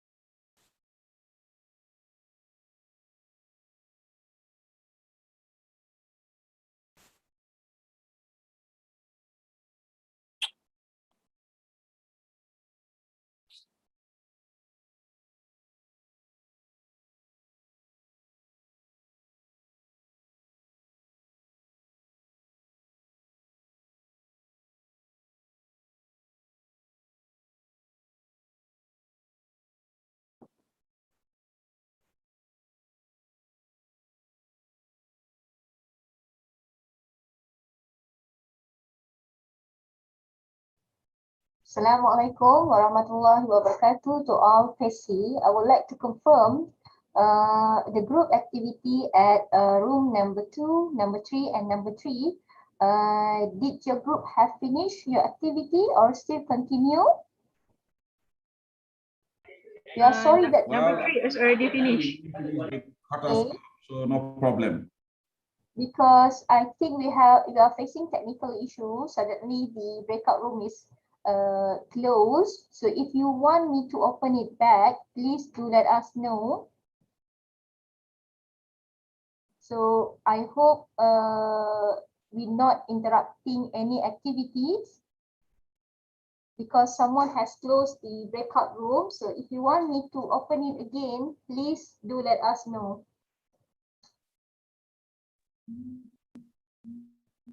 You say it's 4:45 that we are finishing this session. Now it's already 4:41, so I think it's already time. Yeah, I believe some of the group is still presenting. So I just would like to confirm which group is still presenting and would you require a breakout room or not? So I can open it again. No, it's room 2, but it's okay. We are just almost about to finish, but it's okay. Okay. So shall we continue the activity? I will pass it back to Brother Awad. Yes. I believe everybody is in the main room right now. Okay, so inshallah we are going to give 4 minutes for those group who are still presenting to wind up, and then by 4:45 we all come back to the main room for the closing session, inshallah. Jazakumullah khair.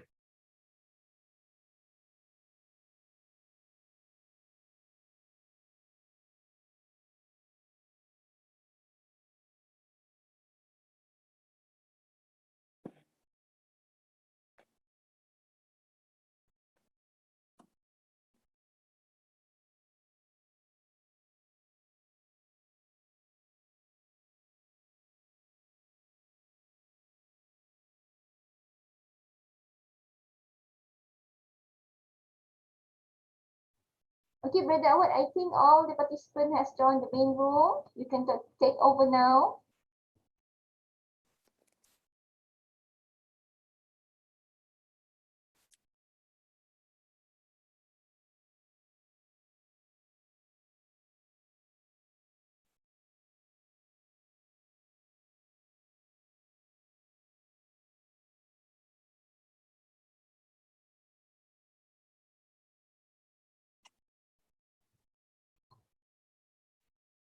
Brother Awad, are you in? Yes. Okay, Brother Awad, I think all the participants and the facilitators are in the main room right now. You may close the event. Thank you. So now we proceed with the closing of the event, is it? Yes, Brother. Okay, thank you so much.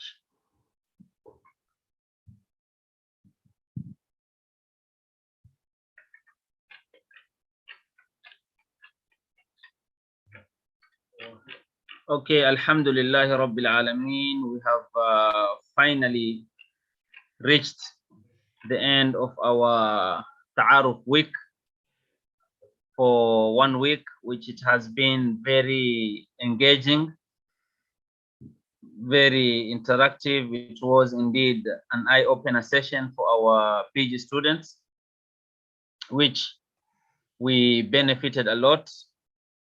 And today we were supposed to have our Dean for CPS and the Deputy Dean to close the session, but unfortunately they are having other matters to attend. They are attending the MQA session with the university's management, thus they couldn't make it. But of course they are conveying their regards to all our participants, and they would have wished to be with us here, but due to this unavoidable circumstances, and both of them, they're having a very packed schedule. Then I'm here to convey their warm regards to all our participants, and special message from our Dean and the Deputy Dean and the CPS at large is that we are highly thankful, and we are overwhelmed by all the new students, their participants, their participation, their energy, and their perseverance to be with us all along this week. So we are very glad, and inshallah, we're wishing that all our participants will have a very conducive staying in this garden of knowledge and virtue. So we once again welcome you all to this Taman Ilmu dan Budi. Ahlan wa sahlan bikum fi hadiqat al-ilm wal-fadila. Now let me just do a very brief recap from day one until today, the series of events that we had, and then inshallah we will have the photo session, and we can conclude our session. So this Ta'aruf week started on 4th October 2021, being day one. So on the first day, our chief guest was our president, our able president, the Talk Dr. Muhammad Dawood Bakar, and he was having a very interesting session whose topic was achieving academic excellence and khair in research and education. It was a mind-blowing session, which all our participants, they benefited a lot. And then it was followed by another session by our honorable former rector, Professor Emeritus Tansri Dr. Muhammad Kamal Hassan, Professor and Honorary Advisor of CETRIS. The title of his session was The Role of Higher Education in Shaping Ummatan Wasatan, a just community, a just nation between the two extremes. Then in the afternoon, we had a very engaging Ta'aruf group activity, which was appreciation of cultural differences. And of course, there's no better place than IUM, where we can witness the unity in diversity, the rich diversity that we are having, the rich culture and cultural exploration that we are having in this university. So it is very important for us to have such a Ta'aruf group activity to synergize and bond together to create that harmony and the diversity of the culture that we are having in this great university. And then on day two, which was on 5th October, also we were supposed to be having, or we had the first session with Prof. Dr. Ismail Bakar on introduction to enabling Maqasid al-Sharia in postgraduate research, why and how. So this session also was very interesting because we are talking about the Maqasid al-Sharia and how we link the Maqasid al-Sharia to research, then knowing the how and the why of the research, plus synchronizing it with the Maqasid al-Sharia. Then later on in the day, we had another session with our able and beloved Dean of CPS, Professor Aida Madiha Abdul Ghani. She offered us the welcoming remarks, plus the session with the CPS management, the rules and regulation, which this session also comes in timely to our students to know the rules and the regulations and the norms in this university so that their stay can be conducive. So we had the welcoming remarks by our able dean, and then we had also our deputy dean, assistant professor, Dr. Noor Amali Muhammad Daoud. Then on the same day, at the evening, we had another Ta'aruf group activity, which was about unity in diversity for Rahmatan lil Alameen. As I've said previously, this university, we are very proud of it because of the rich diversity and rich culture that we are having, plus that IUM is the torchbearer of the Rahmatan lil Alameen. The graduates of this university are ambassadors of peace and harmony to the whole world, to the humanity. This is what this university prepares its graduates for. It's not only for us to get the certificates and papers and job satisfaction, but how best can we give back to the society, to the ummah, to the humanity at large. And then on day 3, that was 6th October, we had also very interesting session. The first session in the morning was conducting postgraduate research, why and how. Now, this session was conducted by Professor Dr. Noor bint Abu Qasim. Of course, the very important thing for our postgraduates is research. But again, it is a stumbling block. How can we write our research? Why and where can we start? So of course, this session also was very timely and very engaging.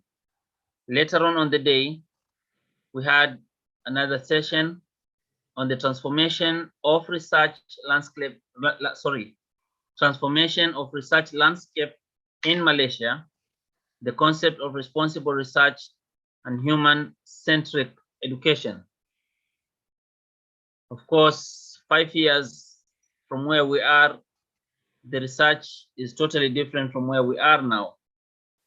We are now talking more of humanizing education system, the human being at the center stage and playing a major role. So the session was conducted by Professor Datuk Dr. Asma Ismail. She is the Ibn Sina Professional Chair holder from our Kuliah of Kuantan.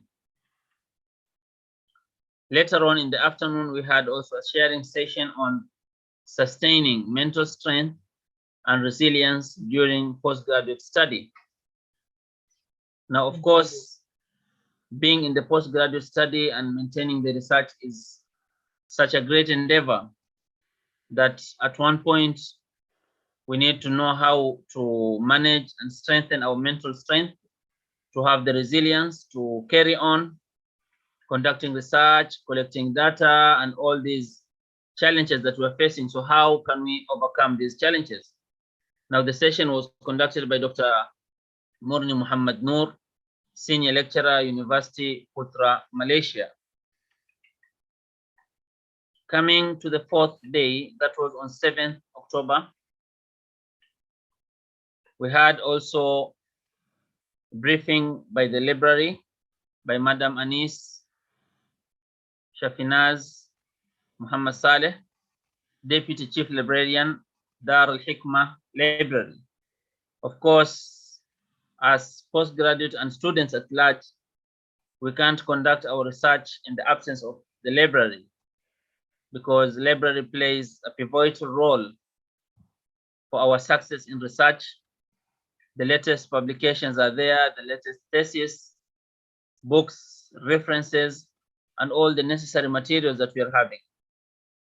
So how are we going to use the library? How can we maximize this rich resource that we are having, it is also very important.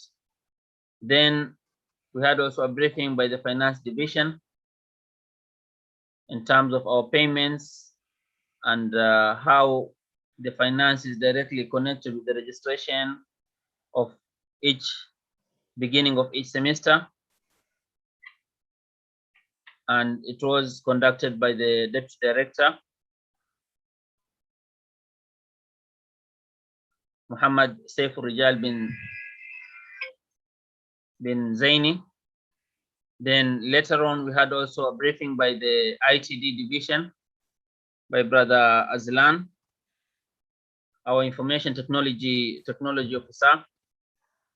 Anything pertaining the iMa'loom, all the services, all the online services.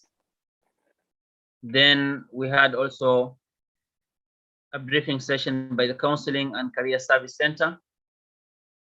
In case we'll be needing any counseling with regards to our studies, with regards to personal issues, then we know where we can channel these issues for it to be solved.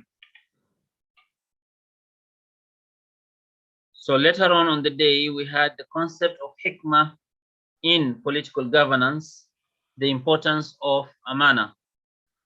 So our speaker was Sir Yusmadi Yusuf, who is our respected senator. So in the evening, we had session with the director of IUM, Professor Emeritus Tansri Dr. Zulkifli Abdul Razak.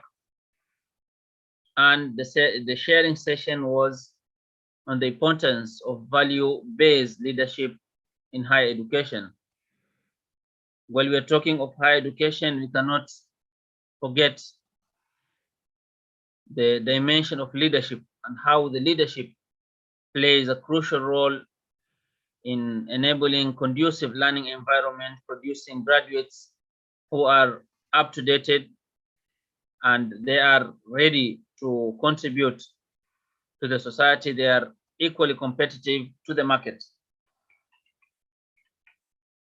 Then lastly was today our 5th day, which is on 8th October.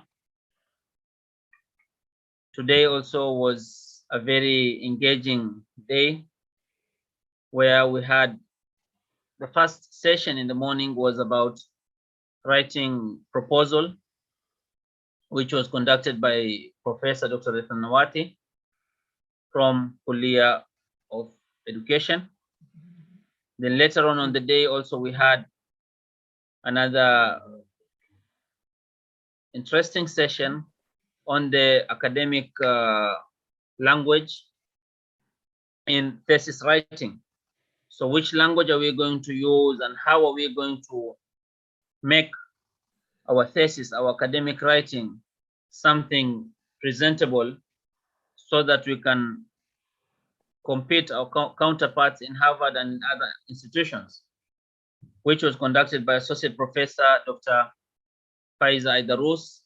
Both lecturers are from my Kulia of Education, which I'm very proud of.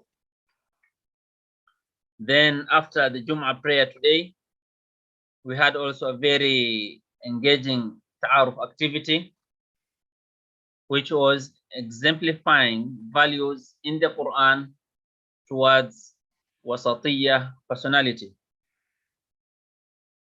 Now, of course, as I've said previously, we need to have moderation in all our activities, in all our thinking, in our reasoning, in our conducting of ourselves, because Allah subhanahu wa ta'ala has made us the chosen nation when he said that وَكَذَلِكَ جَعَلْنَاكُمْ أُمَّةً وَسَطًا لِتَكُونُوا شُهَدَاءَ عَلَى النَّاسِ وَيَكُونَ الرَّسُولُ عَلَيْكُمْ شَهِيدًا.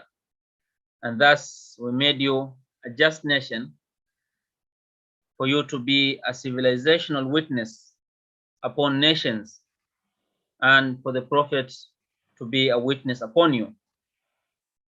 So this session was also very interesting.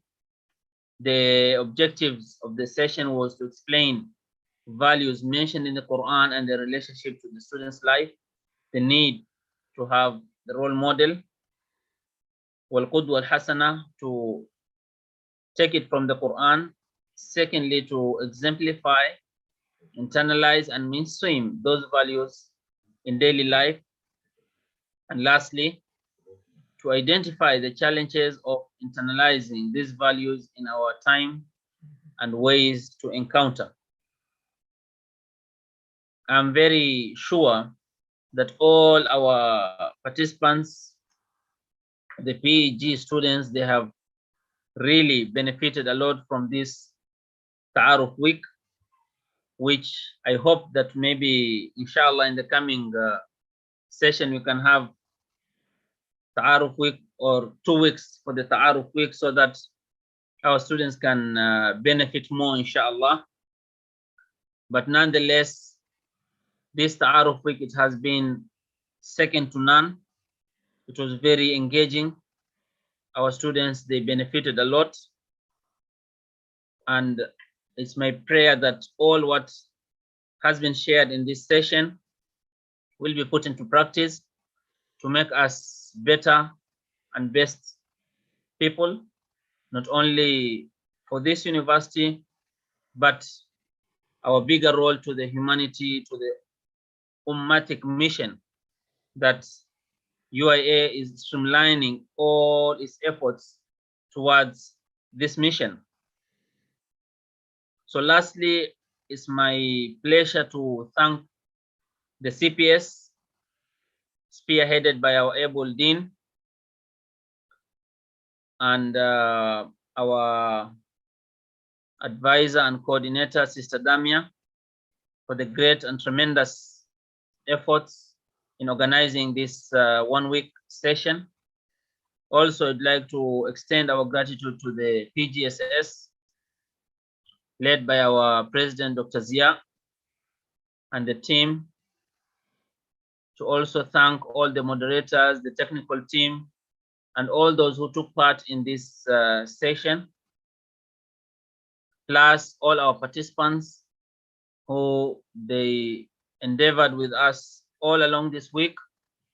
We also apologize for any shortcomings, any technical issues witnessed all along. We are in the process of improving ourselves, and inshallah the coming sessions will be better and more engaging, inshallah, and we will ensure that we minimize, if we don't stop all these technical issues that we are witnessing, because we are conducting this session in an unprecedented session. Because previously we used to have face-to-face session and it was very much involving. We had to go to CSC and all these activities. But nonetheless, inshallah, very soon things will be coming back to normality and we will enjoy our presence in this university.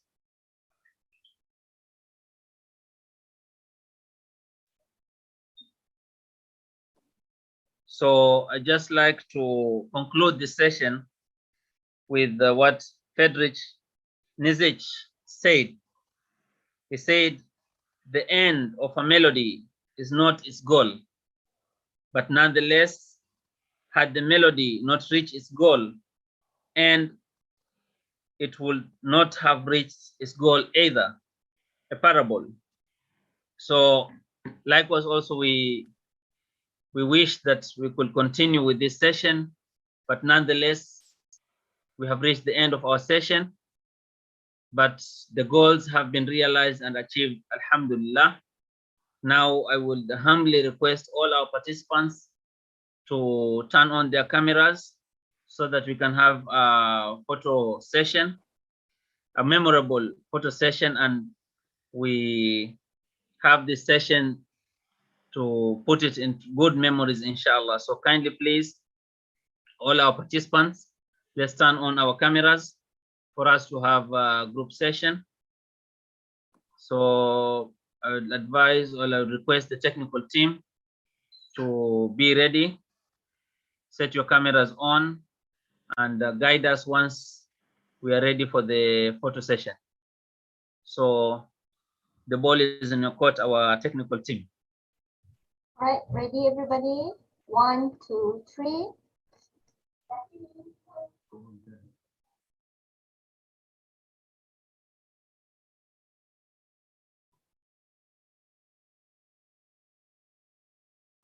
Okay, another one. Hold on. 1, 2, 3.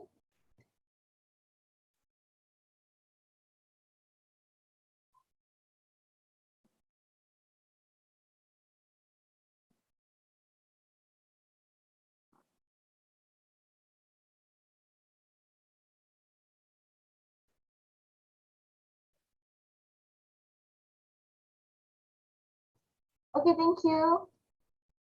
I already took the photo. Thank you. Okay, Alhamdulillah. We have come to the end of our session. We thank all of you. We thank all the facilitators, all our speakers. We once again thank CPS for their great work. We thank the PGSS. We thank all our participants. May Allah bless you all, inshallah, and we wish you all a very conducive stay in this Taman Ilmu dan Budi. Selamat datang ke Taman Ilmu dan Budi. Jazakumullahu khairan. Jum'ah Mubarak to all of you.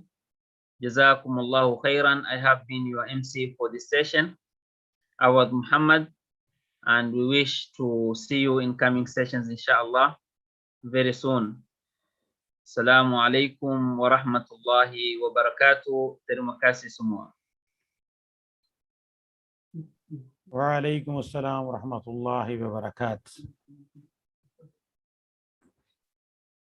Thank you, everybody. Assalamualaikum. Thank you. Okay, jumpa lagi. Assalamualaikum. Thank you.